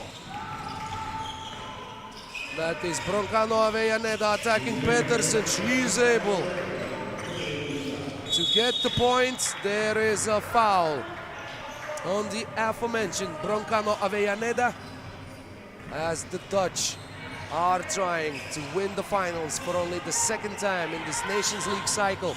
They won the very first one. Can they win the very last one as well? Venema misses this time. Brito Hernandez attacking, it is Venema. Nice patient footwork, and Spain comes roaring back, forcing another turnover. And the momentum might be starting to shift. It was 10-1, wasn't it? That was a test of character, a test of determination for Team Spain. And there is a foul. Team foul number 6. And a warning.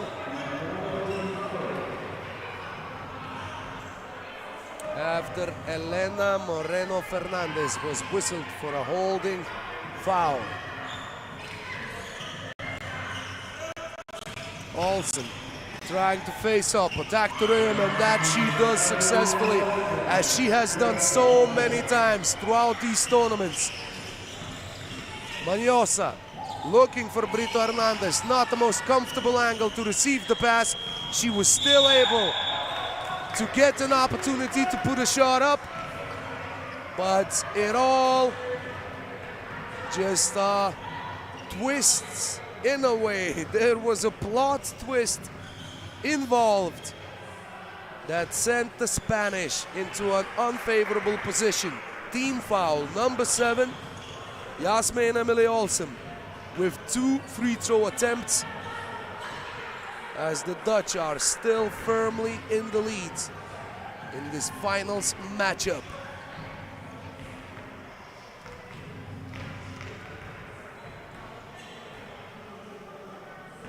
The first one, Olsen gets to go. Once again, the free throw routine. 2 short, 1 long, 2 short.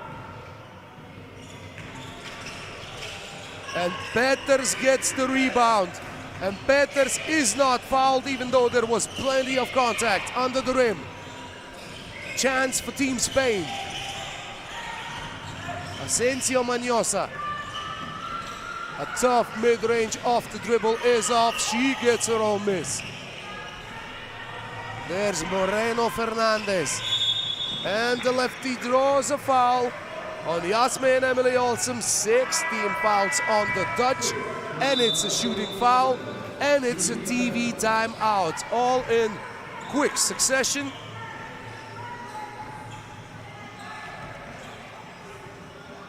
Team Netherlands with an incredible start to these finals. It was 10-1. It appeared to be over just as it began. But Team Spain still fighting for their lives in these finals.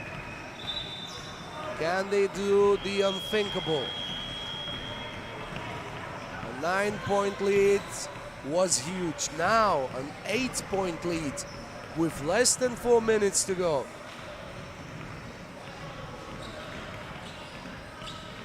In a way is even bigger with way less time left to try to erase it. Short on the free throw, Olsen gets the board. Peters was trying to screen for Venema. Venema shoots from long range.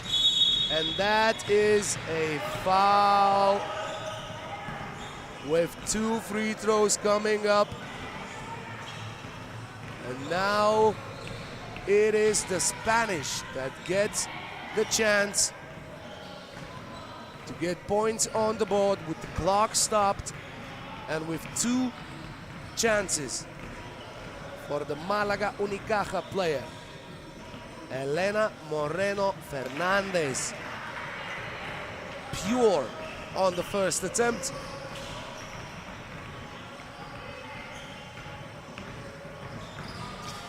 Make that 2.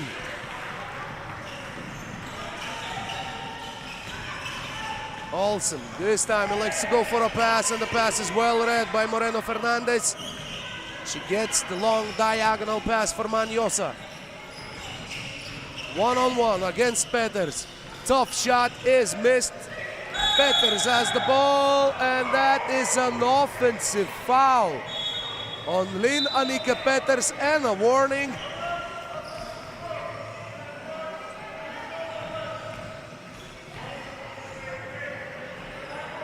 Plenty of contact there.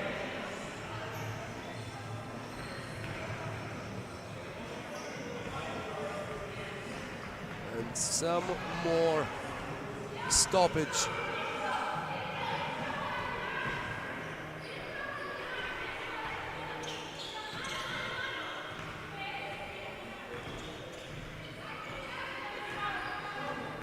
Team Spain ready to start their attack. Brito Hernandez forced to give the ball back. Moreno Fernandez misses. Venema to Peters. Peters finding Oifeld. Here is Venema. She's been the most dangerous long-range shooter on the Dutch team today. But that is a jump ball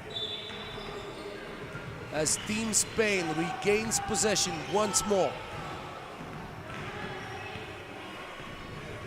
6 points separating these 2 talented teams. Facing off for not much more technically than the bragging rights and the chance to end this tournament and end this cycle as the winners.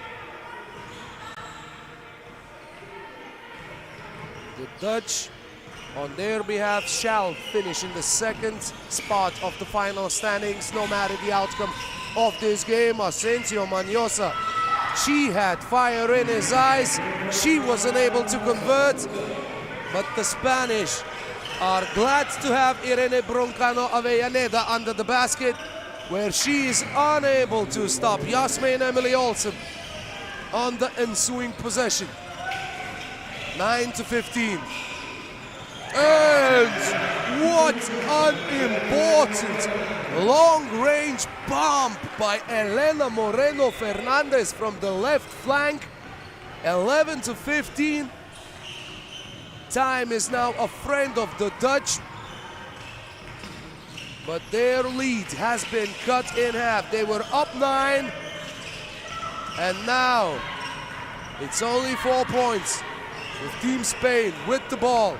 Carla Brito Hernandez, she seemed to just bite the teeth and go into contact, and she was able to finish.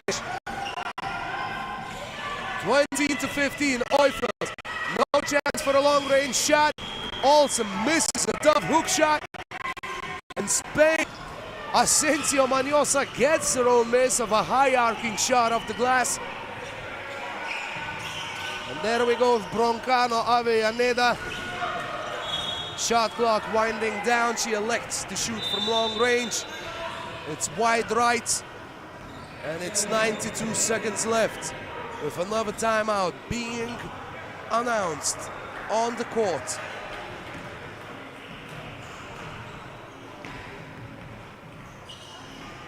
Plenty of fight in this one. Plenty of fight that we have already seen, and plenty of fight that is still ahead of us. The final 92 seconds.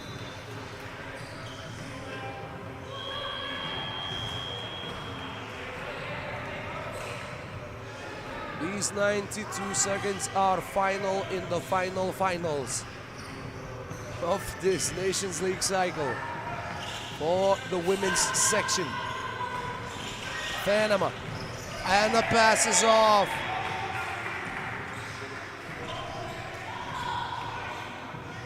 The turnover still keeping the momentum on the side of Team Spain. Broncano Avellaneda finding Moreno Fernandez. 5 on the clock. Moreno goes left. That's her favorite.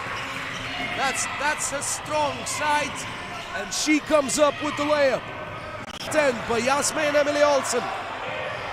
Here comes Spain. Moreno Fernandez looking to go inside, and that is a foul, and that is a double free throw opportunity for Carla Brito Hernandez. 8.7 points per game for her on day 1, 7.5 on day 2. And the Canary Island native now has a chance to tie up the score. She still has a chance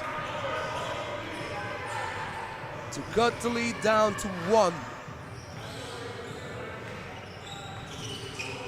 And that she does. Spain still edging ever closer. They're winning they are on a run of 13-5. There's Peters, the most clutch offensive rebound of today. 14-16. The Dutch had been stuck on 15 for a long time. Carla Brito Hernandez cannot beat Oifeld inside. Oifeld gets the rebound. There is a foul called, and that is 2 more free throws coming up.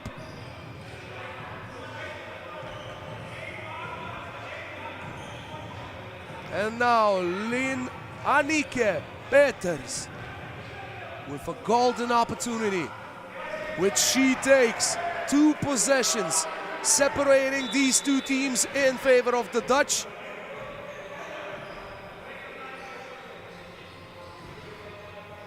Spain needs everything to fall in a very, very fortuitous way for them to be able to come back in these finals. There is the first domino to fall. Elena Moreno Fernandez, there is no foul, there's a bucket. But the Spanish need to foul, and there is the foul. Asensio Maniosa was going for the steal, was pressuring the ball.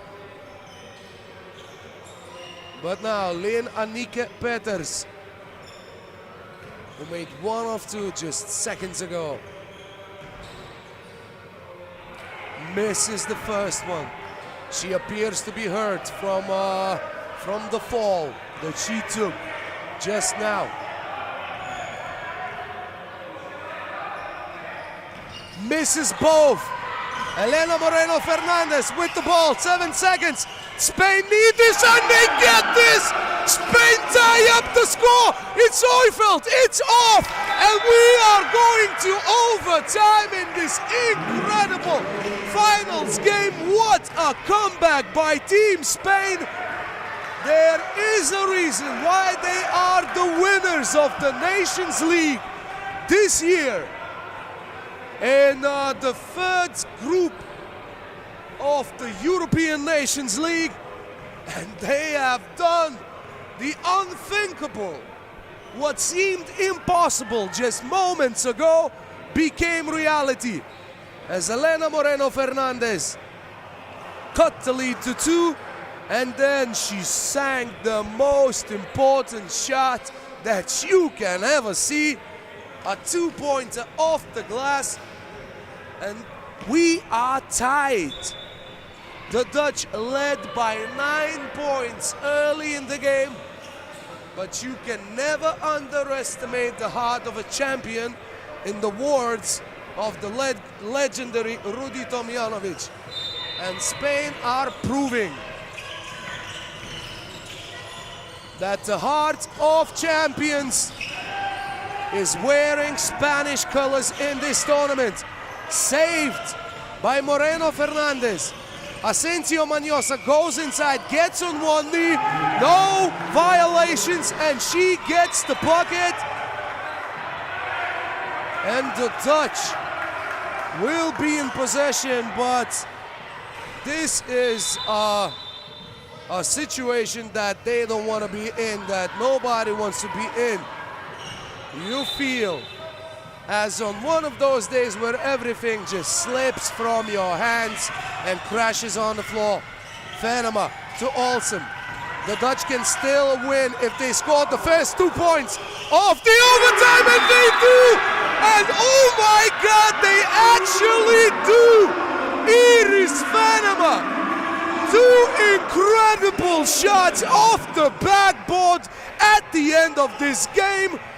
This is absolutely amazing. What a scenario. This was breathtaking, jaw-dropping, magnificent. And both of these teams really deserve our respect and compliments. This was just something that you do not witness every day. And the finals were definitely deserving of this double name. This was just wow, absolutely astonishing. We are about to kick off the men's finals without even catching a break. Damn, I need some water or something. Oh me, oh my, that was just beyond crazy. These are the team introductions for Spain and Turkey in the men's finals.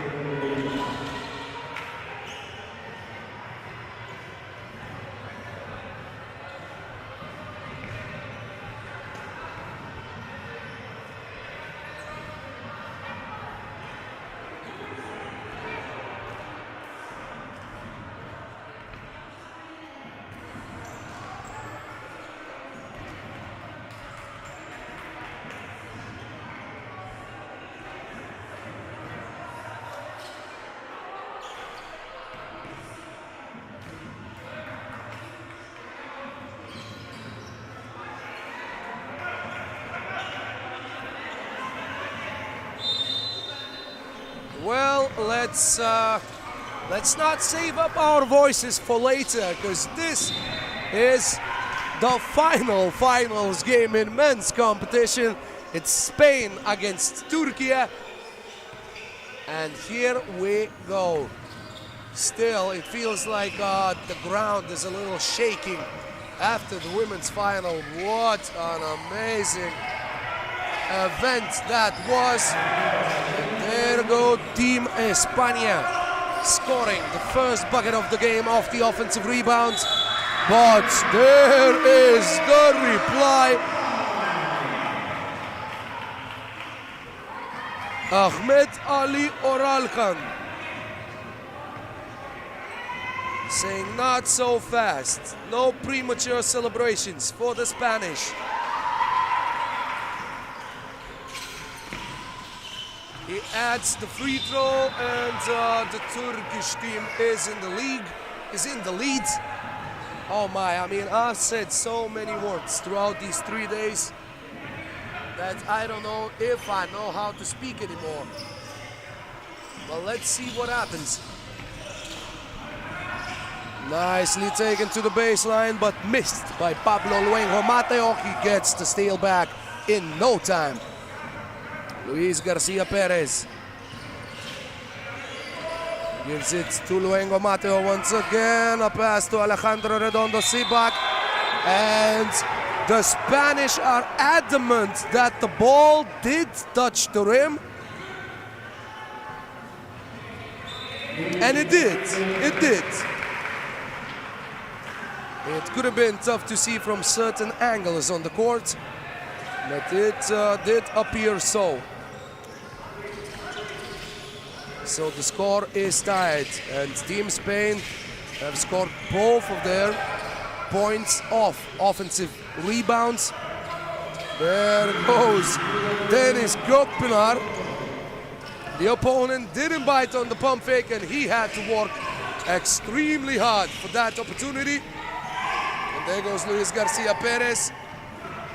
The Turkish team still unable to secure a defensive rebound, and now they do for the first time in the finals. Muhammed Emin Kara takes care of that and is fouled by Luengo Mateo.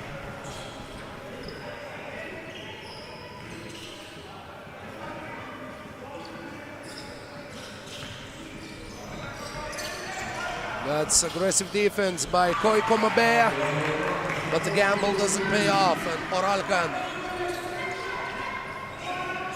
pushes the Turkish lead to the numbers that you see on your screen. Don Bosvili makes Luis Garcia Perez scream, and he just did that because of the energy that he's always playing with. It appears that he does not have an off switch, and it's not as if his energy is going from 1 to 10, it's just 10 at all times. And Spain able to force a turnover.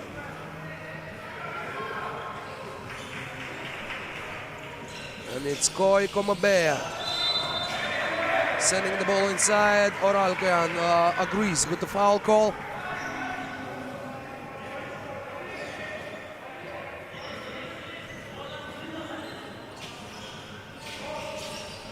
Spain turn it over. Komabea was already using his pivot foot and then started to dribble. That's a traveling violation.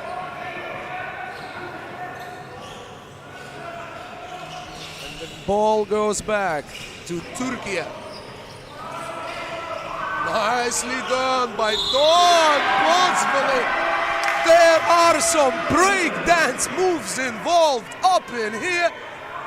What a dribble fake, and then later he just rolls over his shoulder as an experienced dancer after the contact and the end one opportunity. Team Türkiye jumping up into the lead. Don Bosvili misses, but Kara was close to securing the rebound, but close doesn't count. Komabea to Alejandro Redondo Sibak, and the big man is doing big man things under the rim. Oralkan, how quick is he off his feet? That's the question that we shall leave the scientists to look the answer for. Once again, it's Oralkan, and he draws a foul, and he's going to the free throw line, and it's team foul number 4 on Team Spain.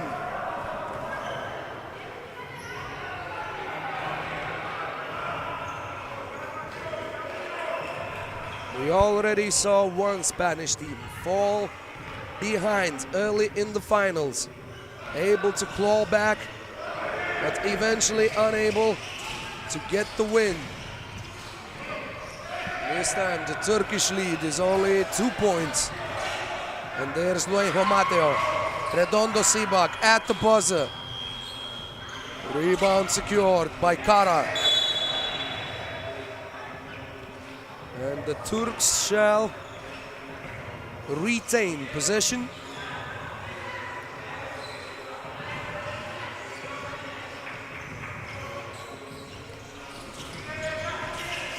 Here they come with Bosvili looking for Kara, and it's a turnover. Luengo Mateo gets his opponent to commit to the shot fake. And it's a TV timeout as the Spanish are frustrated. Possession team Turkey after the break. And we can catch a breath. What a day this was. I mean, the entire 3 days were full of memorable moments. And these finals also have just gotten over the 30% mark of game time. So we have plenty more of basketball to be played here in the final game of the Nations League here in Vilnius this year. Gökpınar on the right flank, going left, attacking Luengo. Unable to get the ball into the basket. Second chance opportunity, and Bosveli missing from long range. Redondo Sibak finds Komabea. What a nice fake off ball, just stopping and then continuing to move. But Goy Komabea now becomes a victim of a tricky move himself. There comes Doğan Bosveli, drawing the 5th team foul on Team Spain and getting an and-one opportunity. Now, those commercial stands that you saw in the background moments ago were being repaired today, but with this intensity, they are suffering time and time again from players just slamming into them. It's 4-7 for Turkey. Komabea from way outside. Shot is off. Bosveli. Shot is off. But there goes Oralkan, just snatching the rebound out of thin air. Bosveli, and that is a foul. Luis Garcia Perez again with his energy. Now he just isn't able to control it.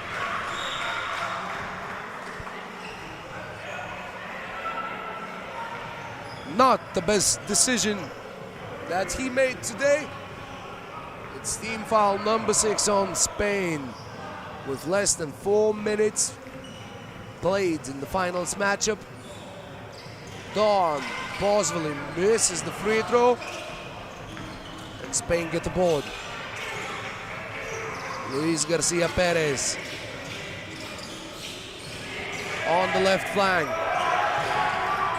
With the shot clock winding down, the ball winds down way off target.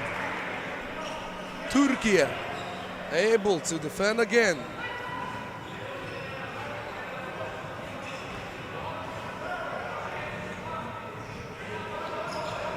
And just like that, step after step, Team Türkiye is establishing their lead. This time they are unable to get the pocket. Alejandro Redondo Sibak goes in and eventually draws a foul. A shooting foul at that. You see, had ball in, he held the ball by both hands and he was going up. So that was a shooting motion according to the referee. So Alejandro Redondo Sibak missing the free throw, unable to capitalize on the chance given to him by the Turkish defense. Gökpınar attacks Alejandro Redondo Sibak, but the shot looked good, but it rimmed out. And there is Luis Garcia Perez one more time from above. Each and every time he steps on the court, you can expect something extra energetic with extra flair, and he delivers in the finals as well. As the Turkish lead shrinks to 3 points. Bosveli, tough shot. Komabea with the rebound. Garcia Perez attacks the paint again. This time, lefty finish. His 2 consecutive points, cutting the Turkish lead in half, and there's Kara. Just himself with the facial expression of something smelling really bad, really close to him.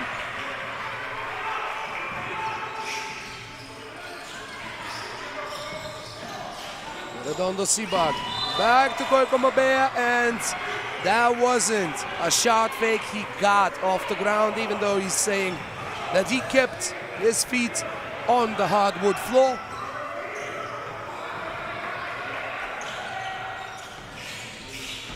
And that's Gökpınar.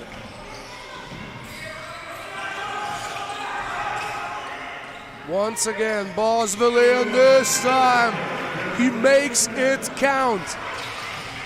4-point leads cut in half momentarily by Pablo Luenjo Mateo.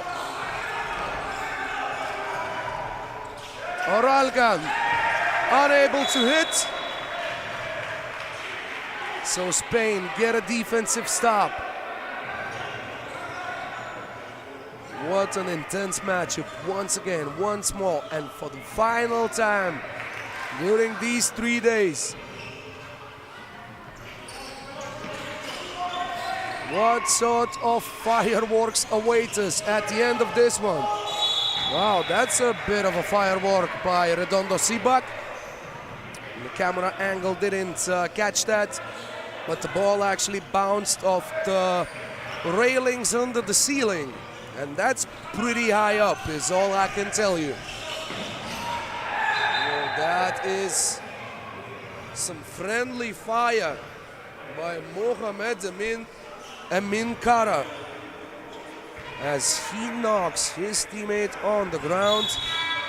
The game is stopped. There is a TV timeout. We have less than 4 minutes left to play in this men's finals matchup between España and Türkiye.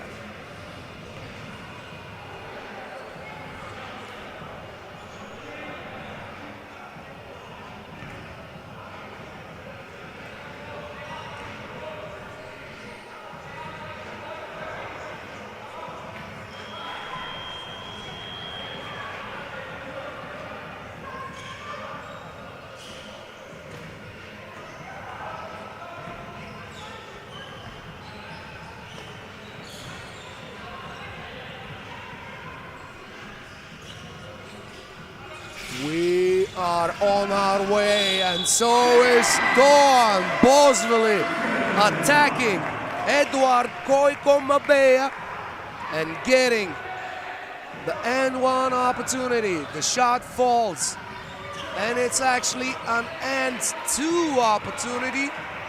7th foul on Team Spain. They are without a doubt still in it. But these are some circumstances that make their life tougher.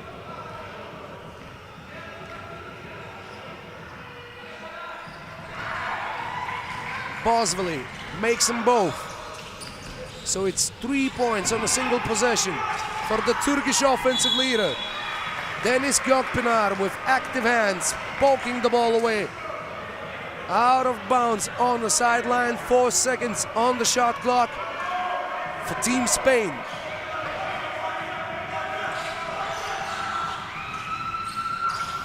The shot is off, and there is a foul.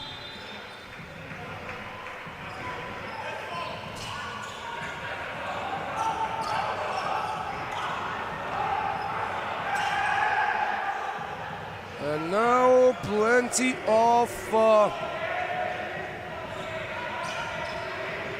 outstretched arms, of questions in the eyes. But yes, Alejandro Redondo Sibak fouled Doğan Bosvili, and that means 2 more free throws for Bosvili. He extends his streak to 3 in a row.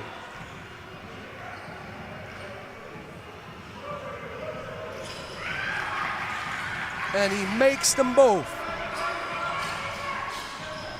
The youngster from Darüşşafaka becoming the Turkish dominant force in this tournament.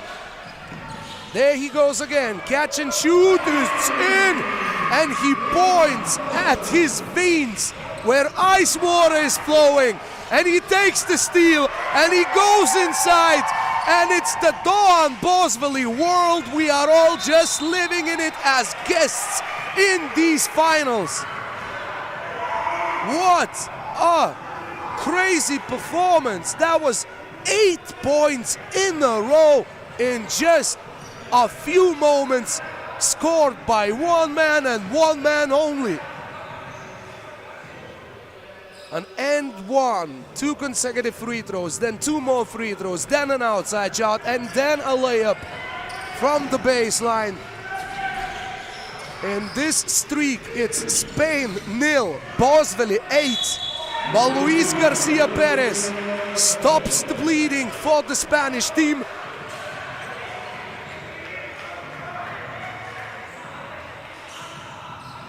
And he will be going to the free throw line with the chance to add one more. 3 minutes separate us from the end of the clock. 3 points separates Team Turkey from a potential victory. Yesterday, they finished in the 5th place between 6 teams. They lost both of their games against Israel and Netherlands.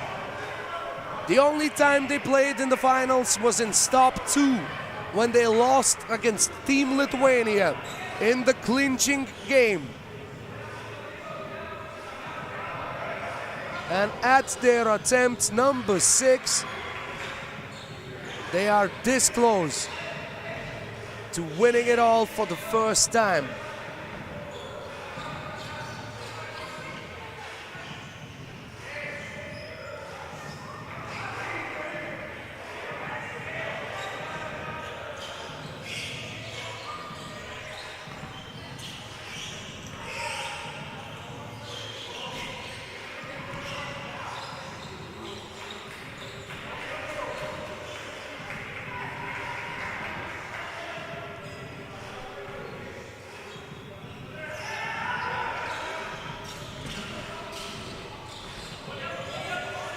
That's Garcia Perez, just putting his head down and bulldozing the Turkish defense, cutting the lead to 6. Bozveli, the man of the hour, he shall not be stopped, as Luenjo Mateo misses badly from 2-point range, and Bozveli could have closed out this game. He was already running to celebrate with his compatriots behind the sideline. Gökpınar back to Bozveli. The Turkish team is looking for the man who has scored the last 10 consecutive points for Team Turkey, who don't even try to defend on the last possession. It's Bozveli. And the game still goes on. 7 points separating these two teams. Shouts of encouragement from the Turkish bench to Doğan Bozveli. What an astonishing evening he is having here in Vilnius.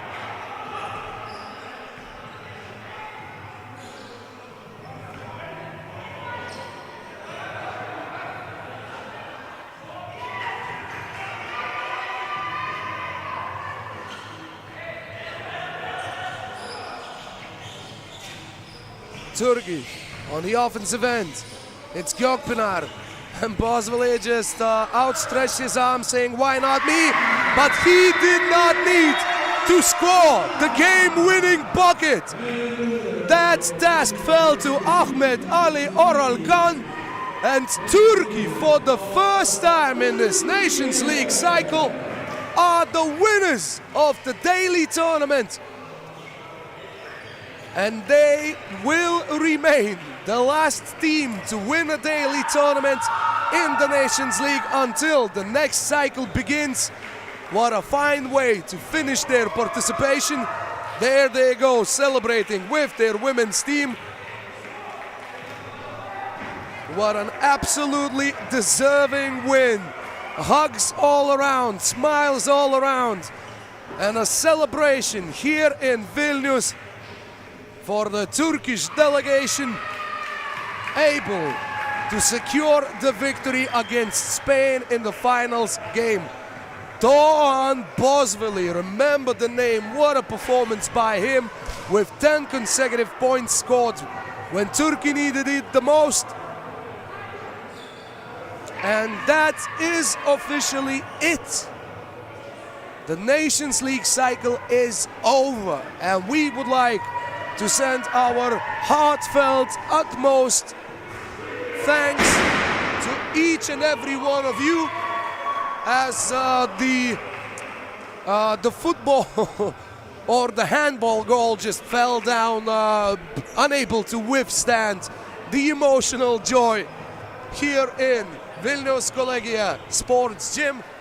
So once again, thank you for being with us. Thank you for those who tuned in today. An extra big thank you to those who spent these three days with us, sharing your attention with this basketball celebration, with this event that is one to remember, one for the books. And I wish you nothing but the best in whatever you do. Thank you for being with us. Stay healthy, stay strong, be happy. Best of luck, and ciao. Visa.